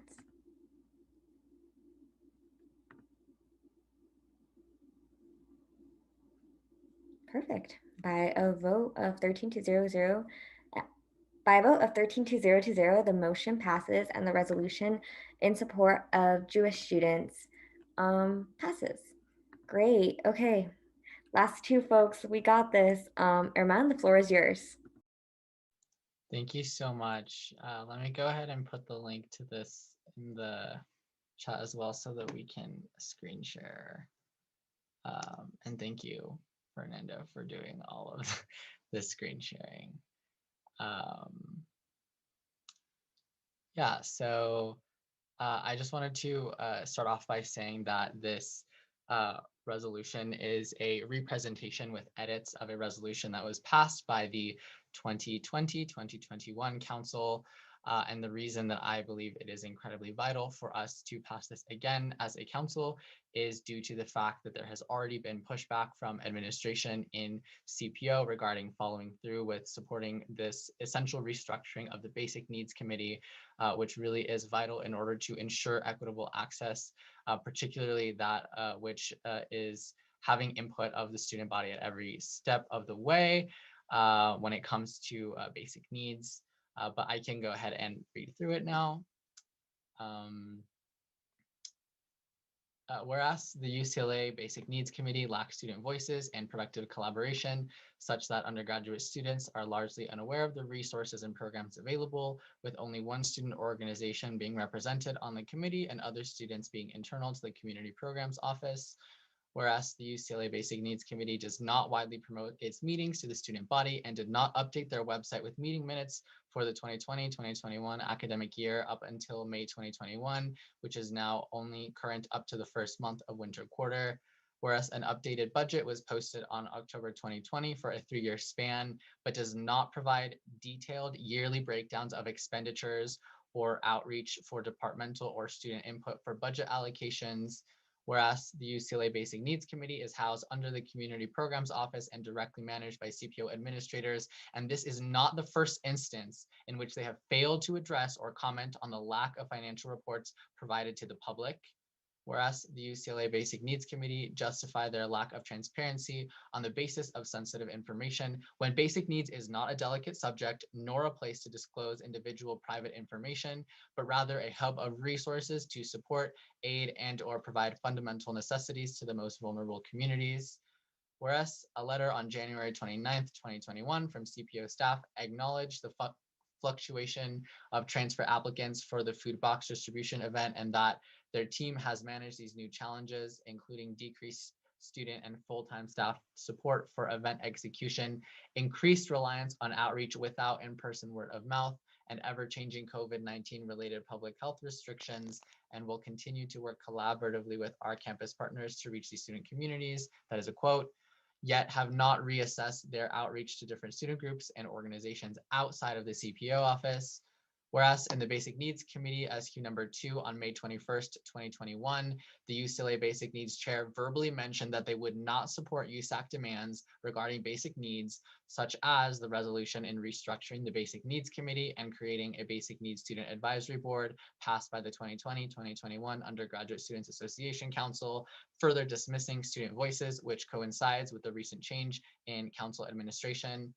Therefore, let it be resolved that student representatives from the Undergraduate Students Association Council work closely with the UCLA Basic Needs Committee to ensure that the restructuring of the committee comes to fruition, which includes that the committee welcome and invite students from the remaining 14 USAC student offices who are not internal partners of the committee into witnessing the restructuring process. Let it further be resolved that every academic year, the UCLA Basic Needs Committee be comprised of 2 subcommittees with a 1-term co-chair each, a Basic Needs Committee with department representatives, external partners, and student organizations, and a Basic Needs Student Advisory Board with student leads to represent each respective program under the UCLA Basic Needs Framework to best advocate for current issues and voice student input.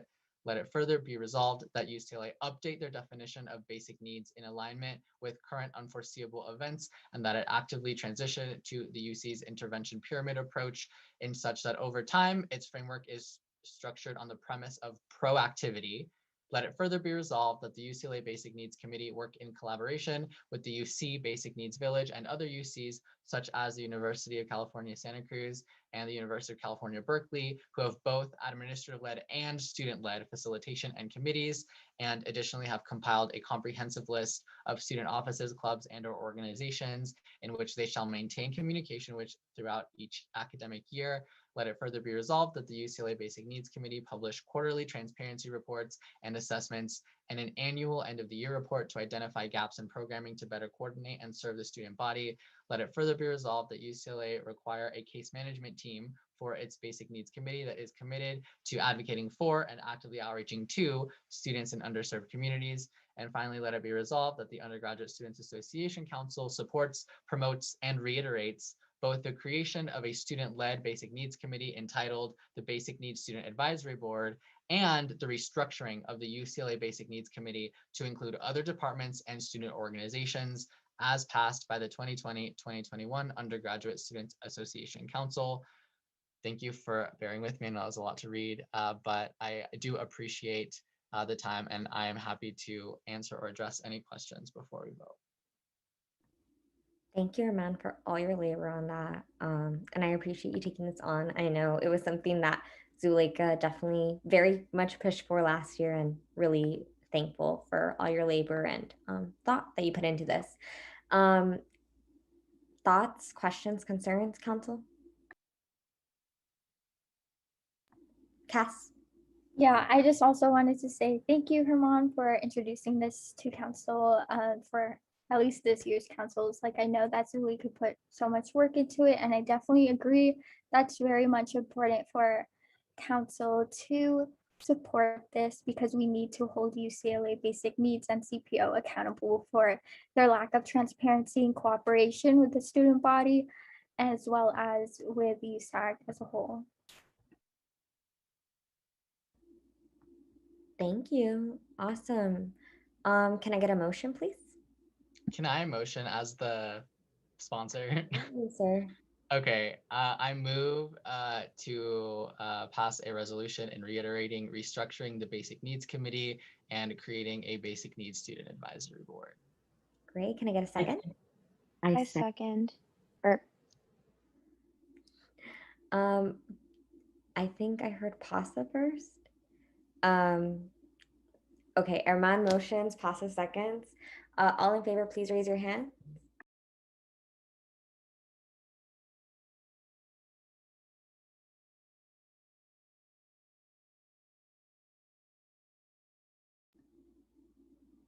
Momina, I'm so sorry.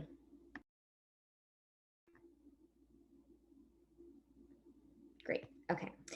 Great. By a vote of 13 to 0 to 0, the resolution in support of reiterating restructuring the Basic Needs Community is passed.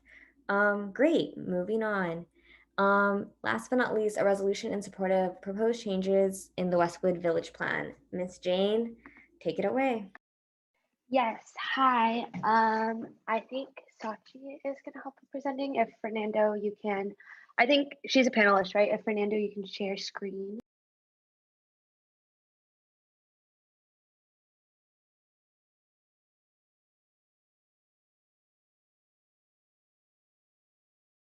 Okay, Sach, you can take it away.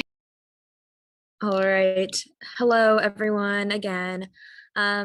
I just wanted to introduce this resolution in support of proposed changes to the Westwood Village specific plan. Just to give like a brief context as to why, what this specific plan is, like what's going on in Westwood, why we're even like passing a resolution about Westwood right now. In LA County, basically what you're able to develop in terms of urban planning, the types of businesses that you can have, the parking requirements for those businesses, like literally anything that goes into being a business owner or having a business or developing housing, developing transportation, et cetera, et cetera. All of that is kind of regulated by zoning code, and then different neighborhoods have different like zoning ordinances.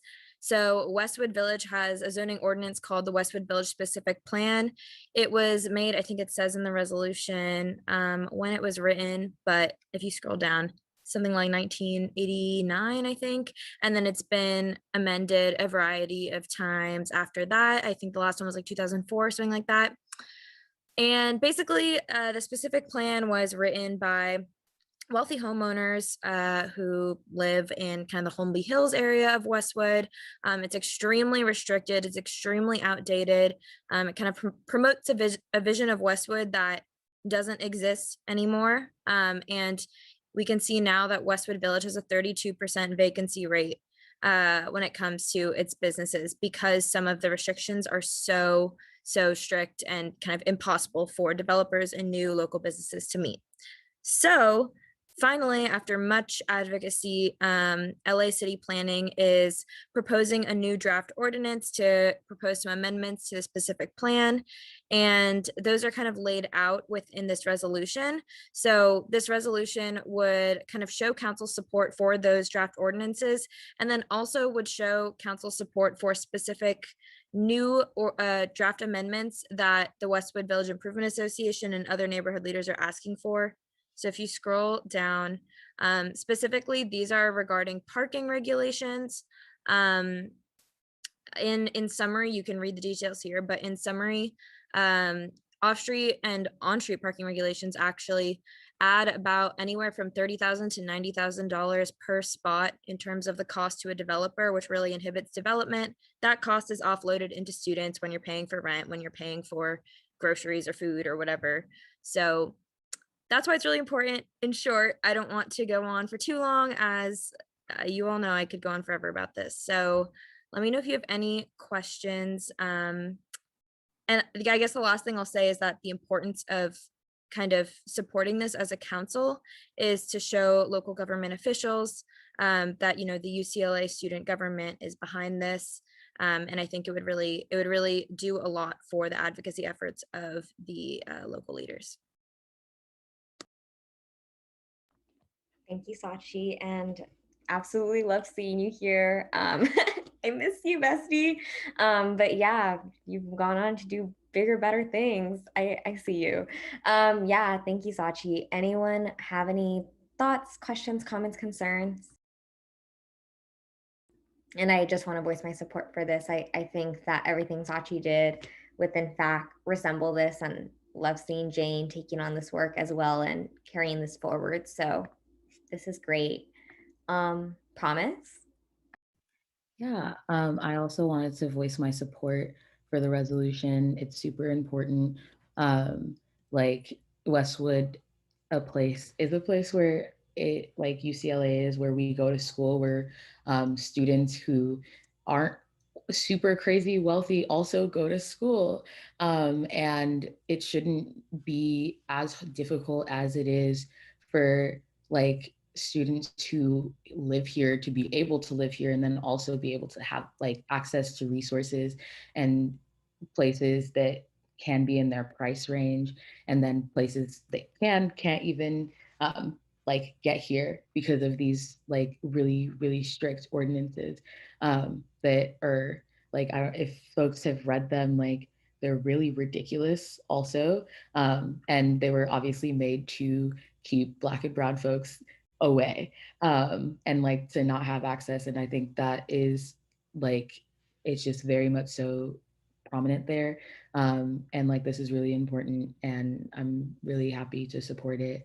And I don't know if anyone else wants to make a statement because I was also going to just motion. Yeah, perfectly said, Promise. Couldn't agree more. Great. Does anyone else have any comments? Then I'll motion. Great.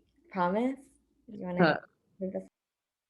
Okay. I move to pass a resolution in support of proposed changes in the Westwood Village specific plan. Can I get a second? A second. Great. Promise motions. Maya seconds. All in favor, please raise your hand.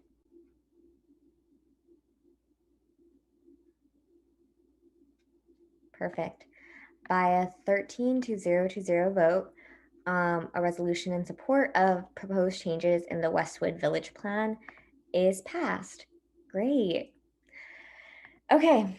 And I think that is all we had to discuss today. We made it. I don't know. I think we can just adjourn. I move to adjourn the meeting at 11:27 p.m. The recording has stopped. Thank you, Fernando.